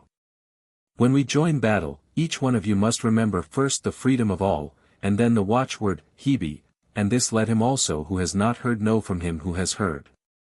The design in this act was the same as that of Themistocles at Artemis Ion. For it was meant that either the words uttered should escape the knowledge of the barbarians and persuade the Ionians, or that they should be reported to the barbarians and make them distrustful of the Hellenes. 99. After Leotychides had thus suggested, then next the Hellenes proceeded to bring their ships up to land, and they disembarked upon the shore. These then were ranging themselves for fight. And the Persians, when they saw the Hellenes preparing for battle and also that they had given exhortation to the Ionians, in the first place deprived the Samians of their arms, suspecting that they were inclined to the side of the Hellenes. For when the Athenian prisoners, the men whom the army of Xerxes had found left behind in Attica, had come in the ships of the barbarians, the Samians had ransomed these and sent them back to Athens, supplying them with means for their journey. And for this reason especially they were suspected, since they had ransomed 500 persons of the enemies of Xerxes. Then secondly the Persians appointed the Milesians to guard the passes which lead to the summits of Mycale, on the pretext that they knew the country best, but their true reason for doing this was that they might be out of the camp. Against these of the Ionians, who, as they suspected, would make some hostile move if they found the occasion, the Persians sought to secure themselves in the manner mentioned. And they themselves then brought together their wickerwork shields to serve them as a fence. 100. Then when the Hellenes had made all their preparations, they proceeded to the attack of the barbarians. And as they went, a rumor came suddenly to their whole army, and at the same time a herald's staff was found lying upon the beach. And the rumor went through their army to this effect, namely that the Hellenes were fighting in Boeotia and conquering the army of Mardonios. Now by many signs is the divine power seen in earthly things, and by this among others, namely that now, when the day of the defeat at Plataea and of that which was about to take place at Mycale happened to be the same. A rumor came to the Hellenes here, so that the army was encouraged much more and was more eagerly desirous to face the danger. 101. Moreover this other thing by coincidence happened besides, namely that there was a sacred enclosure of the Eleusinian Demeter close by the side of both the battlefields. For not only in the Plataean land did the fight take place close by the side of the temple of Demeter, as I have before said, but also in Mycale it was to be so likewise. And whereas the rumor which came to them said that a victory had been already gained by the Hellenes with Pausanias, this proved to be a true report. For that which was done at Plataea came about while it was yet early morning, but the fighting at Mycale took place in the afternoon. And that it happened on the same day of the same month as the other became evident to them not long afterwards, when they inquired into the matter. Now they had been afraid before the rumor arrived, not for themselves so much as for the Hellenes generally, lest Hellas should stumble and fall over Mardonios. But when this report had come suddenly to them, they advanced on the enemy much more vigorously and swiftly than before. The Hellenes then and the barbarians were going with eagerness into the battle, since both the islands and the Hellespont were placed before them as prizes of the contest. 102. Now for the Athenians and those who were ranged next to them, to the number perhaps of half the whole army, the road lay along the sea, beach and over level ground. While the Lacedaemonians and those ranged in order by these were compelled to go by a ravine and along the mountain side, so while the Lacedaemonians were yet going round, those upon the other wing were already beginning the fight. And as long as the wickerwork shields of the Persians still remained upright, they continued to defend themselves and had rather the advantage in the fight. But when the troops of the Athenians and of those ranged next to them, desiring that the achievement should belong to them and not to the Lacedaemonians, with exhortations to one another set themselves more vigorously to the work. Then from that time forth the fortune of the fight was changed. For these pushed aside the wickerwork shields and fell upon the Persians with a rush all in one body, and the Persians sustained their first attack and continued to defend themselves for a long time, but at last they fled to the wall. And the Athenians, Corinthians, Sicyonians and Troezenians, for that was the order in which they were ranged, followed close after them and rushed in together with them to the space within the wall, and when the wall too had been captured. Then the barbarians no longer betook themselves to resistance, but began at once to take flight, excepting only the Persians, who formed into small groups and continued to fight with the Hellenes as they rushed in within the wall. Of the commanders of the Persians 2 made their escape and 2 were slain. Artaintes and Ithomaidas commanders of the fleet escaped, while Mardontes and the commander of the land army, Tigranes, were slain. 103. Now while the Persians were still fighting, the Lacedaemonians and those with them arrived, and joined in carrying through the rest of the work. And of the Hellenes themselves many fell there, and especially many of the Sicyonians, together with their commander Perilaus. And those of the Samians who were serving in the army, being in the camp of the Medes and having been deprived of their arms, when they saw that from the very first the battle began to be doubtful, did as much as they could, endeavoring to give assistance to the Hellenes. And the other Ionians, seeing that the Samians had set the example, themselves also upon that made revolt from the Persians and attacked the barbarians. 104. The Milesians too had been appointed to watch the passes of the Persians in order to secure their safety, so that if that should after all come upon them which actually came, they might have guides and so get safe away to the summits of Mycale. The Milesians, I say, had been appointed to do this, not only for that end but also for fear that, if they were present in the camp, they might make some hostile move, but they did in fact the opposite of that which they were appointed to do. For they not only directed them in the flight by other than the right paths, by paths indeed which led towards the enemy, but also at last they themselves became their worst foes and began to slay them. Thus then for the second time Ionia revolted from the Persians. 105. In this battle, of the Hellenes the Athenians were the best men, and of the Athenians Hermolycos the son of Euthynos, a man who had trained for the pancration. This Hermolycos after these events, when there was war between the Athenians and the Carystians, was killed in battle at Kernos in the Carystian land near Geraistos, and there was buried. After the Athenians the Corinthians, Troezenians and Sicyonians were the best. 106. When the Hellenes had slain the greater number of the barbarians, some in the battle and others in their flight, they set fire to the ships and to the whole of the wall, having first brought out the spoil to the seashore. And among the rest they found some stores of money. So having set fire to the wall and to the ships they sailed away. And when they came to Samos, the Hellenes deliberated about removing the inhabitants of Ionia, and considered where they ought to settle them in those parts of Hellas of which they had command. Leaving Ionia to the barbarians, for it was evident to them that it was impossible on the one hand for them to be always stationed as guards to protect the Ionians, and on the other hand, if they were not stationed to protect them, they had no hope that the Ionians would escape with impunity from the Persians.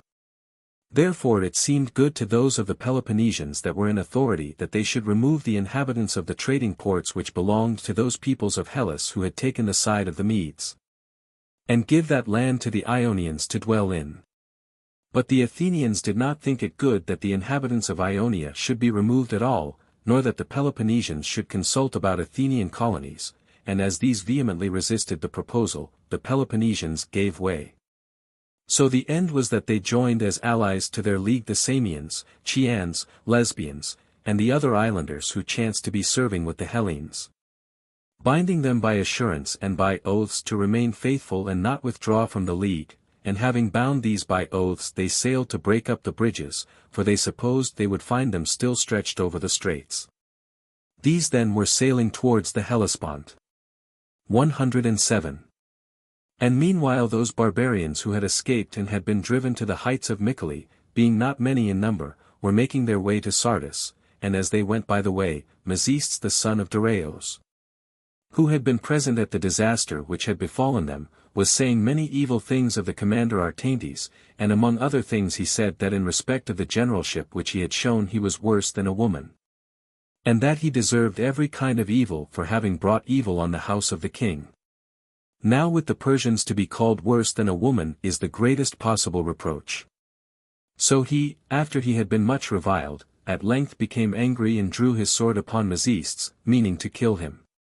And as he was running upon him, Cynaegirus the son of Praxilleus, a man of Halicarnassos, perceived it, who was standing just behind Artaintes, and this man seized him by the middle and lifting him up dashed him upon the ground. And meanwhile the spearmen of Mesestes came in front to protect him. Thus did Cynaegirus, and thus he laid up thanks for himself both with Mesestes and also with Xerxes for saving the life of his brother. And for this deed Cynaegirus became ruler of all Cilicia by the gift of the king. Nothing further happened than this as they went on their way, but they arrived at Sardis. Now at Sardis, as it chanced, King Xerxes had been staying ever since that time when he came thither in flight from Athens, after suffering defeat in the sea fight. 108. At that time, while he was in Sardis, he had a passionate desire, as it seems, for the wife of Mesestes, who was also there, and as she could not be bent to his will by his messages to her. And he did not wish to employ force because he had regard for his brother Mesestes, and the same consideration withheld the woman also, for she well knew that force would not be used towards her. Then Xerxes abstained from all else, and endeavored to bring about the marriage of his own son Dareios with the daughter of this woman and of Mesestes, supposing that if he should do so he would obtain her more easily. Then having made the betrothal and done all the customary rites, he went away to Susa. And when he had arrived there and had brought the woman into his own house for Dareios, then he ceased from attempting the wife of Mesestes, and changing his inclination he conceived a desire for the wife of Dareios, who was daughter of Mesestes. And obtained her. Now the name of this woman was Artainte. 109. However, as time went on, this became known in the following manner: Amestris the wife of Xerxes had woven a mantle, large and of various work and a sight worthy to be seen, and this she gave to Xerxes. He then being greatly pleased put it on and went to Artainte. And being greatly pleased with her too, he bade her ask what she would to be given to her in return for the favors which she had granted to him, for she should obtain, he said, whatsoever she asked, and she, since it was destined that she should perish miserably with her whole house, said to Xerxes upon this, Wilt thou give me whatsoever I ask thee for? And he, supposing that she would ask anything rather than that which she did, promised this and swore to it. Then when he had sworn, she boldly asked for the mantle. And Xerxes tried every means of persuasion, not being willing to give it to her, and that for no other reason but only because he feared Amestris, lest by her, who even before this had some inkling of the truth, he should thus be discovered in the act. And he offered her cities and gold in any quantity, and an army which no one else should command except herself. Now this of an army is a thoroughly Persian gift. Since however he did not persuade her, he gave her the mantle. And she being overjoyed by the gift wore it and prided herself upon it. 110. And Amestris was informed that she had it. And having learnt that which was being done, she was not angry with the woman, but supposing that her mother was the cause and that she was bringing this about, she planned destruction for the wife of Mesestes. She waited then until her husband Xerxes had a royal feast set before him. This feast is served up once in the year on the day on which the king was born, and the name of this feast is in Persian Tikta, which in the tongue of the Hellenes means, complete. Also on this occasion alone the king washes his head, and he makes gifts then to the Persians. Amestris, I say, waited for this day and then asked of Xerxes that the wife of Mesestes might be given to her. And he considered it a strange and untoward thing to deliver over to her his brother's wife, especially since she was innocent of this matter, for he understood why she was making the request. 111. At last however as she continued to entreat urgently and he was compelled by the rule, namely that it is impossible among them that he who makes request when a royal feast is laid before the king should fail to obtain it. At last very much against his will consented. And in delivering her up he bade Amestris do as she desired, and meanwhile he sent for his brother and said these words, Megistes, thou art the son of Dareios and my brother, and moreover in addition to this thou art a man of worth. I say to thee, live no longer with this wife with whom thou now livest, but I give thee instead of her my daughter, with her live as thy wife, but the wife whom thou now hast, do not keep. For it does not seem good to me that thou shouldest keep her. Megistes then, marvelling at that which was spoken, said these words, Master, how unprofitable a speech is this which thou utterest to me, in that thou biddest me send away a wife by whom I have sons who are grown up to be young men. And daughters one of whom even thou thyself didst take as a wife for thy son, and who is herself, as it chances, very much to my mind that thou biddest me, I say, send away her and take to wife thy daughter. I, O king, think it a very great matter that I am judged worthy of thy daughter. But nevertheless I will do neither of these things, and do not thou urge me by force to do such a thing as this, but for thy daughter another husband will be found not in any wise inferior to me, and let me, I pray thee, live still with my own wife. He returned answer in some such words as these. And Xerxes being stirred with anger said as follows, This then, Megistes, is thy case, I will not give thee my daughter for thy wife, nor yet shalt thou live any longer with that one. In order that thou mayest learn to accept that which is offered thee. He then when he heard this went out, having first said these words, Master, thou hast not surely brought ruin upon me. 112. During this interval of time, while Xerxes was conversing with his brother, Amestris had sent the spearmen of Xerxes to bring the wife of Megistes, and she was doing to her shameful outrage. For she cut away her breasts and threw them to dogs, and she cut off her nose and ears and lips and tongue, and sent her back home thus outraged. 113. Then Megistes, not yet having heard any of these things, but supposing that some evil had fallen upon him, came running to his house. And seeing his wife thus mutilated, forthwith upon this he took counsel with his sons and set forth to go to Bactria together with his sons and doubtless some others also, meaning to make the province of Bactria revolt and to do the greatest possible injury to the king, and this in fact would have come to pass, as I imagine, if he had got up to the land of the Bactrians and Sacans before he was overtaken. For they were much attached to him, and also he was the governor of the Bactrians, but Xerxes being informed that he was doing this, sent after him an army as he was on his way, and slew both him and his sons and his army. So far of that which happened about the passion of Xerxes and the death of Megistes. 114. Now the Hellenes who had set forth from Mycale to the Hellespont first moored their ships about Lecton, being stopped from their voyage by winds. And thence they came to Abydos and found that the bridges had been broken up, which they thought to find still stretched across, and on account of which especially they had come to the Hellespont. So the Peloponnesians which Leotychides resolved to sail back to Hellas, while the Athenians and Xanthippos their commander determined to stay behind there and to make an attempt upon the Chersonese. Those then sailed away, and the Athenians passed over from Abydos to the Chersonese and began to besiege Cestus. 115. To this town of Cestus, since it was the greatest stronghold of those in that region, men had come together from the cities which lay round it, when they heard that the Hellenes had arrived at the Hellespont. And especially there had come from the city of Cardia Oiabatzos a Persian, who had brought to Cestus the ropes of the bridges. The inhabitants of the city were Iolians, natives of the country, but there were living with them a great number of Persians and also of their allies. 116. And of the province Artaxerxes was despot, as governor under Xerxes, a Persian, but a man of desperate and reckless character, who also had practiced deception upon the king on his march against Athens, in taking away from Elias the things belonging to Protesilos the son of Iphiclos. For at Elias in the Chersonese there is the tomb of Protesilos with a sacred enclosure about it, where there were many treasures, with gold and silver cups and bronze and raiment and other offerings, which things Artaxerxes carried off as plunder, the king having granted them to him. And he deceived Xerxes by saying to him some such words as these, Master, there is here the house of a man, a Hellene, who made an expedition against thy land and met with his deserts and was slain, this man's house I ask thee to give to me. That every one may learn not to make expeditions against thy land.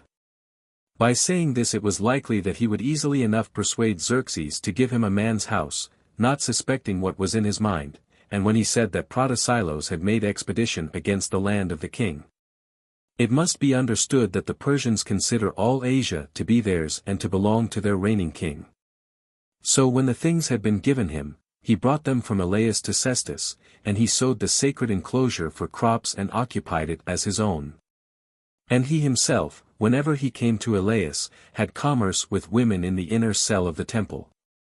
And now he was being besieged by the Athenians, when he had not made any preparation for a siege nor had been expecting that the Hellenes would come, for they fell upon him, as one may say, inevitably. 117. When however autumn came and the siege still went on, the Athenians began to be vexed at being absent from their own land and at the same time not able to conquer the fortress, and they requested their commanders to lead them away home. But these said that they would not do so, until either they had taken the town or the public authority of the Athenians sent for them home, and so they endured their present state. 118. Those however who were within the walls had now come to the greatest misery, so that they boiled down the girths of their beds and used them for food. And when they no longer had even these, then the Persians and with them Artaxerxes and Oiabatzos ran away and departed in the night, climbing down by the back part of the wall, where the place was left most unguarded by the enemy. And when day came, the men of the Chersonese signified to the Athenians from the towers concerning that which had happened, and opened the gates to them. So the greater number of them went in pursuit, and the rest occupied the city. 119. Now Oiabatzos, as he was escaping into Thrace, was caught by the Absinthian Thracians and sacrificed to their native god Pleistoros with their rites. And the rest who were with him they slaughtered in another manner, but Artaxerxes with his companions, who started on their flight later and were overtaken at a little distance above Aegospotami, defended themselves for a considerable time and were some of them killed and others taken alive, and the Hellenes had bound these and were bringing them to Sestus, and among them Artaxerxes also in bonds together with his son. 120. Then, it is said by the men of the Chersonese, as one of those who guarded them was frying dried fish, a portent occurred as follows.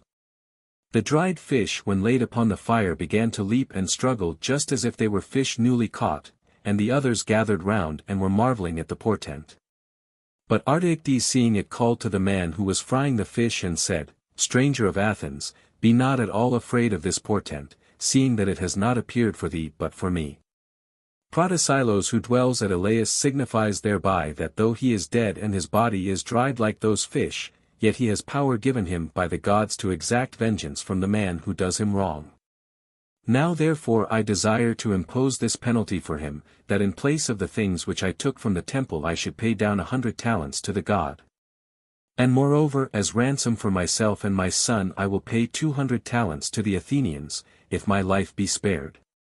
Thus he engaged to do, but he did not prevail upon the commanders Xanthippos. For the people of Elaeus desiring to take vengeance for Protesilaus asked that he might be put to death, and the inclination of the commander himself tended to the same conclusion. They brought him therefore to that headland to which Xerxes made the passage across, or as some say to the hill which is over the town of Madidos, and there they nailed him to boards and hung him up. And they stoned his son to death before the eyes of Artaxerxes himself. 121. Having so done, they sailed away to Hellas, taking with them, besides other things, the ropes also of the bridges, in order to dedicate them as offerings in the temples, and for that year nothing happened further than this. 122. Now a forefather of this Artaxerxes who was hung up, was that Artambares who set forth to the Persians a proposal which they took up and brought before Cyrus, being to this effect, seeing that Zeus grants to the Persians leadership. And of all men to thee, O Cyrus, by destroying Astyages, come, since the land we possess is small and also rugged, let us change from it and inhabit another which is better, and there are many near at hand, and many also at a greater distance. Of which if we take one, we shall have greater reverence and from more men. It is reasonable too that men who are rulers should do such things, for when will there ever be a fairer occasion than now, when we are rulers of many nations and of the whole of Asia? Cyrus, hearing this and not being surprised at the proposal, bade them do so if they would, but he exhorted them and bade them prepare in that case to be no longer rulers but subjects. For, said he, from lands which are not rugged men who are not rugged are apt to come forth, since it does not belong to the same land to bring forth fruits of the earth which are admirable and also men who are good in war.